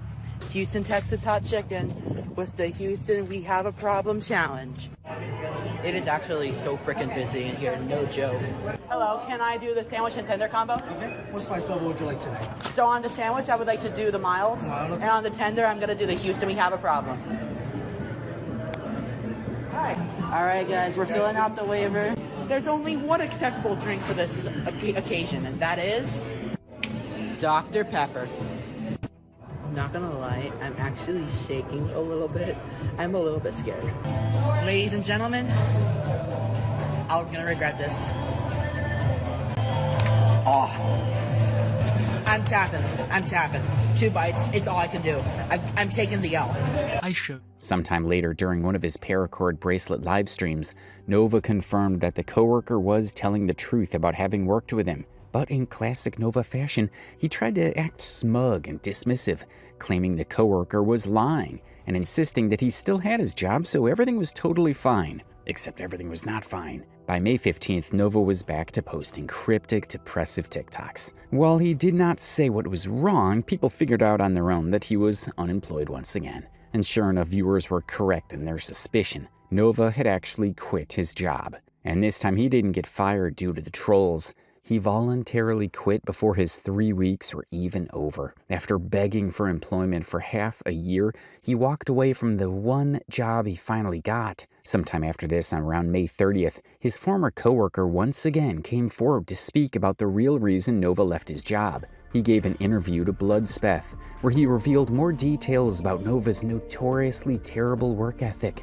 The information he shared was that Nova was not actually fired. Instead, he willingly left the job after claiming he was earning enough from Cameo to support his lifestyle. This person also revealed a few damning things about Nova. While he personally never witnessed Nova acting on his diaper fetish in the workplace, one of his colleagues did reportedly see Nova wearing what appeared to be a diaper during work hours. The coworker emphasized that the reason he finally decided to speak up was not to bully Nova, but to clarify exactly why Nova struggles to maintain employment. Nova had been making TikToks insisting no company wants to hire him because of online harassment, when in reality his poor work ethic and generally insufferable behavior played a major role. Saya nggak terlalu mikirin dia. Dan saya kerja beberapa shift sama dia dan dia suka buang-buang piring bekas persiapan dan menaruhnya di bak cuci piring.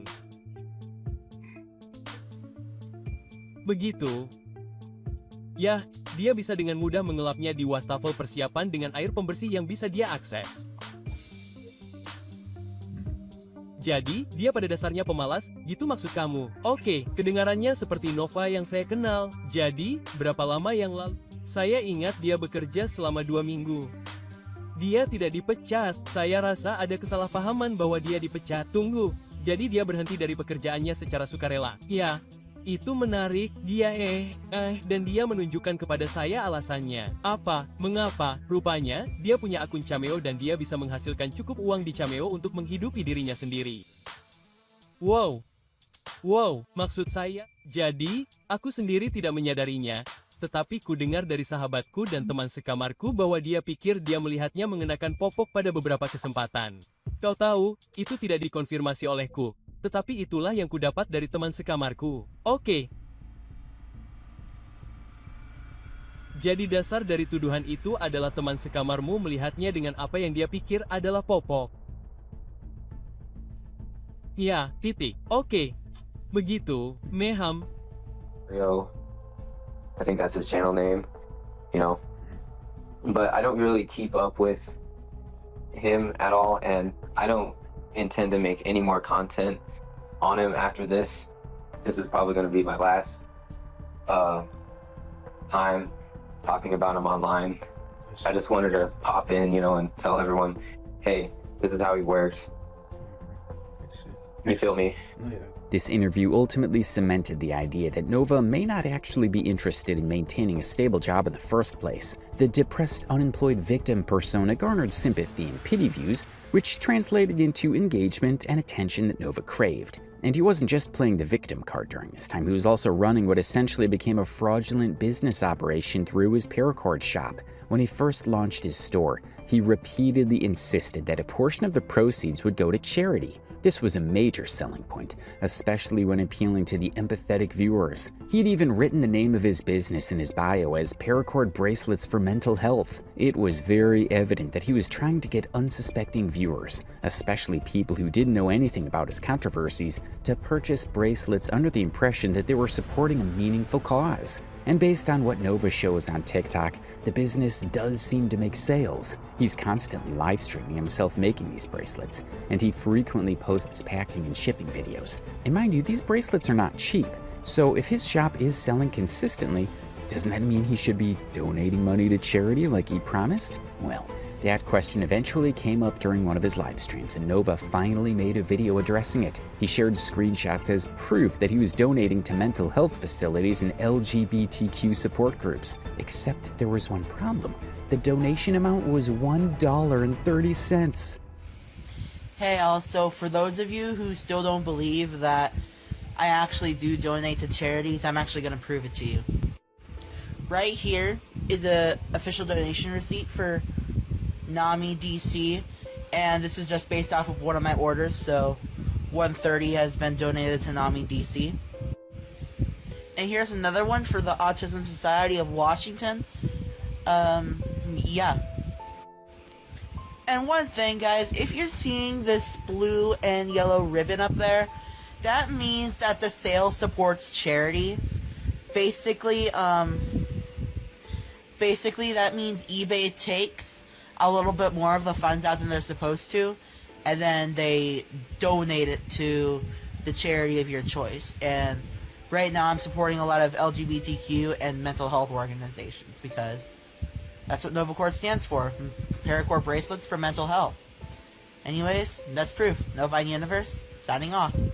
we should all take a brief moment of respectful silence for Nova's audacity. Aside from these bizarre incidents, everything in his life after losing his job seemed pretty routine. He was still ordering takeout and reviewing food almost daily. He was still doing karaoke, and he was still throwing shade at Kiwi and Smokey during live streams and videos. Occasionally, he would also post emotionally charged videos like this to fish for sympathy. Alright guys, this is not my usual type of video, I'm just chillaxing right now, but something's been on my mind lately and I need to get it off my chest. It's been bothering me for the past year and a half, and I feel like it's time I finally say something about it, get it off my mind. So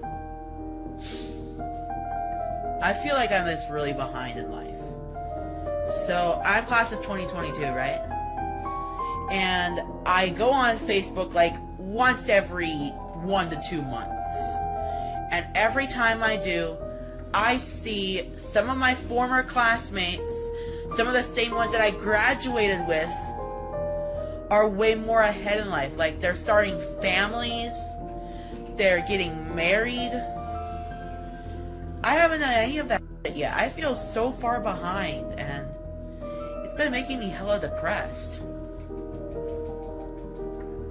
At the beginning of 2025, a lot was happening in Nova's online world, but even more was collapsing behind the scenes. His mother's health was deteriorating, his uncle was reportedly being harsh with him, and his financial situation was absolutely going down the drain. And apparently Nova was venting about all of this to people on Discord, including an online friend who many believed was also his romantic interest. At the start of May, screenshots from Nova's private chats leaked online, revealing a lot that was going on behind the scenes. A troll named Neil Dinky released a collection of these messages, and they painted a very clear picture of Nova's life at the time, especially his finances and his relationship with his already ailing mother. One leaked conversation shows Nova breaking down over losing his creator fund earnings. He told this person that he was $400 in debt and that he felt completely hopeless. So hopeless that he said he didn't want to be alive anymore. These messages appear to have been sent around the period when he was desperately searching for a job but had not yet been hired at Denny's. Another screenshot revealed Nova telling this same person that he believed he was in love with 2 people at once and that he might be interested in a polyamorous relationship.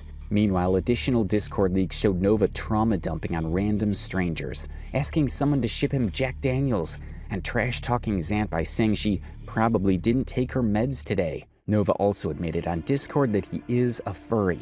This is something he's never openly acknowledged on his public platforms, and he didn't just casually mention it, he specifically said that his fursona is a fox. This wasn't some joke or trolling attempt, he was completely serious here. In another conversation within the same server, Nova mentioned that his mother was sick and that the hospital was keeping her overnight. But instead of expressing any real concern or anxiety over her condition, he immediately shifted the conversation to the TikTok food review he was planning to film next. The disconnect was seriously unsettling. For context, Nova has previously stated himself that his mother has lymphedema and is likely disabled. Many people online also assume she may be receiving welfare due to her limited mobility. Knowing this makes the situation even more disheartening. On top of managing her own serious health issues, she's also dealing with a fully grown, unemployed son who spends most of his day live streaming and talking to strangers about diapers and his life problems. Speaking of diapers, yes, that topic resurfaced again. Neil Dinky leaked another screenshot where Nova explained that he had punched a hole in his mother's wall during an argument. Many people speculated that this fight happened because someone contacted his mother and told her about Nova keeping diapers in his room, but this has never been confirmed. And remember the screenshot where Nova claimed he was $400 in debt and completely financially unstable? Well, around that same time, he was also purchasing expensive watches worth hundreds of dollars, all on credit. So while Nova was presenting himself online as a victim of circumstance, struggling and misunderstood, the leaked messages painted a very different and far more chaotic reality. Between all this chaos, do you know what else was missing? A brand new, disastrous Discord server. And of course, Nova filled that gap by proudly announcing that he would be launching a brand new 18+ server. Because yes, clearly that's exactly what the world needed. Another Nova Discord server. Ladies and gents, tomorrow, another big announcement about NovaCord is coming soon. And the relaunch of the Discord server is coming soon. And this time, it's 18 plus. So I know nothing bad's gonna happen to it. Anyways, yeah, that's it. He announced the server on May 24th, and unsurprisingly, not even a full week passed before it was nuked again, and it happened live while he was doing one of his famous paracord bracelet streams. This entire event instantly became one of the most hilariously chaotic moments in Nova's online lore. Here's how things went down. Nova launched the server toward the end of May, and almost immediately, everything started going downhill. For starters, he was openly using the server to beg for money. Both he and one of his moderators were telling people to donate, claiming that Nova needed $900 to give to his mother. According to Nova, his mom was furious at him because he wasn't paying rent, and she was demanding he give her $900 until her SSI was approved. Around the same time, Nova also claimed that he had been in a car wreck. Before mentioning anything publicly on TikTok, he first told his Discord community and even sent photos of the supposed wreck as proof. But the situation wasn't quite what he made it seem. It turned out Nova wasn't just sharing the wreck story to update people, he was attempting to generate sympathy, and more specifically, pity donations. Later, a leaked screenshot surfaced showing him telling one of his Discord moderators that he planned to go live and talk about the wreck, and that he was hoping people would feel bad enough to send him money. But that was not the only odd thing happening on this server around this time. Even though he claimed the server was strictly 18 plus and said he had measures in place to verify ages, minors still flooded in almost immediately. Not only that, people quickly noticed that Nova was still friends with a 17-year-old girl on Discord, despite insisting he was enforcing age restrictions. There were screenshots from his server of someone calling Nova out because he had made a 15-year-old girl moderator simply because he liked her singing in voice chat. And it didn't stop there. More leaked screenshots showed a 14-year-old chatting in the server, while at the same time, NSFW conversations and topics were happening openly due to terrible moderation. Nova's new server was named NovaCord Paracord Shop. In theory, it was supposed to be a place for him to connect with his community and also sell his paracord bracelets. In reality, it became a chaotic mix of trolling, desperation, and extremely questionable behavior. Naturally, the server was already packed with trolls from the moment it opened. And of course, it wasn't long before Nova's longtime trolls found the server and did exactly what everyone knew was going to happen. But the funniest part, this time it all happened while Nova was live streaming on YouTube. So his meltdown, his freakout, his entire spectacular crash was captured in full, unfiltered glory. On the night of May 27th, Nova was calmly doing a paracord stream, talking about how he planned to enforce the 18-plus rule and require people to show ID or be banned. Alright, we are live. I don't know if I should go live on TikTok or not, but we're back. No, I'm not muted. Oh yeah, let me share the Discord link in the chat. It's another way to order your paracords as well. But I haven't been able to make paracords for a bit because my finger. Oh wait, it's discord.gg/novacord. Now let's crack open the monster.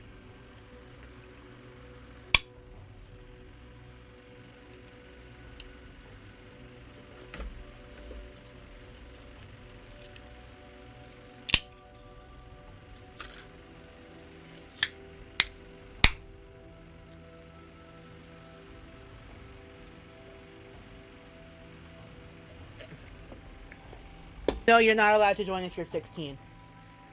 Server very complicated. It's like an honor system in the server, but if you if you are suspected to be underage, you will have to ID verify.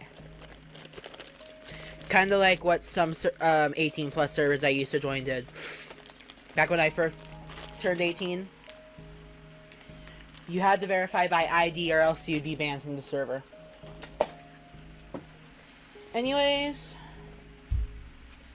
When he was doing this stream completely unbeknownst to him, his server was already being dismantled behind the scenes, and what followed was legendary. Viewers watching the stream were already rolling their eyes because the screenshots proving he had been befriending a 17-year-old and giving moderator roles to a 15-year-old girl were already circulating online. So the speech about age verification just came off as laughable. Then a few minutes into the stream, trolls flooded the server in mass numbers. Within moments, the server was nuked. Every channel name was changed to variations of Fat gets hacked. People dropped memes, and even shirtless pictures of Nova began circulating across the server. It was total chaos, and Nova's reaction was caught live. He crashed hard, yelling, spiraling, and losing control right there on stream. This was one of those iconic Nova moments, the kind that goes down permanently in the lore. I'm gonna give my helper a call real quick.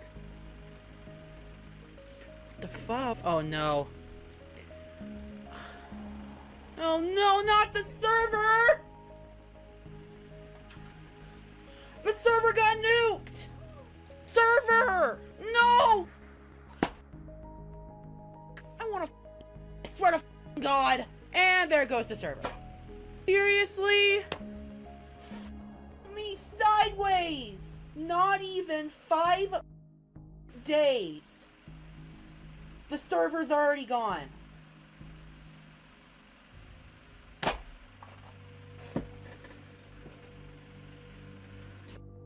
After this, Nova started streaming from a different angle. And honestly, it was like switching seats on the Titanic. The ship was still going down.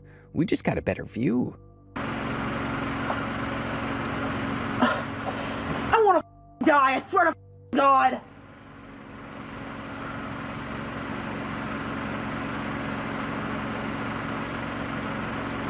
And there goes the server.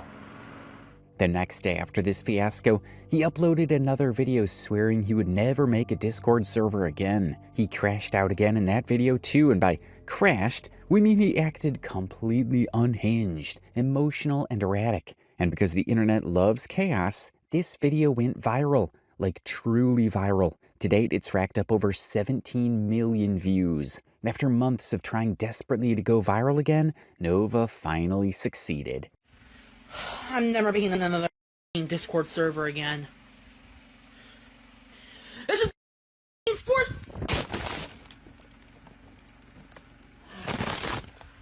My life, everything. I'm done. Even after all this Discord disaster was not over yet, because some days later, screenshots from his server began to leak, and they did not paint a very good picture of Nova once again. This time, countless photos of Nova dressed in a onesie got leaked. Not only that, screenshots of him doing a video call with a stranger online were also found in his Discord, and there were several pictures of him holding a plushie and sucking on a binky. In fact, 2 pictures of Nova's giant pacifier collection also surfaced, and one picture in particular got the attention of the viewers, not because of the pacifiers, but because something that was hidden under a sticker. The original picture that later surfaced showed that the sticker was hiding something very embarrassing. Well, we'll leave it up to you to guess what it was. We can only say that Nova sure feels some sort of excitement looking at pacifiers. In this picture, people also noticed the extremely filthy condition of his blanket and immediately began suspecting it was infested with bed bugs. And honestly, looking at the state of that blanket, the speculation did not feel too far-fetched. But that wasn't the only alarming thing happening. Around this time, numerous Discord screenshots were leaked showing Nova being extremely creepy with someone online. One message showed him saying that the pacifier made his mouth sour. Another screenshot had him asking someone whether they would be mad if his mouth tape or melatonin patch fell off during the night. When the person told him they wouldn't be, he replied that he wanted to be a good baby because he didn't want to be punished. In another screenshot, he could be seen saying that he was smiling under his mouth tape and asked if the person wanted pictures to see that he was being a good boy. And then there was another conversation where he described himself as an energetic little baby and said he was going to change into his onesie. If reading all that makes you uncomfortable, trust us, that is the appropriate reaction. But unfortunately, the chaos did not stop there. Around the same time, Nova was also apparently swatted at his home. More leaked messages showed him describing the incident in disturbing detail. According to Nova, the police had been told that he was holding his nephew hostage. Officers arrived, handcuffed him, and searched his entire house. But once they realized it was a false report, they began questioning him about who might have targeted him and why. Nova said that there were at least 10 police officers at his house that day. They didn't just question him, they also asked to check his call logs. According to Nova, every officer was armed, and the entire situation left him genuinely traumatized. He claimed that the handcuffs left visible marks on his wrist, and that for a moment he really believed he was being arrested for something serious. When someone later messaged him asking if he planned to make yet another Discord server, Nova said he wouldn't be making one for at least half a year. Now, say what you want about Nova, and there's plenty to say, but swatting someone is not funny. And it's not trolling, it's dangerous. It wastes police time, diverts emergency resources, escalates into life or death situations, and puts everyone in the house at risk. There was an actual case in Kansas in 2019 where a man died because of a swatting prank. That's the level of severity we're talking about here. So yeah, Nova's done some incredibly disturbing, embarrassing, and outright inappropriate things online, but swatting crosses a completely different line. It's not justice, and it's not getting back at him, and it's definitely not harmless entertainment. It's a violent act disguised as a joke. From everything we've discussed so far, it's pretty clear that Nova's life is moving in a straight downward spiral. And at this point, there really doesn't seem to be any sign of improvement. Realistically, the best thing Nova could do after everything that's unfolded over the past couple of years is to simply disappear from the internet for a while. Take a proper break. Focus on his mental and physical health. Take actual accountability for his behavior and just stay the hell away from social media. He constantly talks about how his mental health is suffering. Yet every environment he puts himself in and every conflict he willingly steps into is the exact opposite of what someone trying to heal should be doing. Nothing about the chaos surrounding him helps him become even remotely better as a person. But by now you've probably understood exactly how Nova thinks. He cannot stay offline. He needs the internet the same way some people need oxygen. So of course more drama was waiting for him, and it arrived right on schedule in June. The first thing that surfaced was yet another round of leaked messages and screenshots from Nova's Discord servers. And while there was a lot of questionable content, the worst one was a shirtless image of Nova that he very clearly sent to someone. Whoever received that image, our condolences are with them. We just hope for everyone's sake that they were not a minor. Then came a particularly disturbing video of Nova sticking his tongue out in the most uncomfortable way possible. Just like that video, Nova's life, his home situation, and especially his financial state quickly turned bad and seriously bizarre after the recent Discord disaster. The trolls didn't just nuke his server, they basically nuked his entire life, leaving him with zero motivation to do anything remotely productive anymore. The dude at this point doesn't even want to start another Discord server for a long time, and honestly, we hope it stays that way. The last thing the internet needs is Nova's daycare reopening its doors. Another thing people started noticing about Nova after the Discord scandal is the absolutely filthy condition of his home. Yes, we've talked about his place being messy before, but recently it's crossed into a whole new level of unhygienic disaster. His home doesn't just look unorganized anymore, it looks like an actual garbage dump. His room and kitchen are especially concerning, with piles of trash, dirty dishes stacked like architectural monuments, and just debris and clutter everywhere you look. While he usually streams from an angle carefully positioned to hide how bad it really is, his cooking videos on TikTok don't offer him that luxury. In those clips, we get the full panoramic view, and it's genuinely disturbing. One cooking video he posted in June showed a glimpse of his fridge. And let's just say this clearly, some people's outside trash cans are cleaner than whatever is happening inside that refrigerator. And the worst part, that wasn't even an isolated moment. There are multiple videos, multiple angles, multiple instances where the state of his living environment is undeniably visible and progressively getting worse. Any longer, so I'm gonna get it out of the fridge now. Why So Weak Challenge, Level 2, Uncle Sauce. And soon, we're also gonna do Level 3, Auntie Oil. Pasta's boiling. Add in the Uncle Sauce. Here it is.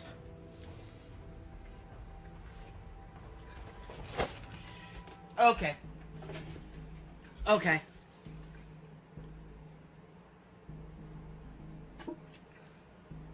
That's hot. I don't know if I can do the auntie oil.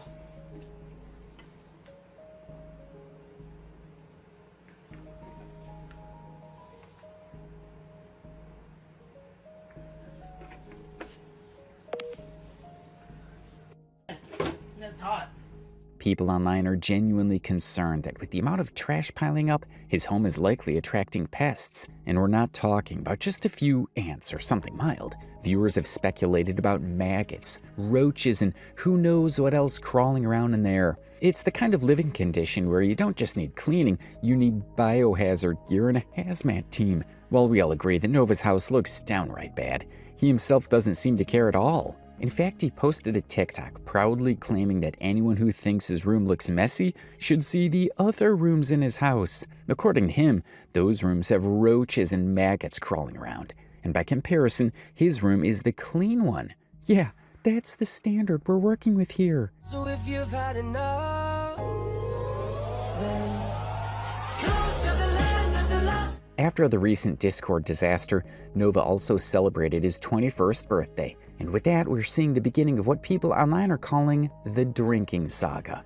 And let's just say Nova seems to be really enjoying his new legal right to drink. First off, on his 21st, he went live playing Fortnite and reportedly quit the stream after drinking just a single can of beer. Then pictures surfaced of Nova sitting at a bar wearing a bright red outfit, sparking speculation that we might be entering an entirely new, unhinged chapter of his internet arc. The outfit alone was enough to cause concern, but combined with alcohol, yeah, things are not looking promising. Nova also posted multiple videos where he's chugging full glasses of beer and casually taking shots like he's preparing for some frat house speedrun. Conversas tóxicas estão rolando.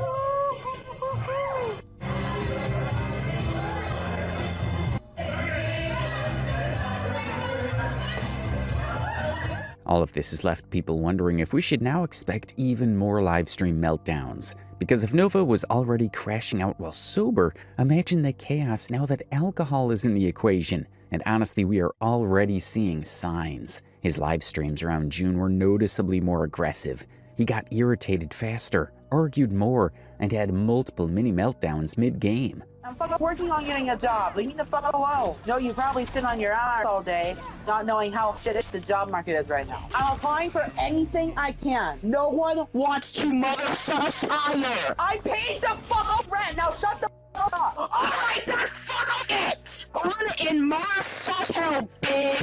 There's Mike. I was just setting up the slow mode and everything. No, I'm not going to sleep. Get the out of here. Get some Pound Town. Yeah, I'm being careful. Who the hell am I playing as? Katana? Apart from all of this, there's one thing Nova has recently decided to change in his life. And no, unfortunately, it does not involve cleaning his house. In a TikTok he posted in June, Nova announced that he would not be uploading food reviews anymore because he was starting a weight loss journey. He admitted that he had been trying to lose weight for a while, and although he managed to maintain his weight, he wasn't actually losing any. Hey all, so I just want to sit and have a talk about what I'm going to be posting here from now on. So basically, many of you know that I am ashamed of my body and have basically been trying to lose a little bit of weight. Well, I've been maintaining my weight for so long, and I figured maybe now is the time to start decreasing it a little bit. So from here on out, I'm not going to be posting very many food reviews. I've got a ton in my drafts, but I'm not going to post any for a little bit while I try to put off some of this weight. I might be doing low-calorie drink reviews and reviews that aren't full of sugar and all that, but yeah, I'm going to try and start changing up some. Now, if you heard that and thought, wow, maybe he's finally committing to something, well, no. Just a few days after his emotional revelation, he was back doing the same food reviews again. Like nothing happened. Like the announcement was a fever dream. On top of that, he also began posting very cryptic and dramatic TikToks. The kind that are meant to make people ask, are you okay? Saying things like he has no one to rely on anymore because even his family has started hating him. And we're just sitting here wondering, Nova, why would that be? Could it perhaps have something to do with refusing to act like an adult, refusing to step away from the internet, and being unable to hold a job longer than 2 weeks? Just a thought. From the outside, it's painfully obvious that the internet is the root of most of his chaos, not counting the extremely questionable behavior involving minors that has been widely discussed online. So maybe, and we say this with genuine sincerity, log off, take a breather, get a stable job, pay your mom the rent you owe her. Maybe then, just maybe, the people around you will start to resent you a little less From the TikToks that Nova has been posting recently, it's clear that he's still looking for a job, but we seriously doubt the sincerity of these attempts, because realistically, we've seen this before. He has willingly quit jobs in the past while claiming he earned enough from Cameo, and mind you, he was only working 4 days a week at Denny's, just 4, and even that seemed unbearable to him. Nova has grown used to a lifestyle that revolves around sitting at home, eating, scrolling, and living on the internet 24/7. So the idea of a stable job seems more like a performance than a plan. He even posted a TikTok not too long ago listing all the places he applied to and supposedly never heard back from. It's showing up on every single video I post when I am actively looking for a job, but nobody wants to hire me. So I've had it. I'm going to show you proof that I'm actually applying for jobs. First up, bakery assistant. They viewed my application, never heard back. Also, cook at a Mexican restaurant. Applied. They probably hit delete on my application before they even viewed it. Next up, line cook at a local bar. They viewed my application, yet I haven't heard back. Hotel housekeeper at a local hotel. They never viewed my application. Even Taco Bell hasn't even gotten back to me yet. And as you can see, these were all applied for within the last week. Around this same time, when Nova was trying to paint himself as miserable and misunderstood, one of his former online acquaintances came forward and gave an interview. She provided screenshots of messages that she said were from Nova, messages that were once again extremely inappropriate and creepy in tone. The most disturbing part is that she stated she was underage during the period Nova was speaking to her. This interview was recorded by Solidus Nova on Twitter, a page dedicated to documenting Nova's ongoing behavior. In the video, the screenshots and messages were shown in detail. And honestly, the interview was deeply uncomfortable to sit through. Based on what she shared, it appeared that Nova was attempting to guilt trip and emotionally manipulate her into trusting him and doing what he wanted. The dynamic she described very closely resembled grooming behavior. She explained that she met Nova online and they remained in contact for over 3 years, meaning she met him when she was around 15 and continued speaking to him until she was 17. Make a voice note because this is like way too fucking long to type out. So what happened was that I was friends with him for almost 3 years, or like about 3 years. So I was 14 turning 15 when I became friends with him, and he used to play Fortnite on Twitch. He doesn't use Twitch anymore, but he had a Twitch account, and I used to play Fortnite with him. Like, he would invite me. She also provided Solidus Nova multiple screenshots of Nova calling her frequently and talking to her about completely random things. In several of these screenshots, she is very clearly stating that she is underage, and you can also see her expressing discomfort about a grown man calling her late at night despite knowing this. We were playing Fortnite, and he asked me, hey, can I have your Discord so like I can text you better? And I was like, okay, cool. And the only time he would text me is just to hop on Fortnite, and I was like, okay, cool, whatever. And this is before I saw like the weird stuff about him or whatever, and I was like, okay, whatever, right?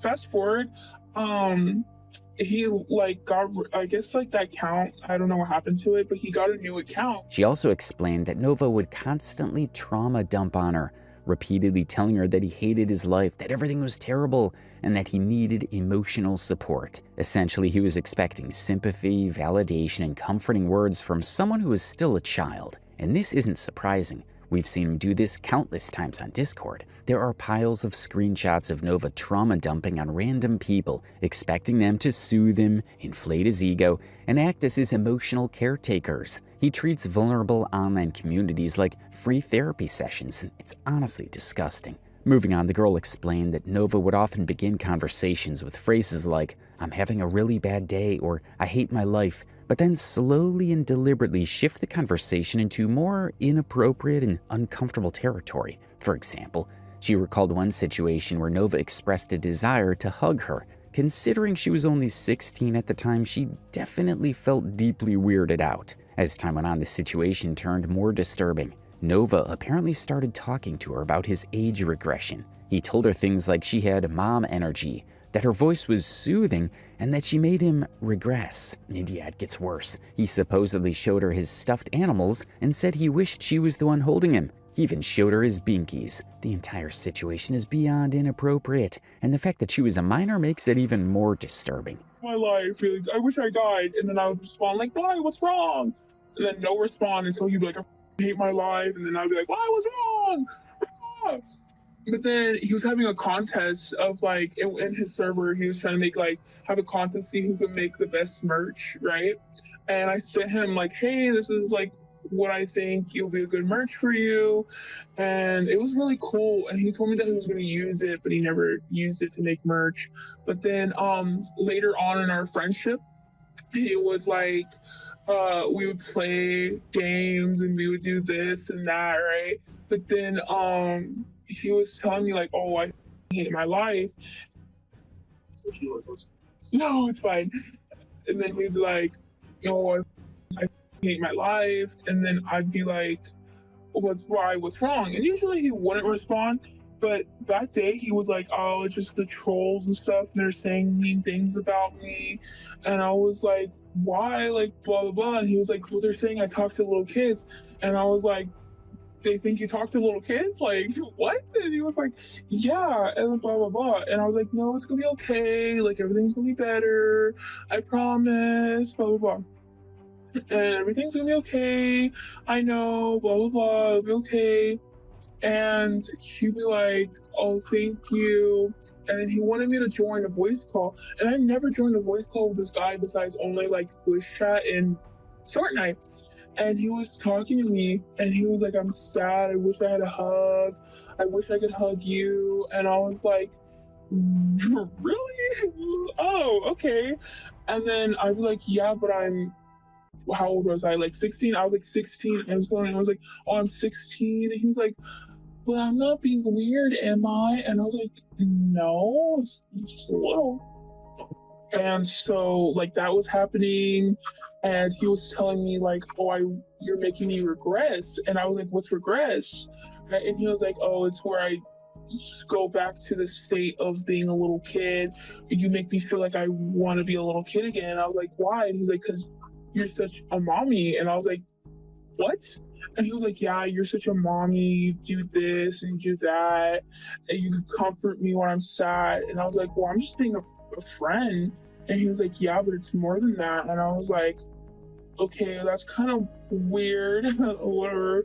And then the most bizarre part of this entire situation, the part we genuinely could not shake for a while, was when this girl revealed that Nova had sent her ASMR videos specifically related to age regression, and then told her to make one for him. And if you're wondering what kind of ASMR we're talking about, it's those videos where a woman or girl speaks in a cooing, baby-directed tone, the type meant to imitate a caretaker talking to an infant. We already know Nova has an obsession with this type of content. His leaked emails showed him purchasing age regression audio files, and he's made more than enough comments that confirm this fixation. But the fact that he was pushing an underage girl to create this content for him is absolutely sick. And I was like, wait, all this makes sense, like with the diapers. And when he would talk to me, he would use like the baby voice, right?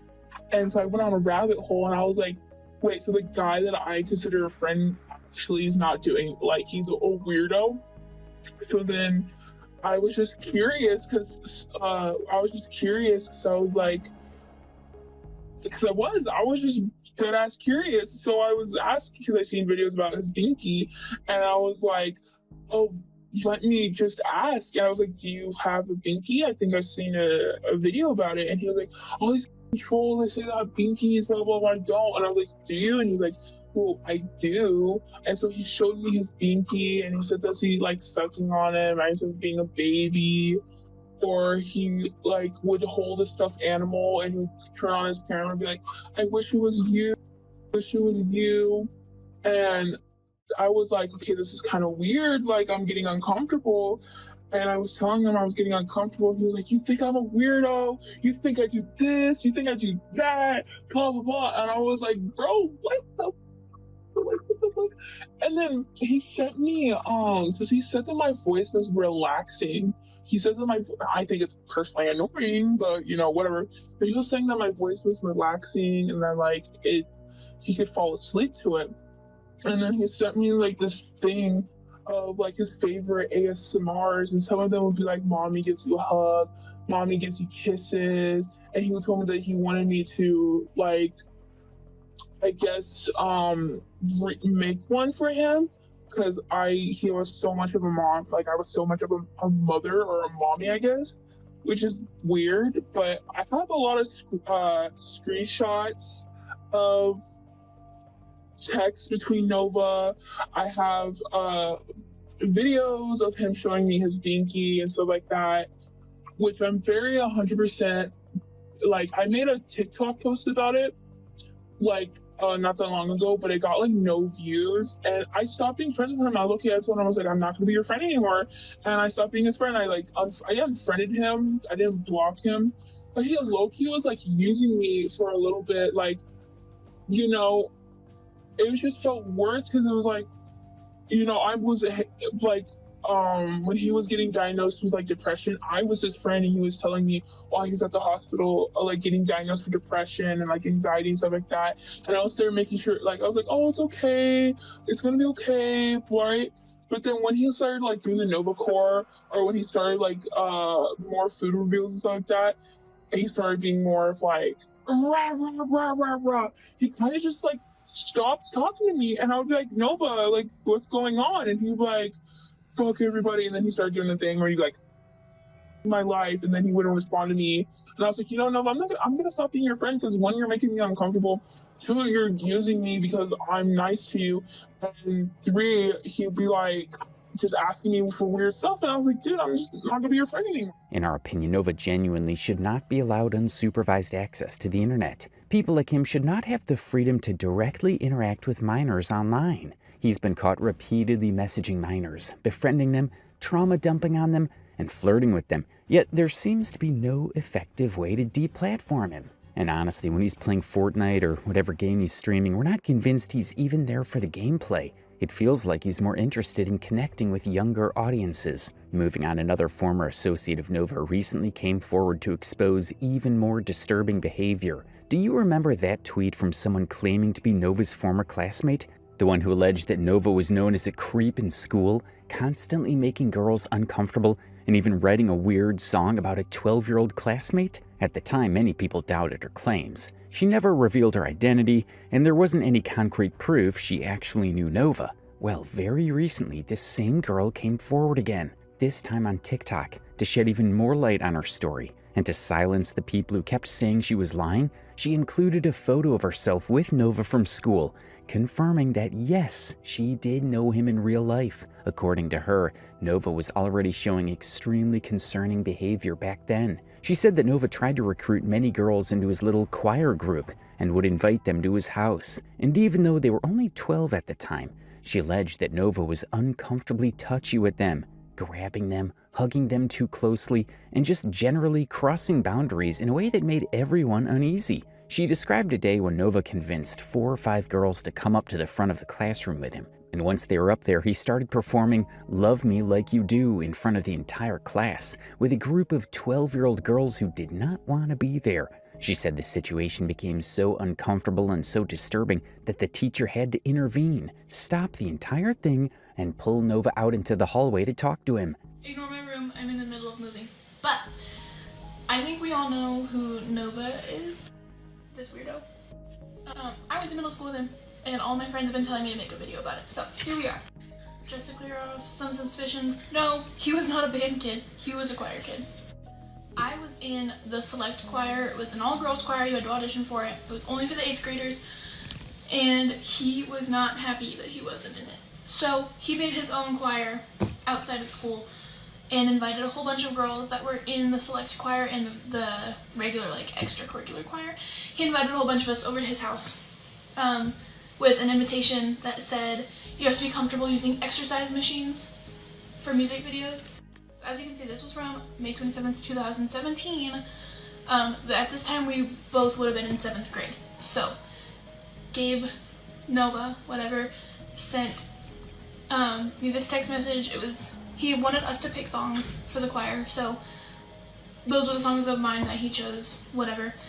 He sent me his address, and I asked if my friend could come with me because I was uncomfortable. And at this point, hadn't even asked my mom because he had been pressuring me over and over again at school, telling me like, do you have an answer yet? Do you have an answer yet? So I just told him yes to get out of it.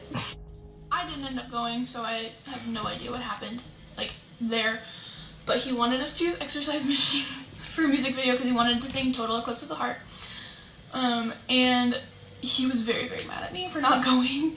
And he made it very obvious. He was telling people that he was really mad at me, and then I stabbed him in the back. But that was short-lived because in middle school we had a thing called Friday sharing.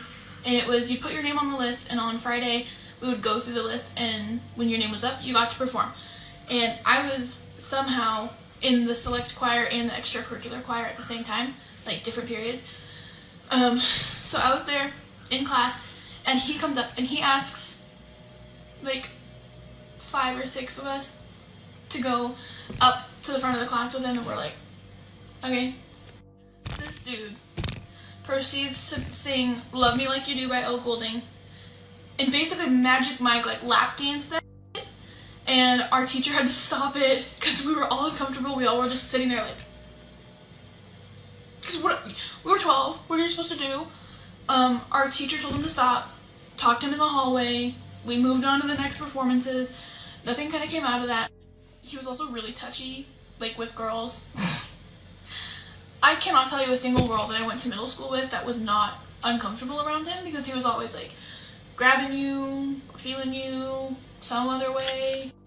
This video haunts my dreams. This was my 7th grade choir concert, like spring choir.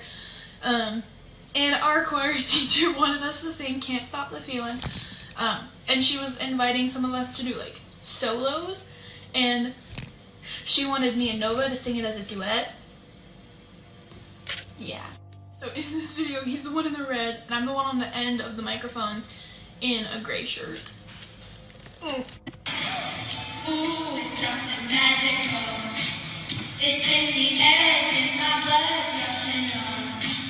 Don't need no reason, don't need control. The way she described everything was deeply unsettling, because it wasn't just he was awkward or he was socially weird. It was that even at 12, he was displaying the same boundary-breaking patterns he still shows today. And honestly, this adds a whole new layer to the conversation, because it shows that what we're seeing now didn't come out of nowhere.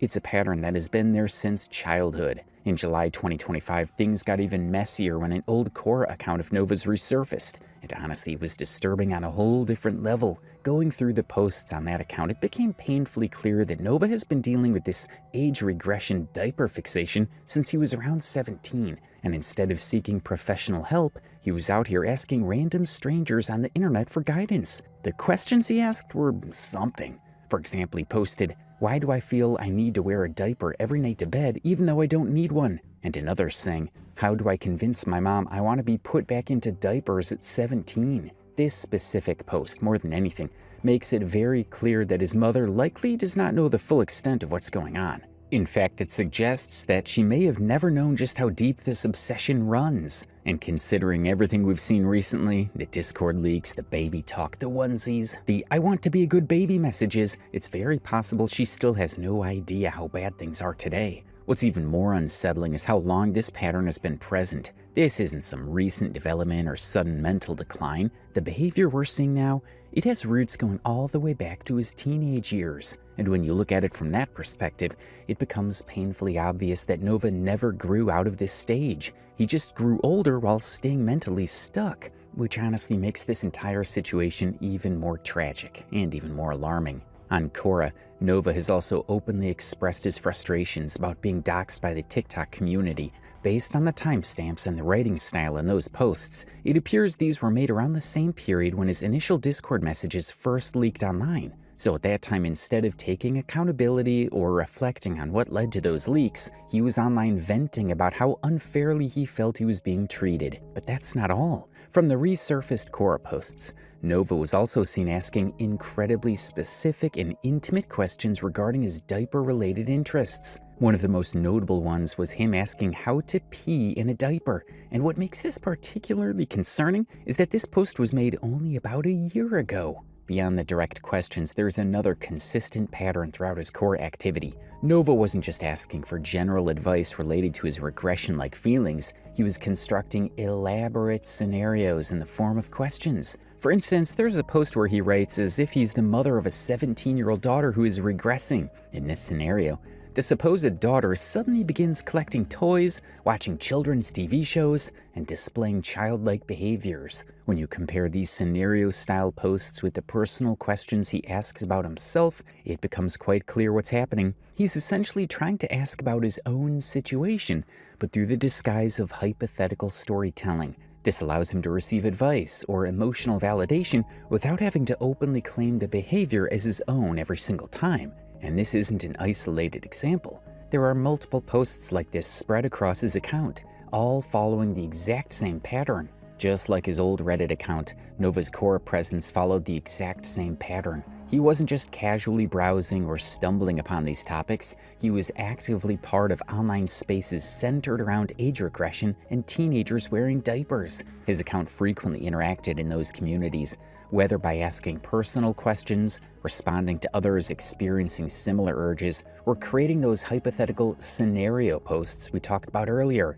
Apart from his old Quora account being unearthed, another interesting thing that happened around this time was Nova's PC getting bricked. He actually posted on Twitter, letting everyone know he wouldn't be active for a while because his computer had completely stopped working. Then, not long after, he went live trying to fix it himself. And that live stream quickly became a meme. The Chin Universe, a YouTube channel that basically archives everything Nova does, ended up making a hilarious edit of it. Throughout the stream, Nova was seen trying to fix the PC, but instead it looked like he was putting it through physical warfare. We're talking full-on wrestling match energy, slamming parts around, yanking cables, twisting pieces that clearly should not be twisted. It was very obvious that he had absolutely no idea what he was doing. And to make it even more entertaining, he was literally hyperventilating the entire time, just from trying to locate a couple of cords inside the case. It was less PC repair and more man versus machine heavyweight championship, and unfortunately,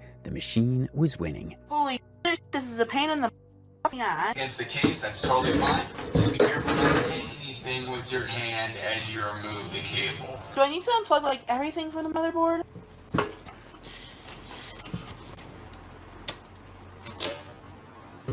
But I am not fucking dense! Water destroys electronics. I am not fucking dense. You guys think I'm fucking R-worded? I am not. And I could say that because I'm autistic.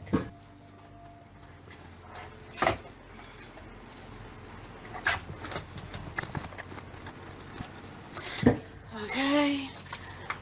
Get these cables out over there. Holy shit, this is a pain in the ass. Does this SATA cable need to be removed? I'm not sure. This is my computer. If you haven't seen my latest community post, do that for some context.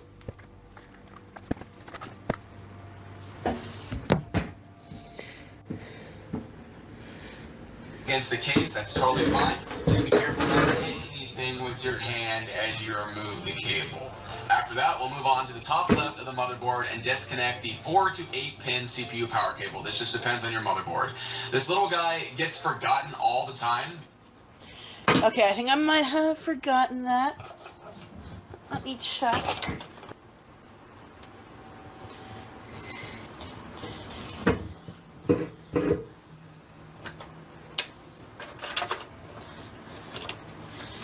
Okay. Do I need to unplug like everything from the motherboard? Oh.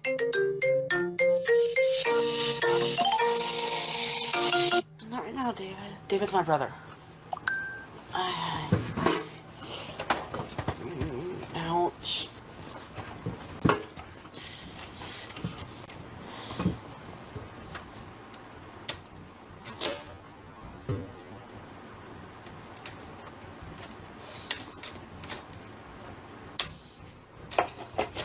Okay.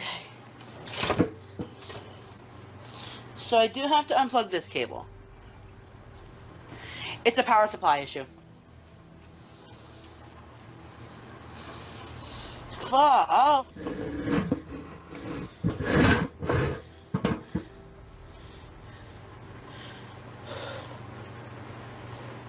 Alexa, turn down the temperature. Sorry, what device? Cancel.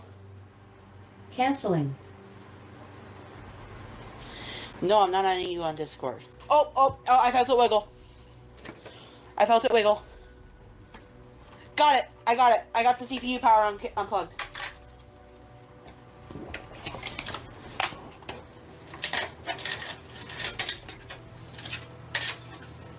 Okay. Because it's kind of hidden in the case sometimes, so be sure that you always keep it in your mind and know that it's there. Okay, those are the 3 main power cables that you need to be aware of, but wait, we also have hard drives and serial ATA devices that require power from the PSU too, right?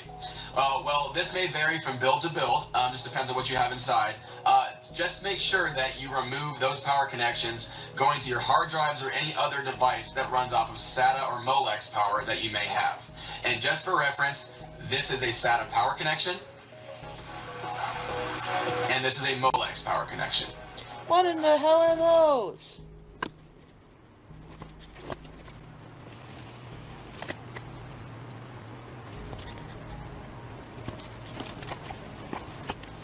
Oh, I need to disconnect these.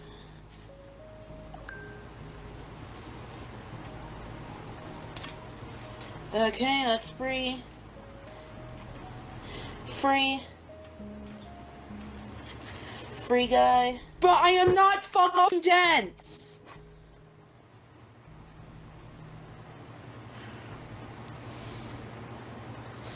Water destroys electronics. I am not fucking dense. You guys think I'm fucking R-worded? I am not. And I could say that because I'm autistic. Oh, wait a minute. Wait a minute, I can't disconnect those.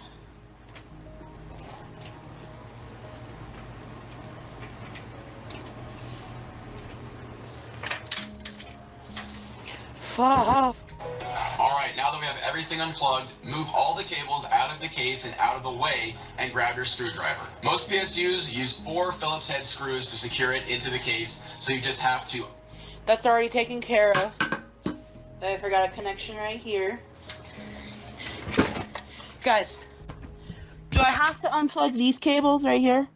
While all of this was happening in Nova's life, around the month of July, a tragedy also struck the Gage family. On July 11th, 2025, Nova posted on TikTok announcing that his uncle had passed away. In the now deleted post, he explained that he wouldn't be posting for a while due to his uncle's death. However, the post was removed shortly after, and Nova returned to posting as usual the very next day. This moment felt strange to a lot of viewers, not just because of how quickly Nova had bounced back, but because of his complicated history with his uncle. Longtime viewers were already familiar with the tension between the two, and for newer fans, that deleted TikTok post was their first real glimpse into just how deep that divide ran. It seemed like Nova and his uncle hadn't seen eye to eye for quite some time, especially in the later stages of Nova's online career. Their disagreements went beyond typical family squabbles. They reflected a clash of values, lifestyles, and how each of them thought a person should carry themselves, both online and in real life. The tension was hard to ignore, as there were many clips of Nova completely losing his composure whenever he and his uncle had an argument. Uncle again. No, I'm not okay. My uncle yelling at me for no reason again. Blocking my uncle is literally the equivalent to a death sentence. He hates being ignored.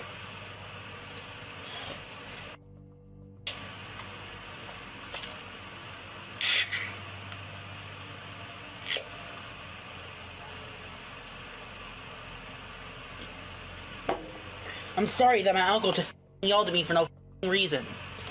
This is all part of the reason. There are multiple videos and clips that document the fallout between the two. Arguments, heated exchanges, angry voicemails, and uploads where Nova devotes entire segments to venting about Drew or calling him out in some way, shape, or form. Sometimes it's him completely crashing out on camera and uploading those breakdowns for everyone to see. Other times it's clips of him doing a so-called manifestation dance, trying to wish that no one else ends up with an uncle like his.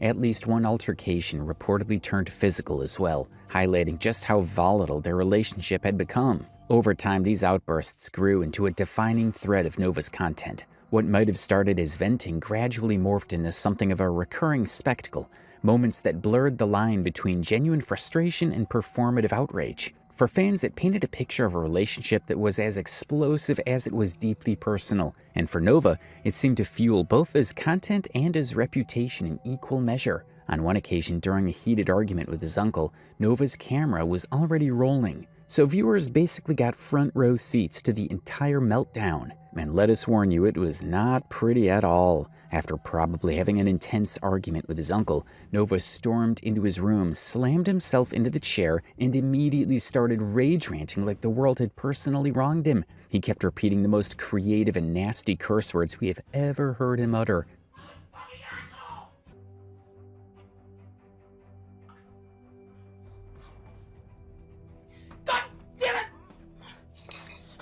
Motherfucker! Cocksucker! You see what my uncle? I missed what my uncle said, and then he went on for a full fucking rant. I'm done. Okay, you. Yes, I said that. I'm so mad.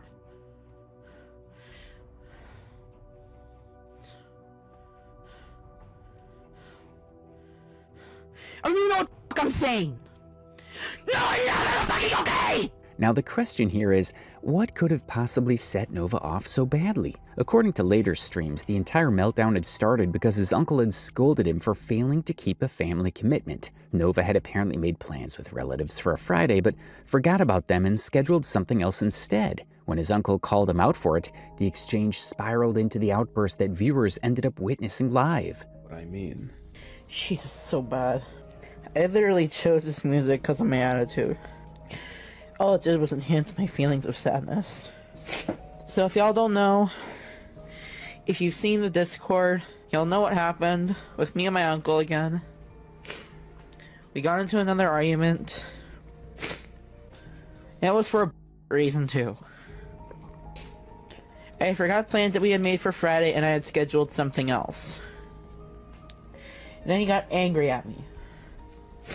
Because I forgot. I really need a therapist. Yeah. I have a feeling that they're gonna prescribe me medication or something. I don't really care. At this point, anything helps. In hindsight, the reaction seemed wildly disproportionate to what had actually happened. Most people might have brushed off the criticism, apologized, or vented privately, but Nova's response was explosive and public, like the smallest spark had lit a long fused powder keg. It was a clear sign of how strained their relationship had become, but it also reflected something deeper about Nova himself, a tendency to turn even ordinary moments of frustration into dramatic breakdowns. There was also another stream where Nova launched into a long, frustrated rant about his uncle. He began talking about how he was done trusting people, insisting that he was living by a strict trust no one policy, and that included his own family. His tone grew sharper as he went on. Then, in a sudden burst of defiance, Nova raised his middle finger toward the camera, saying, "It's my effing uncle," holding the gesture for several seconds before turning back and whining about him more. Normally with these, I cool down real quick and it's over. At this point, I'm just starting to not give a f about anything. I am under a trust no one policy. I don't trust anyone. Not even family. I don't give a f anymore. It's my uncle. That's all you need to know. There. You happy now? Will it be okay though?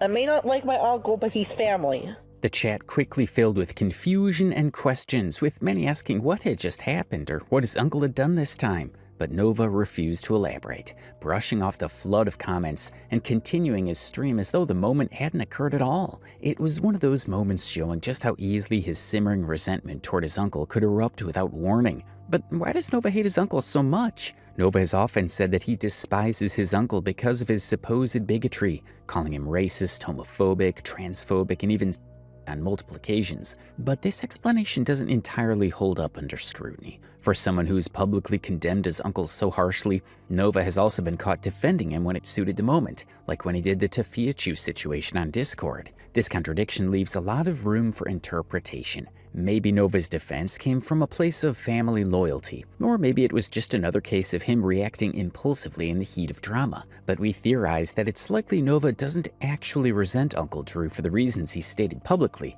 Instead, the real source of tension appears to stem from the fact that Uncle Drew has always been fully aware of Nova's online behavior. He had seen the content, the controversies, and the side of Nova that most family members might overlook or avoid acknowledging.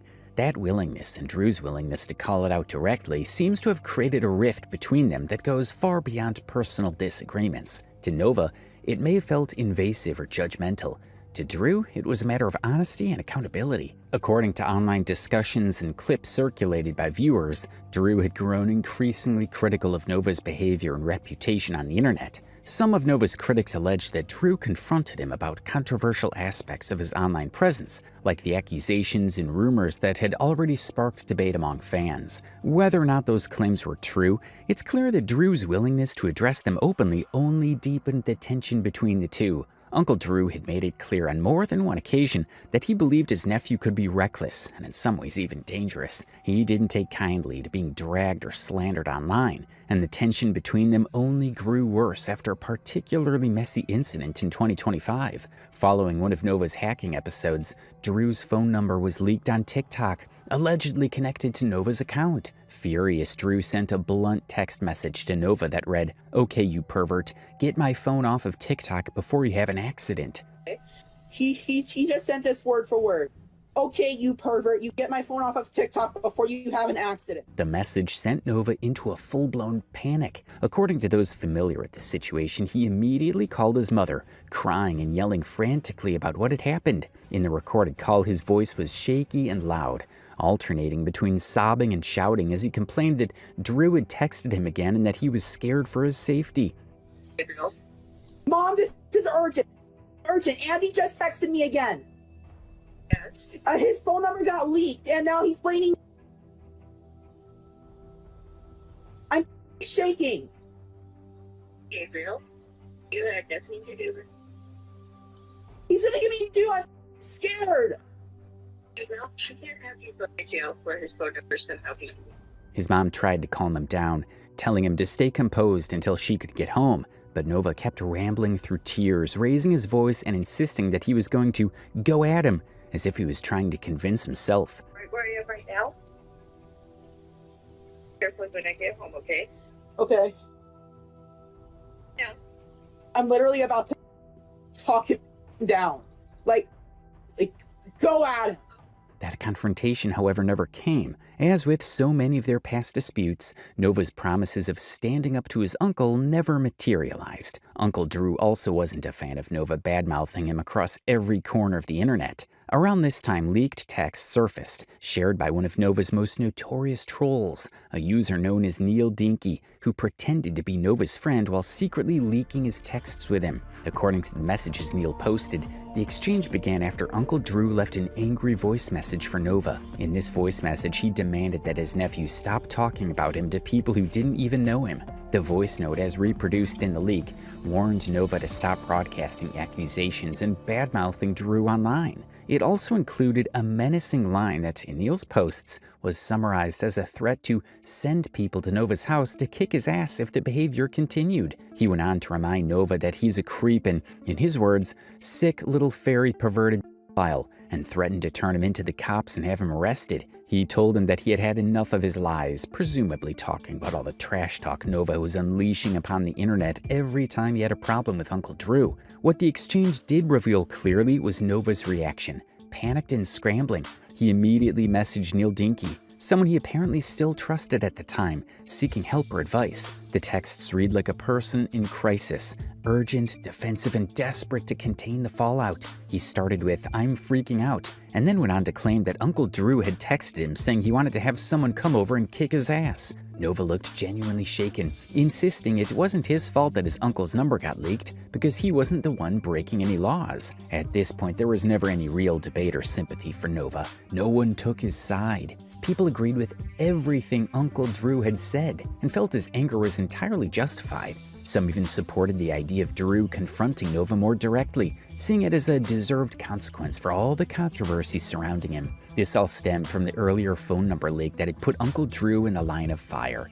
As the harassment toward him intensified, his phone reportedly was flooded with spam calls and messages, and he reached his breaking point. In response, he sent another furious message to Nova, which we'll get into later. The leaks had already painted a messy, chaotic picture of the conflict between Nova and his uncle. After this incident, Uncle Drew spoke publicly and on record about Nova in an interview with YouTuber Bloodspeth. The conversation, which quickly spread across commentary circles, offered a rare and unfiltered glimpse into how Drew truly viewed his nephew and the ongoing drama surrounding him. In this interview, however, the conversation wasn't conducted live or on camera. It happened through text. According to chat logs, Uncle Drew explained that he couldn't appear on a call due to medical reasons, so the entire exchange unfolded over written messages. While there's no absolute confirmation that it was truly Drew behind the account, several details in the conversation, especially a reference to his last message to Nova, suggested that it was likely him. Regardless of whether the identity was ever officially verified,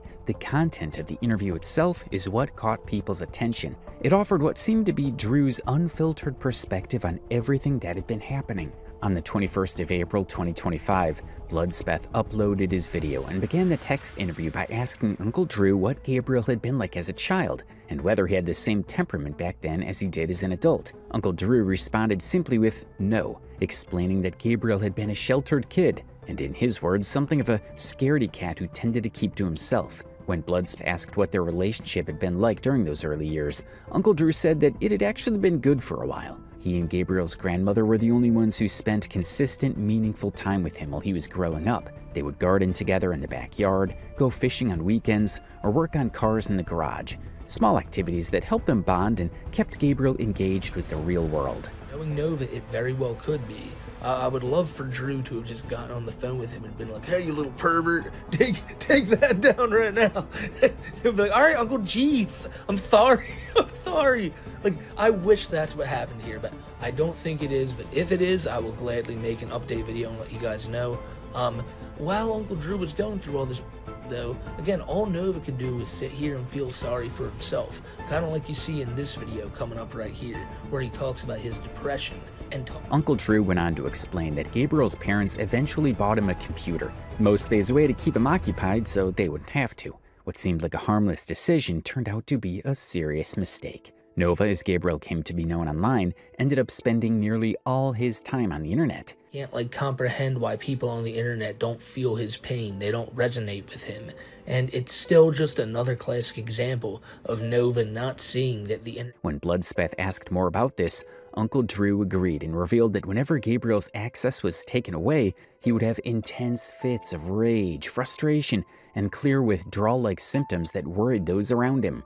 When Bloodspeth asked Uncle Drew if Gabriel had shown any interest in girls when he was younger, Uncle Drew said the family often teased him about it. They would joke, asking when he was going to get a girlfriend, but Gabriel was always too shy and awkward to make that kind of move. From the way Uncle Drew described him, it seemed Gabriel was never fully comfortable in social situations and often struggled to connect with people his own age. Has he shown any interest in girls from what you've seen? Some of us teased him wanting to know when he was going to get a girlfriend. He's awkward, shy, afraid of his own shadow. As the text interview went on, Uncle Drew shared something that offered a clear look into Nova's mindset. He said that Gabriel once told him that it was TikTok that decided what he should do. According to Uncle Drew, Gabriel believed there was no real right or wrong anymore. Only what TikTok said was right. An unsettling idea that showed just how deeply he had become absorbed in the online world. It's TikTok that's told him who he can be and do what he wants. There is no right or wrong, only what TikTok... Bloodspeth asked Uncle Drew when the arguments between him and Gabriel first began. Uncle Drew replied that it started about 2.5 years ago, after he discovered that Gabriel had been lying to him. His own words. When did the arguments between you two start? When I found out he was lying to me, and I... When Bloodspeth pressed for more details about what the lie was, Uncle Drew chose not to elaborate. He said only that it was a deeply personal matter and something he preferred to keep private, suggesting that whatever happened had caused a lasting strain between them. What was he lying to you about? That's a private matter. Bloodspeth asked Uncle Drew if the argument between him and Gabriel was what ultimately ruined their relationship. Uncle Drew clarified that there had never really been an argument at all. Instead, he said that it started when he confronted Gabriel about certain things he had discovered, things that, in his words, showed Gabriel had crossed a line. That confrontation marked the point when Drew decided to turn his back on him. Understand. Did that original argument spiral your relationship downwards? There was no argument there. It was him crossing a line. I put him on the spot over it, and it eventually led to... Eventually, Uncle Drew revealed what had caused the fallout in the first place. Without needing much prompting, he admitted that it stemmed from Gabriel's behavior online. Gabriel had been going on TikTok, spreading lies about him, and acting like a pervert online. Those actions were, as Drew put it, the final straw. The moment he realized he could no longer keep defending or supporting Gabriel. To me turning my back on him. It was his going on TikTok, saying false things and acting like a pervert. That was the final. Bloodspeth then asked Uncle Drew about the TikToks he had seen of Nova. He said that Nova was sick and needed professional help. According to Drew, Nova clearly had serious issues that must be addressed before his harmful online behavior spills over into the real world, where the consequences could be far worse. He implied that the perverted actions of Nova displayed online could eventually lead to dangerous behavior in real life. He also revealed that Nova had a habit of asking inappropriate questions and had gotten kicked out of church for that, as well as costing his mother a position. Straw. I get it. So you have people who watch Nova's TikToks and tell you about them? Yes. His name is Gabriel.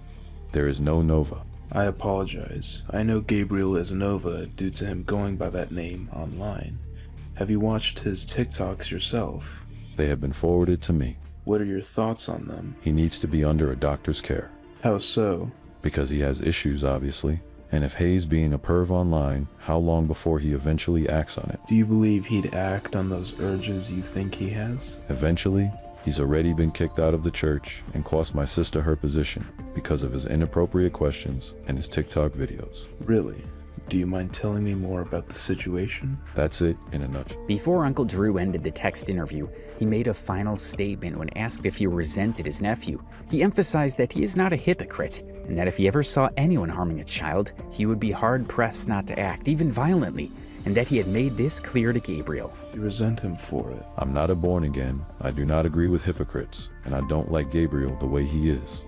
And honestly, if I ever caught anyone harming a child, I would hard-press to not put a blank in someone for such crime. He also revealed that some of Nova's TikTok friends had already threatened his sisters. Uncle Drew said he knew they were alarmed and they needed to be careful, calling the situation a serious mistake. After making these points, he abruptly cut off the interview, leaving the conversation unresolved, but underscoring his deep concern over both Gabriel's behavior and the potential dangers surrounding it.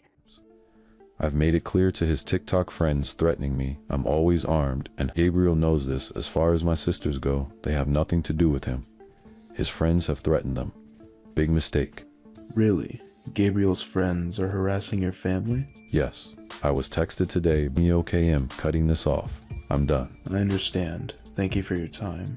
I'm in the hospital and have been medicated, and it's never a good thing talking to anyone under the influence. Personally, I'd cut him off and ban him from being on. And without anyone like Uncle Drew to set him straight in real life, Nova has effectively lost the one voice that ever gave him a reality check. Drew had been a presence that, while critical and confrontational at times, offered perspective and boundaries that kept Gabriel from fully spiraling into reckless online behavior. With his uncle gone, that guidance has vanished, leaving Nova to navigate his impulses, controversies, and increasingly extreme actions on his own.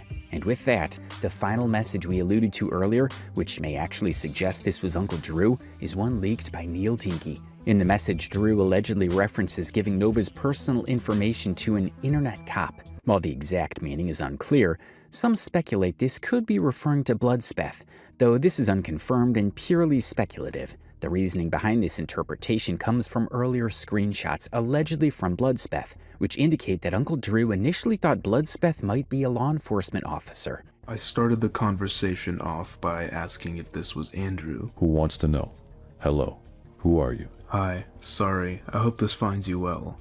I'm a content creator who's been documenting Gabriel for some time, and I'd like to ask you for an online interview about him. I'm willing to compensate you for your time as well. He never asked for compensation after this. Okay, and what is that exactly? And why is Gabriel involved with this? Are you a psychologist or therapist of some kind? And I'm not real big on sharing any information about anyone without their consent. I have no idea who you are or what exactly you do. For all I know, he's finally pissed off the wrong person and they're hunting him down. So, provide me with what you do, what qualifications, and I'll need his consent to talk to you, if he will talk to me. I'm not a psychological professional. I'm an internet content creator. Nothing beyond that. And I regret to inform you that Gabriel has gotten into trouble due to him talking inappropriately to multiple girls who are not exactly of age. I can provide proof of this if you do wish to go ahead and proceed with this. The interview is what I'm referring to. Gabriel will not wish for you to talk to me because he doesn't want this to spread further. I don't want to know anything about where he lives or works or anything like that. I just like to discuss experiences with him, etc. And like I said, this is something I can compensate you for. Would you be interested? I told him his screwing around was going to get him into trouble. Are you affiliated with law enforcement or with any legal agency? I do have connections, but I am not planning on getting him in trouble. Don't worry. I just want to talk to you. This is why many believe the message may have been directed at him. Adding to the ambiguity, in Drew's last known message, he mentions that his friend brought him a ticket to the judicial system, which also leaves the intent a little more uncertain. Taken together, these messages offer a rare glimpse into Drew's mindset and how he viewed the people around him, the potential threats, and the consequences he believed could follow. After Uncle Drew passed away, something very telling happened. People who had never met him in real life, who only knew him through Nova's chaotic live streams, were genuinely more upset about his death than Nova himself seemed to be. And honestly, that says a lot. To most viewers, Uncle Drew was the only reasonable adult in Nova's entire orbit. He was the one person actually trying to get Nova to take accountability, act like a functioning human being, and stop spiraling online. And of course, Nova wanted no part of that. But no matter how Nova tried to frame him, the internet saw exactly who Uncle Drew was. So when he passed, the overwhelming sentiment was that this man deserved better, and people actually posted TikToks mourning him. Here are a few that were shared in his remembrance. Part of me feels so bad, but ooh, not that bad.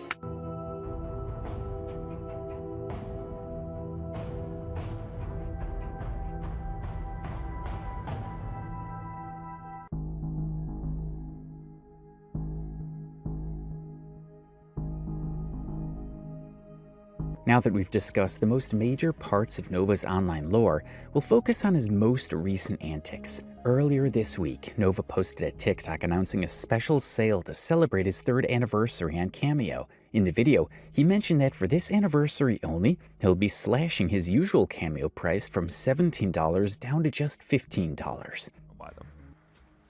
Hey 18 Plus fans, as you may know, my 3rd year anniversary on Cameo is coming up. And I'm gonna do a sale. So right now, I have smart prices fluctuating on my videos.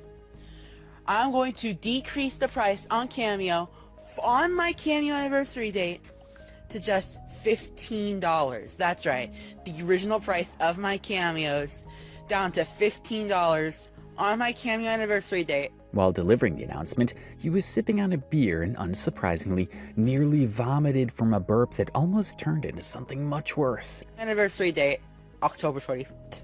He didn't bother re-recording the clip, which honestly seems on brand for Nova, given his history of low-effort content. But the most unsettling part, he explicitly stated that only people over 18 could request a cameo from him, which seems to be a direct response to his past controversies. If you want like a birthday, a pep talk, a roast, or anything, you can request a cameo.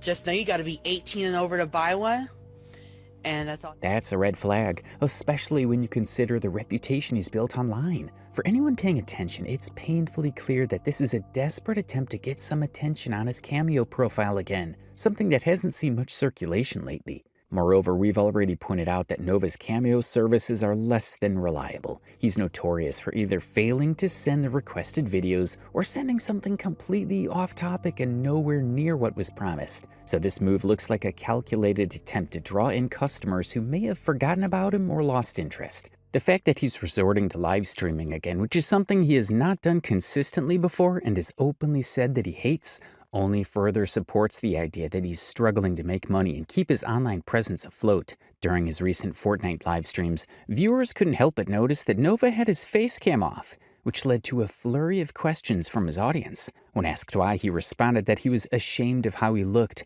and mentioned that he was playing on his PS5. On my fan base. I don't do face cam because I am on my PS5 right now. I also don't do face cam anymore because I'm insecure about my body. I should tell that to my peer support specialist. But this explanation doesn't really add up.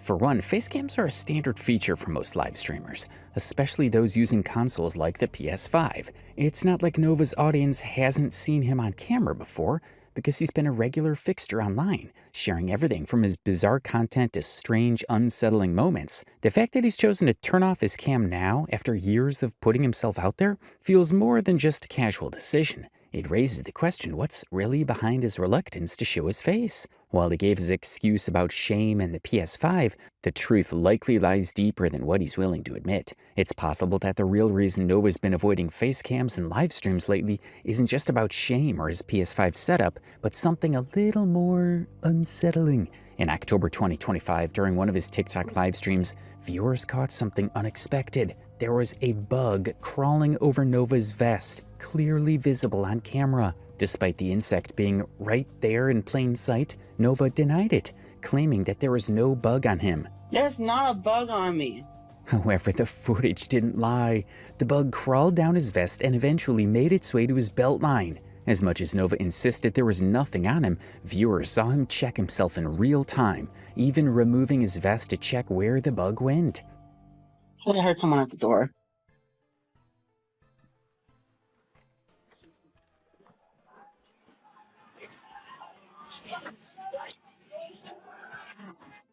Did you hear someone knock? No. This moment was pretty revealing. It's possible that this embarrassing incident is why Nova has been so reluctant to go live or show his face lately. On live streams, he can't hide things like that, and incidents like this would just add fuel to the fire. It's one thing for him to post scripted or edited content, but live, he's stuck with what's in the frame. And the last thing he probably wants is for viewers to keep calling out things like bugs crawling on him. It's hard to ignore the fact that these uncomfortable moments might be pushing him away from live streaming altogether. While Nova's reluctance to face the camera during his streams and his possible reasons behind it raise a lot of questions, his behavior off camera is just as revealing. Take, for example, one of his recent TikTok streams, in which Nova was heard yelling about someone allegedly loitering or standing on his front porch. Anaconda sin. Get sent to Pound Town. You watching Wizard of Oz, Mom? Now, it's unclear if there was actually anyone out there, but Nova's reaction raised more questions than answers. Rather than calmly assessing the situation or calling the authorities if he felt genuinely concerned, Nova's first instinct was to yell out and alert whoever might have been outside. What exactly was yelling gonna accomplish? And why wasn't he taking a more responsible adult approach to the situation? It wasn't exactly the mature response you'd expect from someone who frequently presents themselves as in charge of their own life online. What followed was even more revealing. Nova's mom, who actually owns the house, showed up and scolded him for yelling late at night, urging him to be mindful of the neighbors. Get sent to Pound Town. You watching Wizard of Oz, Mom? If anyone's on my property, get the f off of it! Gabriel, stop yelling at that, especially like that. You don't yell like that out the door at this time of night. Her reaction was completely understandable. Yelling like that in a residential area isn't only disruptive, but could cause unnecessary alarm. Nova's only retort? A condescending, "I have a strict no trespassing policy, you know that." I have a strict no trespassing policy, you know that. It was as if he was brushing off his mom's perfectly reasonable concern in favor of his own inflated sense of entitlement. Later in the same stream, his mom asked him to fill up the dog's bowl, noting that he hadn't done it in days. Nova's response was dismissive and childish, telling her that the dog had enough to eat and that he'd filled the bowl yesterday. But what if he mouse? She already has food. Not yet. She's already been fed. Is Beth having her food in her dish? Yes. You haven't filled it up for a few days. Where are MacGyver and Donkey? This is an upgrade. Well, she's got plenty of food. I filled it up like yesterday. What about water? Instead of stepping up and taking responsibility for even the smallest tasks in his own home, Nova simply deflected and returned to chatting with viewers about irrelevant things like sending someone to Pound Town. It's fine. Time to send someone to Pound Town. Huh? Talking to chat.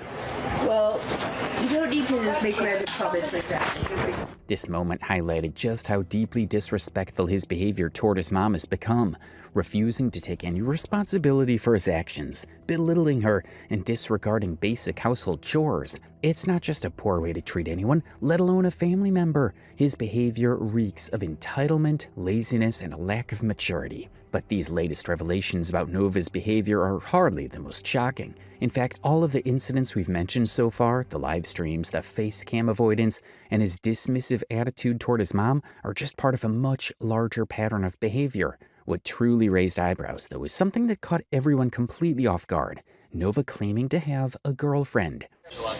My girlfriend just texted me, says she missed. During one of his recent TikTok live streams, while coughing and sounding visibly unwell, Nova casually mentioned that his girlfriend had just texted him, saying she missed him. This threw viewers for a loop. After all, it's hard to imagine who would willingly choose to date someone like Nova, given his sketchy history and bizarre online persona. There are two possibilities here. Either she's as mentally unwell as he is, or more likely he's fabricating the whole relationship to make himself seem more appealing to his dwindling audience. But this wasn't just a passing comment. He brought her up again in the same live stream. When a fan asked how his girlfriend was doing, Nova responded with, "She's doing good." There's supposed to be another machine.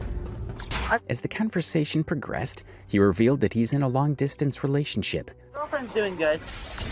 Although it's a long-distance relationship, we still love each other. What makes this revelation even more troubling is what Nova mentioned earlier in the stream. He was receiving messages from fans on Google Meets. No, how about you get a job? Oh, and there's one of my fans texting me on Google Meets. This leads us to a disturbing thought. Could his girlfriend be a fan who turned into something more? And if that's the case, it's a pretty twisted dynamic, considering Nova's history of inappropriate online behavior. What makes the situation even more concerning is that his girlfriend might be underage. Given Nova's previous interactions with minors, it's hard to completely rule this out. His behavior in the past has raised red flags about his interactions with young fans, and the idea that his girlfriend might be one of them only compounds the discomfort surrounding this whole situation. What's especially troubling, though, is the fact that Nova felt the need to clarify that his girlfriend is of age.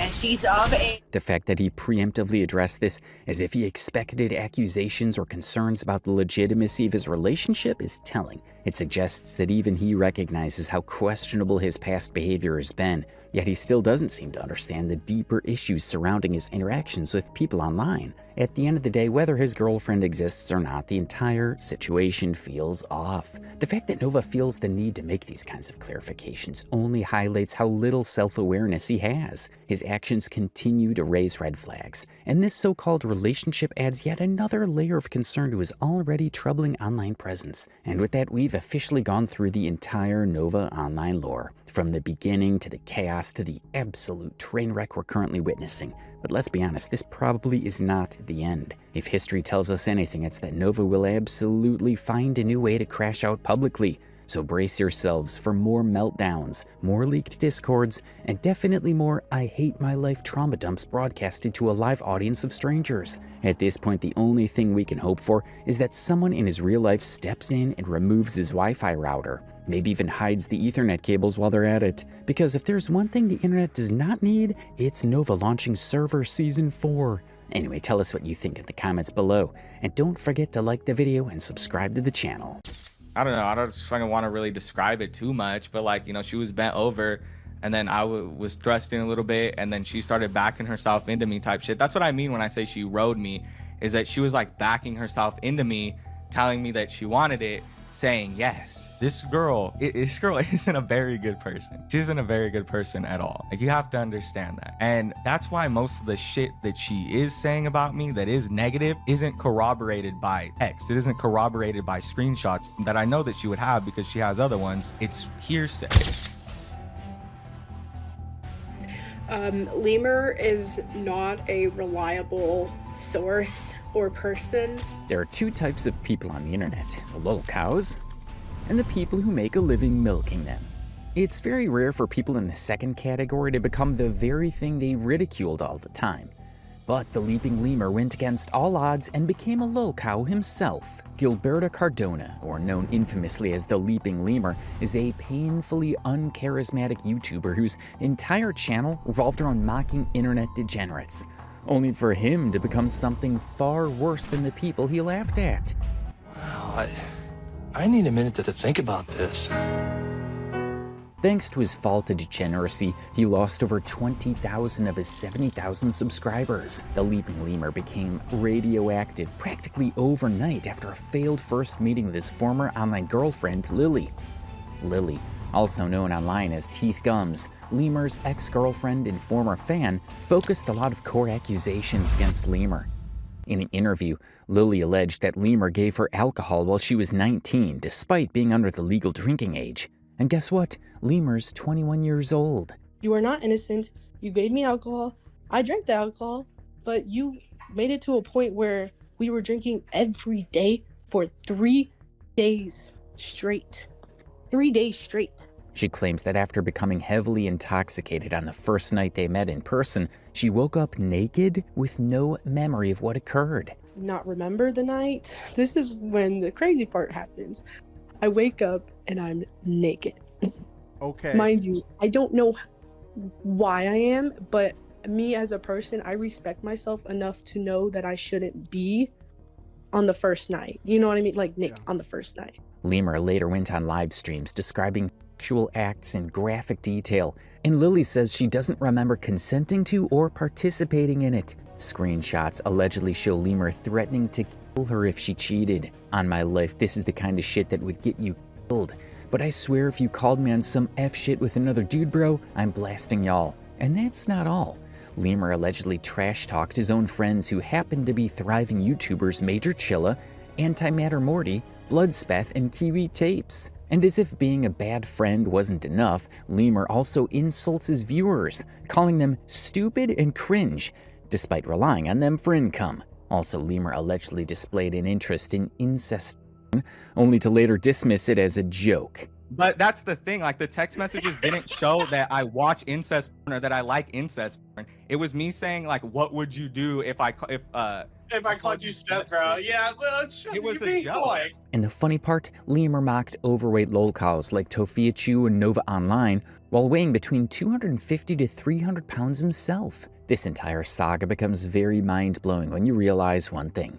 The Leaping Lemur mocked lolcows on Kiwi Farms, and now Kiwi Farms has a thread about him. A full thread with his real name and archived screenshots. And despite the amount of evidence stacked against him, Lemur swore that it was all a lie. So I don't understand why she would just lie about something so big. I don't know. Everybody else, like everything that's come out right now is, it's all a bunch of bullshit. He claimed that Lily wasn't a good person. So I'm telling you right now, this girl isn't a very good person. She isn't a very good person at all. Like, you have to understand that. And that's why most of the shit that she is saying about me that is negative isn't corroborated by text. It isn't corroborated by screenshots that I know that she would have because she has other ones. It's hearsay. He claimed that she bit him, when truly it was because she hated the way he kept touching her. So she started hitting me. I'm not lying to you. Dead ass. I'll look you dead in the eye and tell me. Girl started socking me, like hitting me. She hit me in the jaw. She hit me in the mouth, and she bit my arm. I only said sorry. Do you know why I said sorry? Because I was sorry for putting my hands on you. That's why I'm sorry. But you have put your hands on me when that situation happened. Okay, do not act like you're innocent, because you are not. Lemur, the screenshots prove otherwise, and the internet isn't dumb. He can say that it didn't happen, but Lily had way more evidence to prove her story. The plot thickens in more ways than you can imagine. The Leaping Lemur built his entire brand around embarrassing people, only to outdo every single one of them. His case is a particular kind of fall from grace that hits differently on the internet. It's not cute like celebrities caught in a scandal or politicians with skeletons in their closet. It's sick because it's a story about the making of a new lolcow. And I feel like a massive piece of shit because I chose to believe him because he was my friend over this girl who had a bunch of evidence. Who is the Leaping Lemur? What did he do to his ex-girlfriend? And how did he become the latest Lolcow in 2025? Keep watching to find out. Now let's start from the very moment when the Leaping Lemur was publicly transformed into the Leaping Lolcow. It was December 19th, 2025. Lily asked to be invited to the Kiwi Farms forum because she had information about the Leaping Lemur. She was once a fan of his before she became his girlfriend. The pair had been dating online for 3 months until their breakup, just 6 days after their first meeting in December 2025. Whatever happened in that hotel room was catastrophic enough to end a months-long relationship within a week of the couple finally being together physically, and Lily didn't stay silent. Now, for those who don't know, Kiwi Farms is a forum dedicated to discussing a lot of controversial and cringe internet personalities. Members of the forum are not the friendliest people to deal with. They attack Lolcows in many categories. Files, rapists, racists, you name it. So when Lily mentioned the Leaping Lemur's name on this forum, it wasn't a good sign. A user named Osama bin Laden worked tirelessly to get Lily on board the forum. And after Lily joined Kiwi Farms, Lemur's story began to spread, and the forum was shocked to learn a shocking detail. Lily was allegedly sexually assaulted. In an interview with Osama bin Laden and a YouTuber named Tarman, Lily explained that she had met up with Lemur for the first time on December 13th, 2025. They had been dating for 3 months since October. It was meant to be a weekend getaway. However, things quickly went sour. According to Lily's account, that first night involved heavy drinking. After leaving the airport, they stopped by the ABC store to get some drinks. Mind you, Lemur was the one who made this offer. Lemur had been eager to drink with Lily way before their meeting. Unfortunately, this was an awful arrangement, considering that Lily's 19 years old and is technically underage for drinking in the United States. Lily admitted that she's a drinker, no doubt. Like, I'm not gonna sit here and lie. I do drink. But it's an entirely different case when a 21-year-old Lemur with a growing YouTube channel offered to get booze on their first official night together. The worst part is that he was well aware that Lily was below the legal drinking age. But despite this, he pushed for alcohol use throughout their time together. Lemur had a duty to protect his reputation, so regardless of the fact that they were in a relationship, it was wrong of him to suggest them getting alcohol. But he himself, like, he knew it was bad. He's a content creator. I don't have a platform. He does. You know what I mean? This alcohol situation would be the catalyst in Lemur's situation. This is because Lemur made them drink alcohol every day for 3 days straight. They literally drank throughout their weekend getaway, and things started to crumble on their first night of drinking when Lily blacked out and woke up naked. That gap in memory is precisely what makes her story so disturbing. Lily had no recollection whatsoever of ever consenting to sex. She only remembered reaching a point where she began taking care of Gilberto as he started vomiting. Even at this point, she was also heavily intoxicated herself. But from then on, there was nothing. He starts throwing up. I'm taking care of him, but at the same time, I don't feel good either. Yeah. And then I start to not remember the night. This is when the crazy part happens. This happened on the first night, mind you. The gaps in memory are crucial. Lily wasn't just tipsy or buzzed, she was incapacitated to the point of blackout. This is someone who admittedly drinks and would know how to control her alcohol. However, something about this night was different. Maybe it was because it was their first meeting, or because Lemur himself was making them drink. Whatever the reason, Lily was completely put out of character. When she asked him what had happened the night before, Lemur came up with a very confusing story. First, he said that Lily had started getting drunk after taking care of him when he was vomiting. Then she started bumping into things and crawling on the floor. What happened? He was like, oh, you were taking care of me and whatnot, but then you started getting drunk and started bumping into things, and you started to crawl on the floor. And I was like, what? Like, what do you mean? Like, what? And it didn't end there. Lemur had told Lily that after seeing how drunk she was, he had to put her in the shower. He's like, well, you started to crawl on the floor.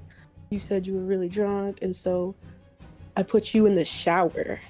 He says he put me in the shower. This explanation was Lemur's way of justifying how and why Lily had woken up naked on their first night after being completely wasted. However, nothing about this situation sounds morally right. In fact, nothing about it seems truthful, to be honest. He had stated that Lily was crawling on the floor and somehow she had also wet herself on the bed. This essentially means that she peed on the bed, and Lemur told her that this was when he took her to the shower. Kind of wet yourself. And I was like, what do you mean? He was like, well, we were on the bed and you kind of wet yourself. I was like, what? And he's like, yeah, so you said you wanted a shower, and I was like, okay. And he's like, okay, so I took you to the shower. I'm like, all right. He's like, and then after that, you crawled back to the bed. I'm like, okay. You can smell the inconsistencies in these statements, and that was only the beginning. Lemur still dropped another bomb on her. Lemur told Lily that she rode him on the bed. Now, this is the first time I'm mentioning this. This does happen, and I hope that if he does say something, he can clarify this. But yes, he says he put me in the shower. Okay, so hang on. Let me clarify. Okay, so let me clarify just so I understand. His logic to you waking up naked is that you were really fucked up, you were drunk, and you know, I don't know, he wanted to like sober you up to for whatever reason, so he drug you to the shower. Now, yes. Okay.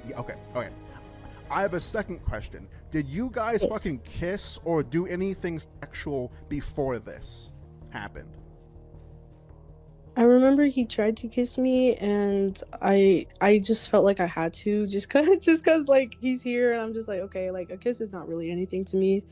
Like, sorry, but it's like, I don't know, like. Okay, so this would be the first time that he like saw you naked is whenever you're passed out drunk and he like dragged you to the shower. Yes, and I didn't even know this happened. Like when he told me, I'm in shock. Like I'm in shock. Like I'm like what? Like what? Like crawling? Like what do you mean? And he's like, yeah, like you kind of, and like I'm gonna be honest. He was like, you kind of wet yourself. I don't know where he got that I quote unquote rode him.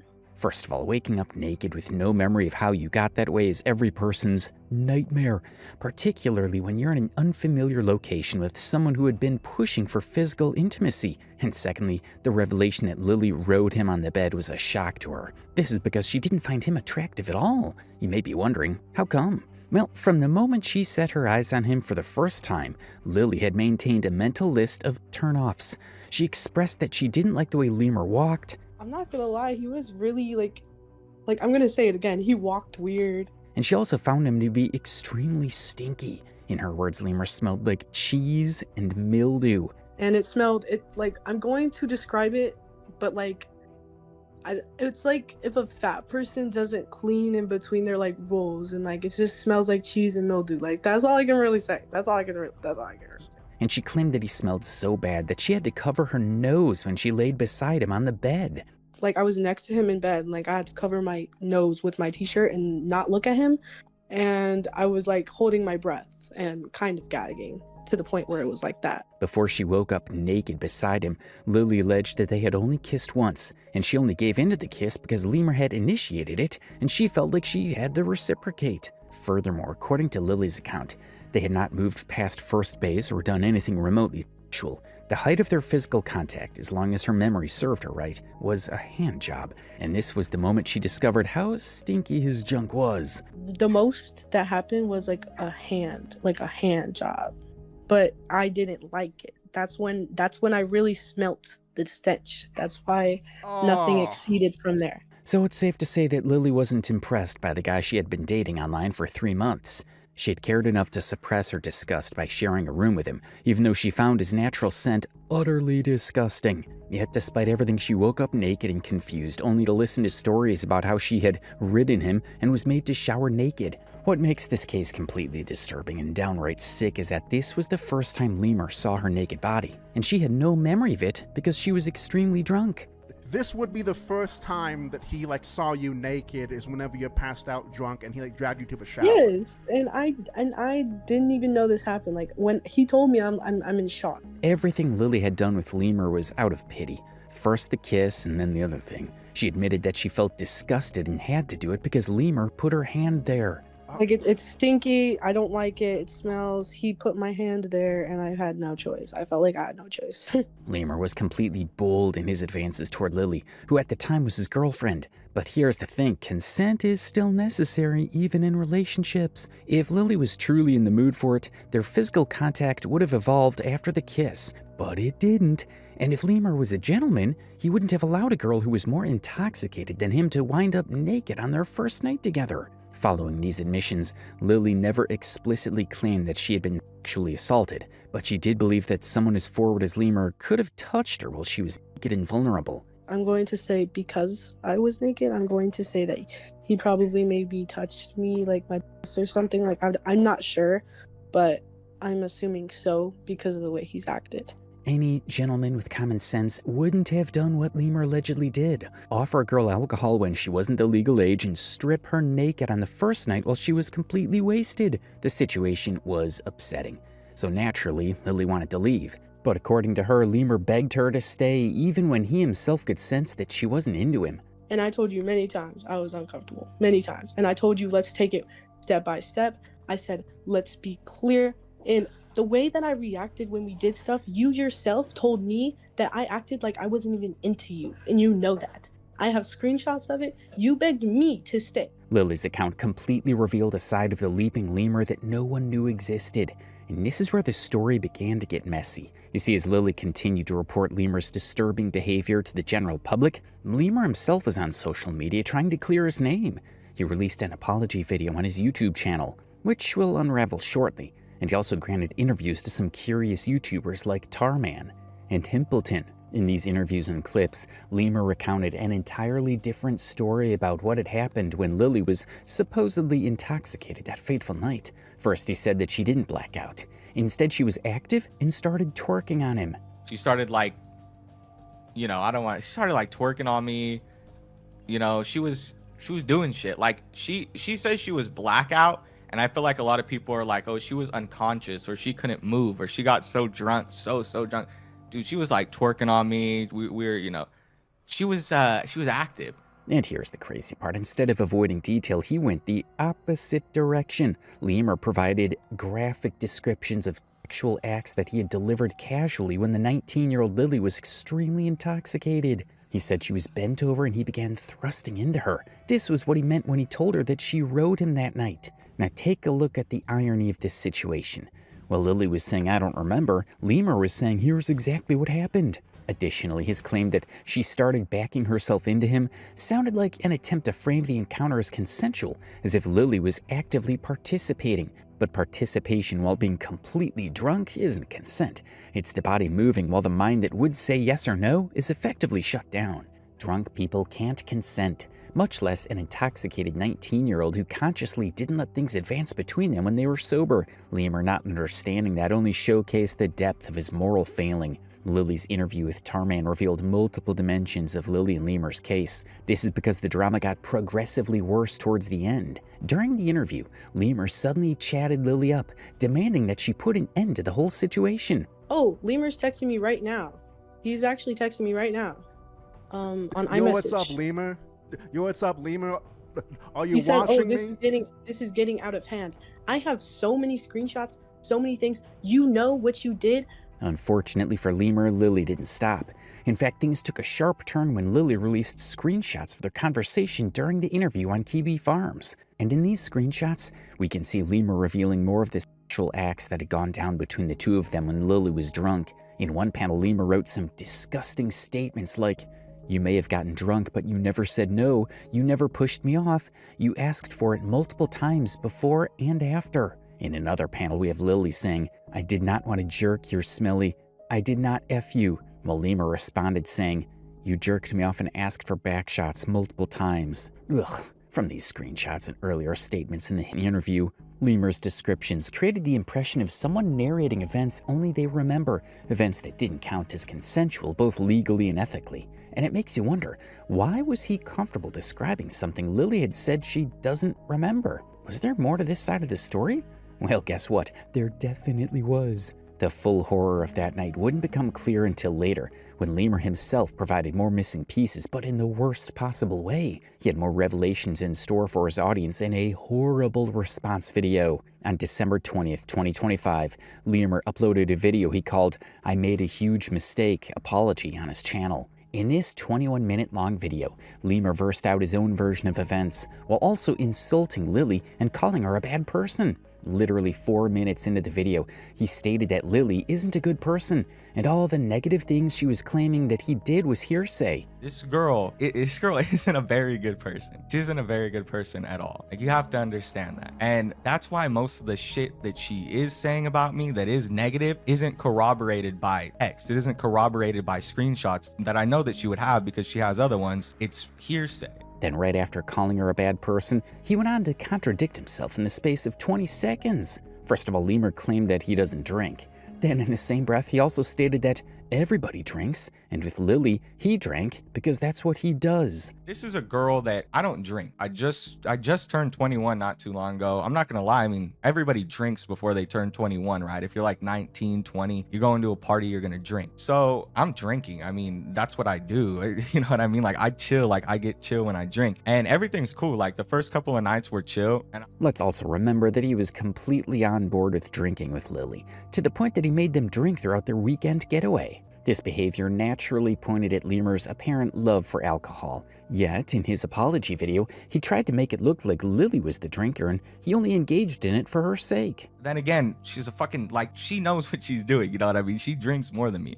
Like I said, before we even got into the relationship, I didn't really drink. A lot of people know this. I don't drink on stream. She's the one who was like, hey, you should start drinking. You're 21. I drink. And from this point, Lemur revealed something completely different about Lily.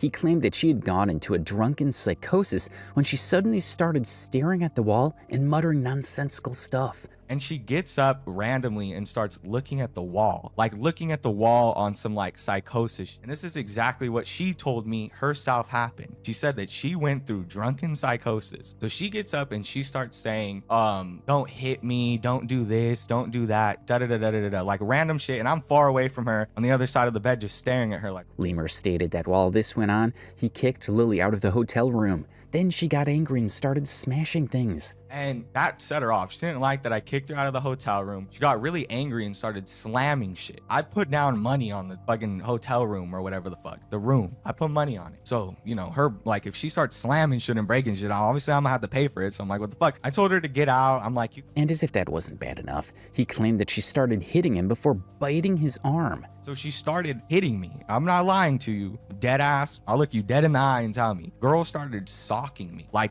hitting me. She hit me in the jaw. She hit me in the mouth, and she bit my arm.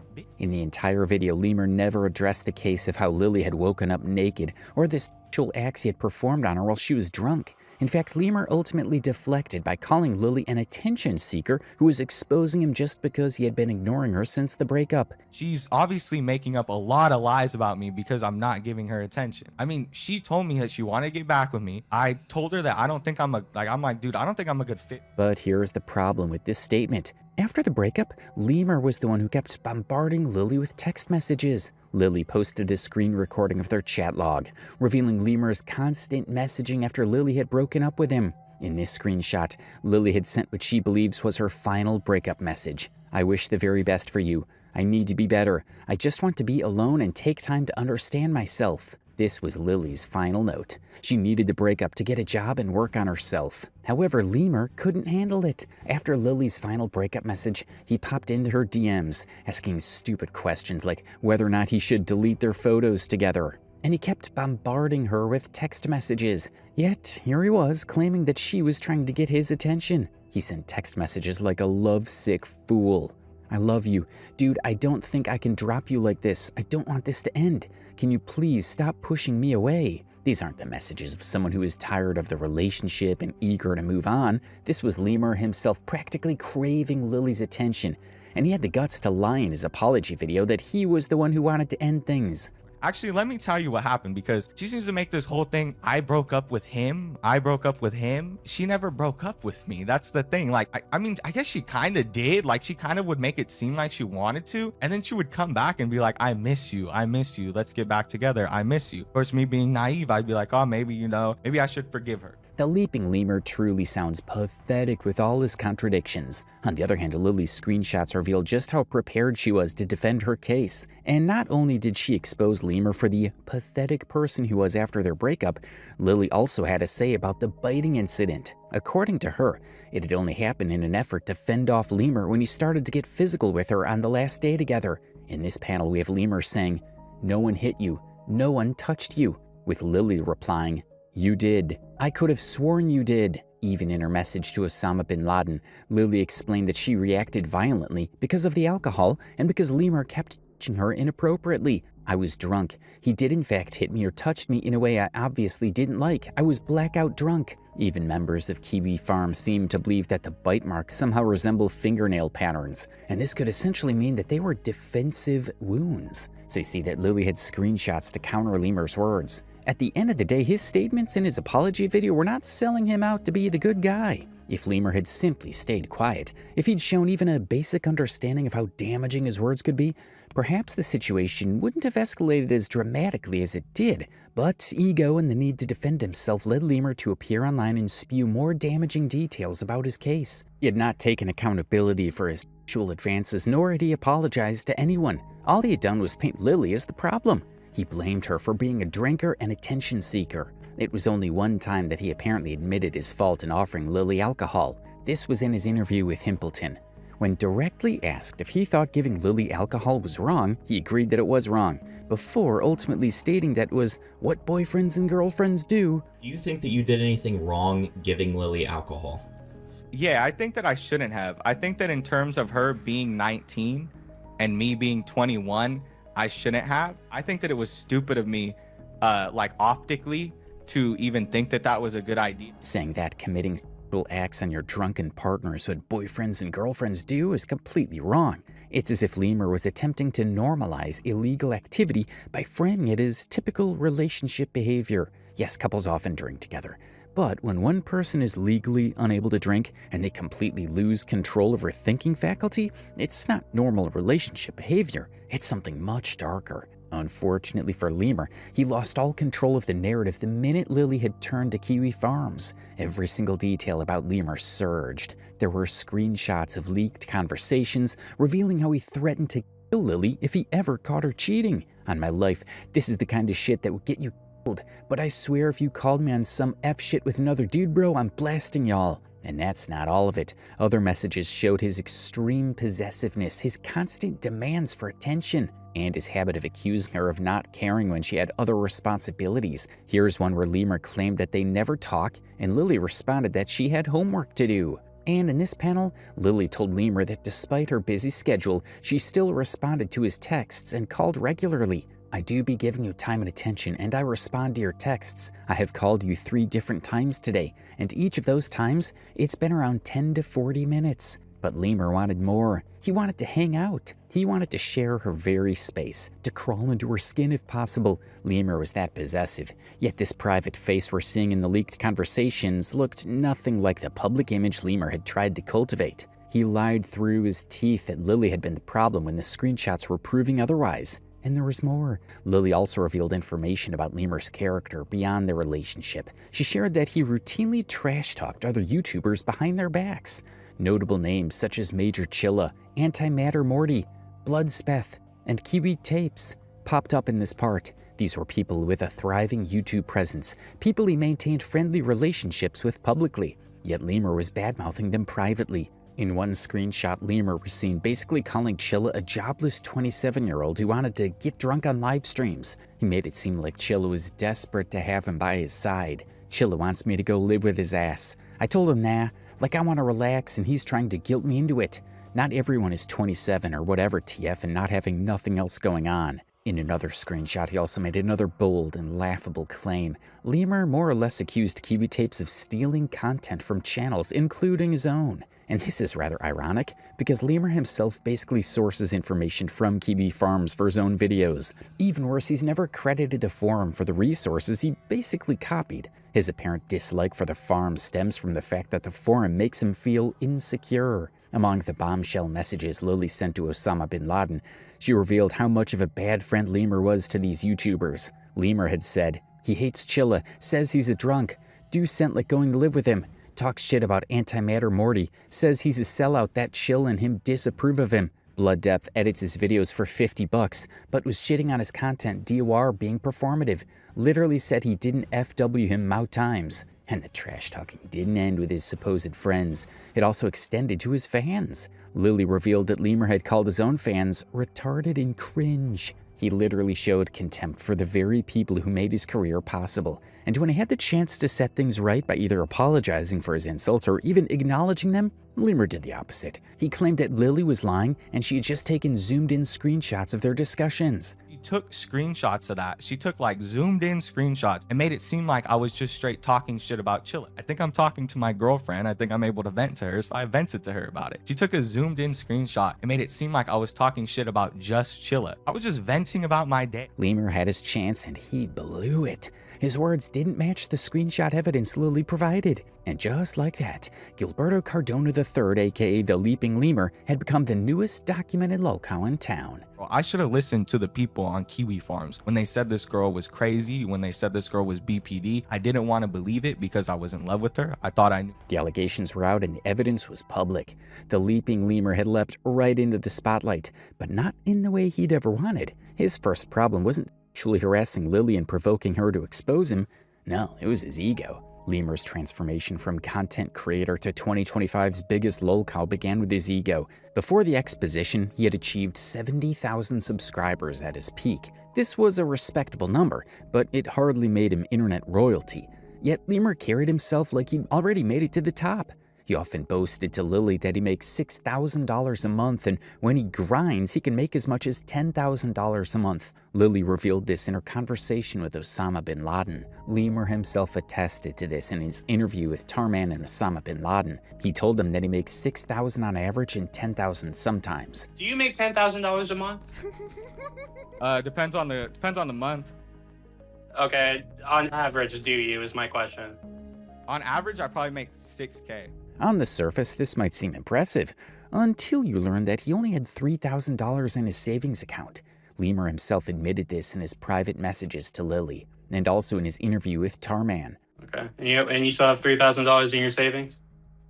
I had $3,000 in my savings at the time because I had bills to pay. Like a majority of my money, I think I got in like a $6,000, $5,000 check at the time, and then it went into bills, and then I put $3,000 into savings. For someone in their early 20s living in Bakersfield, California, this amount isn't all that bad. But at the same time, it's not that good for Lemur, who had a family to cater to. With the bills he had to pay, $3,000 wasn't the fortune Lemur was pretending it was. Yet he not only boasted about it to his 19-year-old girlfriend, but also convinced her that he was capable of taking care of her with it. Lemur told Lily, "I have money. Don't be thinking any MFer could take care of you like I take care of you." Can you believe the possessive arrogance in his statement? Lemur promised Lily so many things. He promised a car, an apartment, and even a chance to grow a YouTube channel together. In sausage, like he said, "Oh, I'll be your sausage. You can be my sniper wolf, and I'll help you make content, and we can go live together." He was just like feeding it like to me. Like I was just like, okay. Like maybe 2 weeks into the relationship, he was like, "Oh, I'm trying to have you move out here. I'm trying to get engaged with you. This and that. We're gonna make content together. We're gonna have a house together." Like. The situation gets even sadder when you discover that Lily believed his words. She keyed into his promises for a better life and eventually quit her job, a decision that she boldly regretted at the end of the day. I did quit my job because he told me numerous times, he's like, "I'm going to take care of you. I'm going to give you all the money you need." There's a screenshot of him telling me that he was going to get me a car.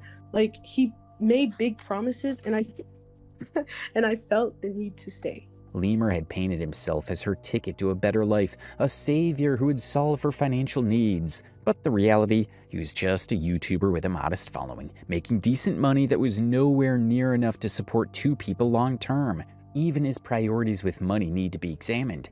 Here's a case that made Lily believe that Lemur might not even be that generous person he was portraying. Lily told Osama bin Laden that Lemur once ordered $68 worth of McDonald's and made his disabled father pay for it. But this isn't even the most mind-blowing part. The punchline was when he got upset that his father's card declined. Lemur was broke, so he relied on his father to buy him McDonald's. Come to find out, his dad is broke too. This entire situation is absolutely jaw-breaking. Lemur was promising to financially support his girlfriend, yet he was putting a burden on his disabled father. This is a window to his true character.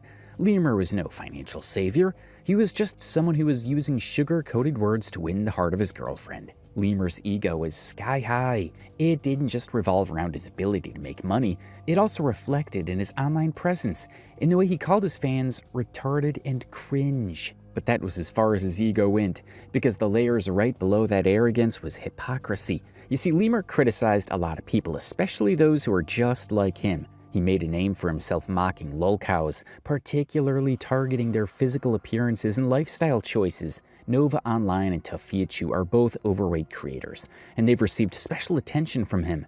He calls them meatballs. Well, folks, here we go. Today, we're going to be talking about everybody's favorite meatball, Nova Online.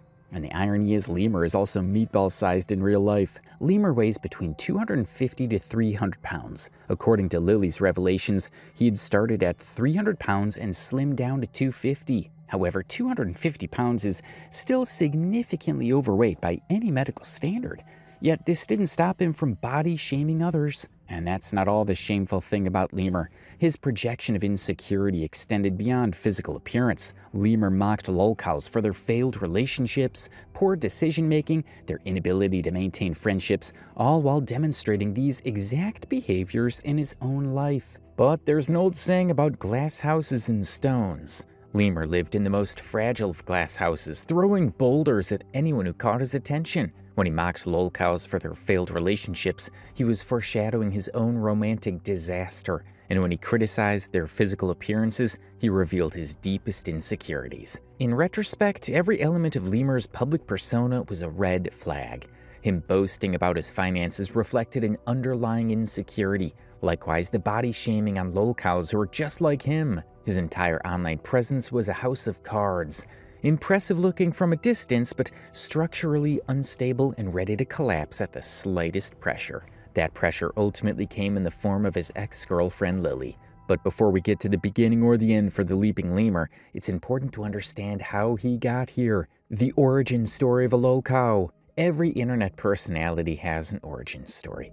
That moment when they decide to pursue online fame. For Gilberto Cardona III, that moment came on February 12, 2016. When he created his YouTube channel, The Leaping Lemur. At the time, Lemur was around 12 years old, a kid with internet access and apparently enough free time to dive into the world of online content creation. What he uploaded in those early days remains a mystery. Those initial videos have either been deleted or made private, lost to time like so many embarrassing teenage attempts at internet stardom. However, his first public video was uploaded in December 2023, focused on Daniel Larson, a schizophrenic individual who had become a notorious figure in certain corners of the internet. Daniel was a mentally ill person who was exploited by trolls who had pointed themselves his managers, and these people manipulated him into increasingly concerning behavior for entertainment. It's quite concerning how and why a young teenager would be immersed in a Lolcow documentary at such an age, but it shouldn't be a surprise considering that Lemur was a Lolcow himself.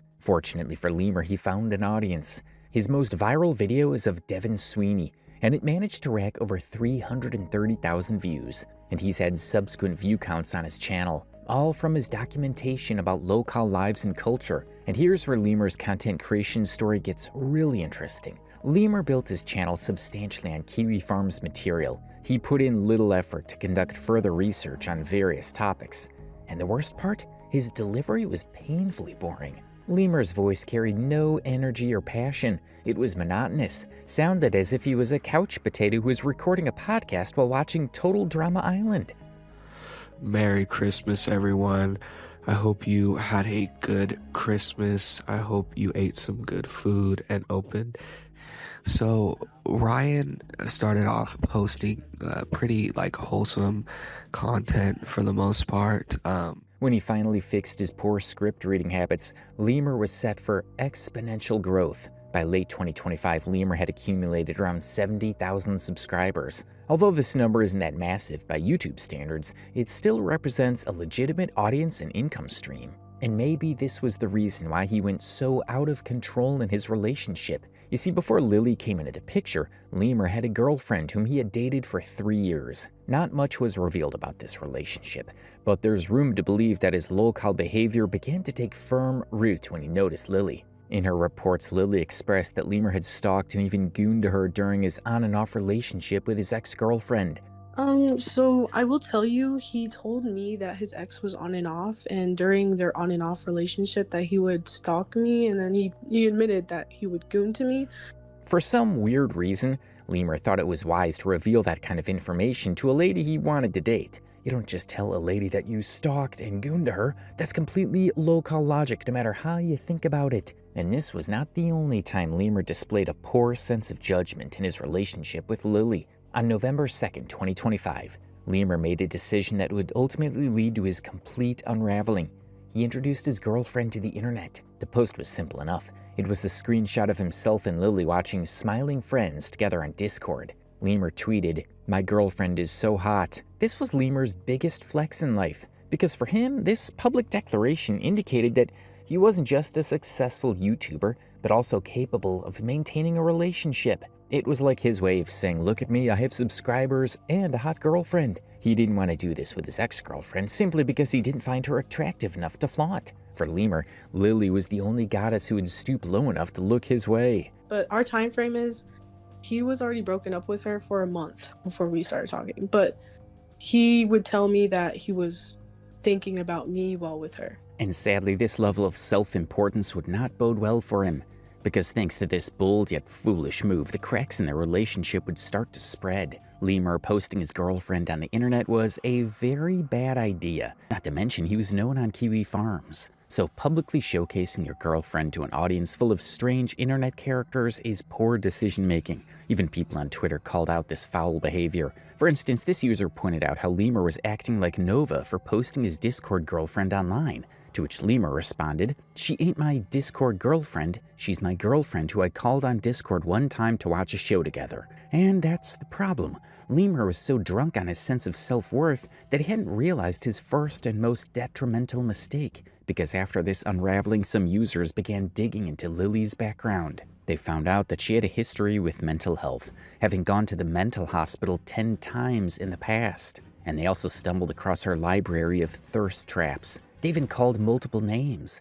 They called her fat, which is something Lily hoped would end after spilling the details about Lemur. And they also claimed that she had borderline personality disorder, BPD. One user, Wild Pack of Jerkups, was among the first to label Lily's having BPD based on nothing but her online presence. And the user also sounded a loud warning to Lemur to leave her because she could ruin his life. This woman is giving off some serious BPD vibes. Lemur, if you're reading this, abort mission now. This woman will ruin your life. I seriously hope you never showed her face. This was how Lily's name got cemented on Kiwi Farms, with an unfounded reputation of borderline personality disorder. Lemur even tried to use it in his defense. In his apology video, he mentioned how he was warned about Lily having BPD and he should have stayed away. Stay with the girl. I should have listened to the people on Kiwi Farms. When they said this girl was crazy, when they said this girl was BPD, I didn't want to believe it because I was in love with her. I thought I knew her more. It's interesting to note that the BPD accusation was just a trolling act. There is no medical record to prove that Lily has borderline personality disorder. Even Wild Pack of Jerkups, the guy who had made the initial statement, apologized to Lily for it. However, that wasn't the end of Lily's suffering after Lemur had introduced her to the public. You see, Lily was doxxed. And not just her, but her entire family. Private information about her home address was discovered, and strangers began to deliver unwanted parcels to her house. Lily told Osama bin Laden that she had received some Mormon and Scientology newsletters from nowhere. Unfortunately, this strange and unwanted attention from the public eye eventually caused a rift between Lily and her family. They were upset that their information was out on the internet because of her. So Lily's sister stopped talking to her and her family blocked her. My mom was going crazy. They didn't want anything to do with me. It was all around chaos from the moment Lemur revealed Lily to the world. He didn't move a finger concerning the doxing issue. He never spoke against it online. In fact, his relationship with Lily from this point became a more private affair, and what observers couldn't see was how he continued to reveal his worst possible self to Lily in their text messages. As we've discussed earlier, the messages between Lemur and Lily were a classic case of love bombing. It started intensely and stayed that way. Lemur demanded constant contact, wanting Lily on the phone with him virtually all the time. Lemur also spoke Lolcow words of affirmation, constantly telling Lily how she's prettier than his exes and how she had a nice body. And it didn't end there. Lemur expressed such a revolting sexual desperation in his text messages. He sent words like, And here's a big one. The message trails off, but the implication is clear. Lemur was fixated on the physical aspect of their eventual meeting. He was counting down to when he could have sexual access to someone he'd been exclusively with online. It's no wonder Lily suspected that he touched her when she woke up after being completely intoxicated. With each screenshot, Lemur was proving to be a nutcase in their relationship. Lemur trash-talked his friends to her and even revealed his hidden interest for incest porn. In this screenshot, we can see Lemur talking about watching incest porn and asking Lily if he could call her his stepsister. This isn't the kind of conversation a normal person would have with their girlfriend. The fact that Lemur even brought it up in the first place is inherently problematic. It shows that he had an interest in it. This topic was something that crossed his mind, and maybe he believed that Lily harbored the same sick interest. Lemur displayed a lot of red flag behaviors in his private messages with Lily, and it's sad that Lily herself was too devoted to him to see that. After all, she'd been his fan first before becoming his girlfriend. What's more, Lemur sold dreams to her. She believed she had a future with him. Unfortunately, it all went down the drain after the first time they met in person. Lily had to learn in the most traumatic way possible the kind of person her online boyfriend was. Since Lemur's story came out for the world to see, the members of Kiwi Farms took it upon themselves to see to the matter. They tracked Lemur's response to the crisis, asking him the strangest and most embarrassing questions known to man. Like this one when Osama bin Laden asked him if the stinky junk allegation was true, to which Lemur denied, as expected. Is the dick stinking allegations true? Is there any truth to this? I have Do you no shower, idea. Gerboto, is what I'm asking. Yeah, I took showers while I was there. Lily knows I took showers. I brought a bunch of clothes, like so much clothes that I had to get a new backpack, or I had to get a different backpack. They also asked what he was thinking when he had talked about watching incest porn, and Lemur, as usual, stuttered and foolishly made it out to be a joke. He claimed that he had been trying to make a joke because people had been calling her a porn addict. I guess not even trying to see, just trying to make a joke towards the fact that Lily, like people were messing around with Lily and saying she was a porn addict. So I was like, would you? It wasn't real, bro. Like it wasn't. It was. Can you imagine that? While the internet was insulting his girlfriend, Lemur thought it was a brilliant idea to bring up incest porn. Fucking hypothetical. My like girlfriend's a porn hypothetical. addict. I need to watch incest to counteract the haters. But that's the thing. Like the text messages didn't show that I watch incest porn, or that I like incest porn. It was me saying like, what would you do if I called you step bro? Yeah, well, it was you a joke. coy. Lemur was making a complete fool of himself in these interviews. They asked him all kinds of questions to challenge everything Lily had said, and even statements he had made in his apology video. These aren't questions designed for respectable members of society. They were topics of ridicule and discussion for the leaping Lemur. Following the interviews, a thread was created specifically for Lemur himself. The ultimate irony of Gilbert Cardona III's downfall can be summarized in this single URL. And like that, the hunter became the prey. The forum mocked him, and former friends and collaborators took turns turning his story into viral content. Major Chilla posted a documentary about Lemur, tagging it "The Leaping Lemur Lolcow YouTuber turned degenerate abuser," and many other channels hopped on the story, eager to unravel the latest Lolcow in town. The collaborative response from these creators sent a clear message. Lemur was being excommunicated from the community. He had turned to one of their many subjects, and there was no salvation for him at this point. Lemur lost over 20,000 followers overnight, and his losses also extended to his credibility, both as a creator and a friend. His peers were publicly distancing themselves from him. One striking example is a TikTok user named Lynn. Lynn was a former friend of Lemur's who shared her own story of his manipulation. Apparently, she had been friends with Lemur throughout his relationship with Lily.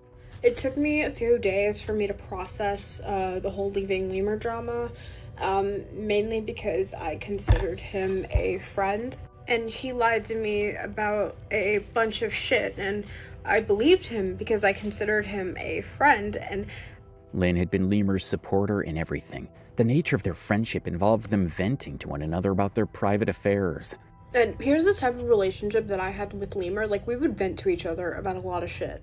But we had, like, a lot of deep conversations, and we would, like, vent to each other every now and then, but, like, I didn't... So, given the nature of their connection, Lemur would naturally vent to her about Lily, and Lynn believed everything. Well, this is because Lemur had lied to her about the situation and painted Lily as unstable, vindictive, and dishonest.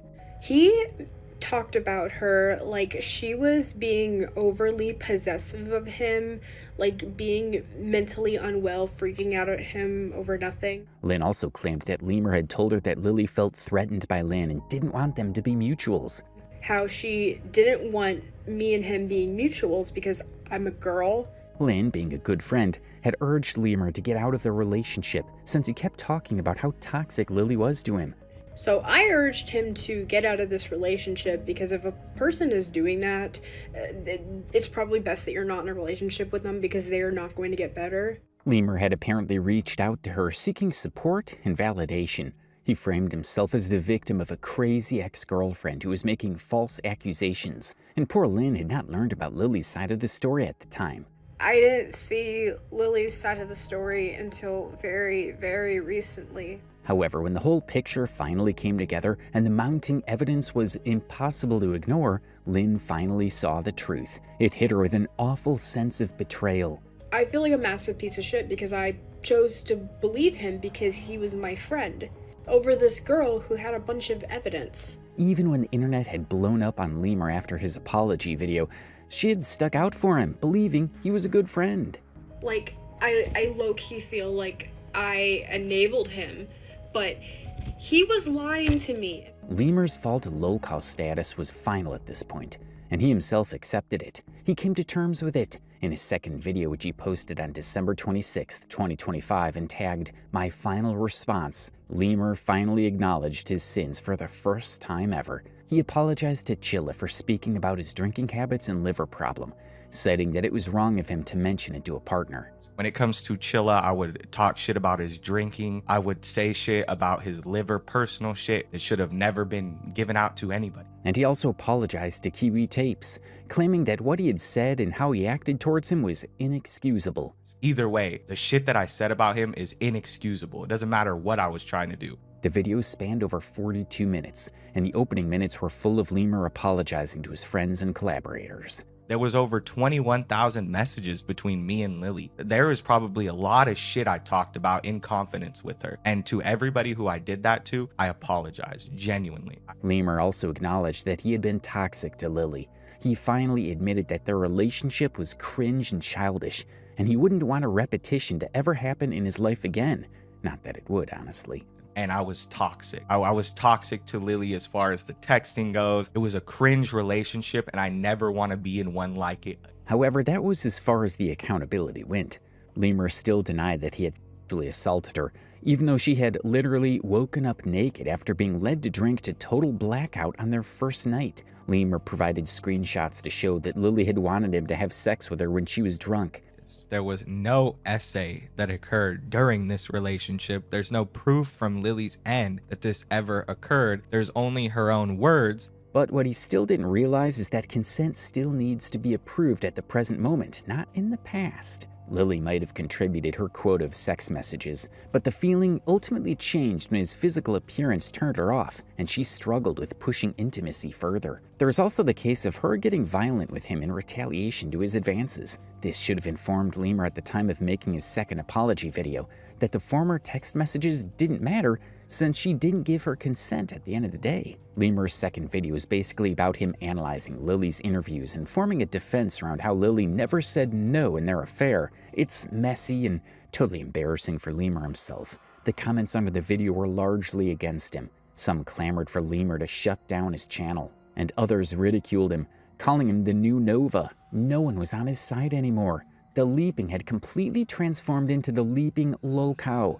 and his story would be added to the list of plus-size degenerates who he had always documented in the past. As 2025 drew to a close, the Leaping Lemur existed in a new reality. The Leaping Lemur YouTube channel, which had peaked at around 70,000 subscribers, was losing followers like a leaking pipe. His reputation was destroyed, and hanging over everything were the serious allegations from Lily. If she pursued her case legally, Lemur could face serious charges. It could attract charges for misdemeanor due to him purchasing and feeding alcohol to a minor. According to the California Business and Professions Code number 25658, such a person would face penalties including $250 to $1,000 in fines and 24 to 32 hours of community service. And Lemur could also face sexual assault charges for committing sexual acts on an intoxicated person. Under the law of Bakersfield, California, this counts as rape. If found guilty, Lemur could face serious penalties. He could be imprisoned for a period ranging from 5 to 9 years, and he could also be tagged as sex offender for a lifetime. These are serious, life-altering situations that Lemur was inviting to himself. Just because he believed he had gained a little power from his YouTube channel, he believed he could act as he liked with a fan who was also his girlfriend. The worst thing that could happen to Lemur would be him facing the law, the same way Lolcows like Nick Bates and Chris Chan were arrested for rape and incest charges. These are the realities of Lolcows, and the Leaping Lemur might not be exempted from it in the coming future, but until that happens, he'll remain the internet's most recently mocked degenerate. For now, Lemur has gone into hiding. He hasn't uploaded any video on his YouTube channel since his final response. The same applies to his X account, which has been inactive since December 19th, 2025. And even his TikTok page has been made private. Lemur has retreated into a private bubble. And things might not have spiraled out of control if he had been this quiet in the first place. He wouldn't have cast the public's attention on Lily, and she would have never known about kiwi farms in the first place. Well, maybe it's a good thing Lemur didn't know how to shut, because thanks to his eagerness to show off, he made the world see how much of a lolcow he truly was. By doing so, he inevitably saved a lot of ladies on the internet from getting together with him. Now they would know that he's possessive, clingy, and a stinky person who pushes financial burdens on his disabled father while promising riches to women. They would also know that he's a big, unapologetic liar with an equally big ego, both of which are twice the size of his body. Years from now, anyone searching Lemur's name will find his thread on Kiwi Farms. They'll see those screenshots and will continue to spread word about what happened in the hotel room on December 2025. The Leaping Lemur leapt into infamy, and unlike his channel's mascot, there's no leaping back out. What a story. What do you think is the fate of the Leaping Lemur in 2026? Will he be able to bounce back on his own 2 feet? Or will the stains of his disgusting past nail his career for good? Let us know in the comments below. Thanks for watching, and we'll see you in our next video.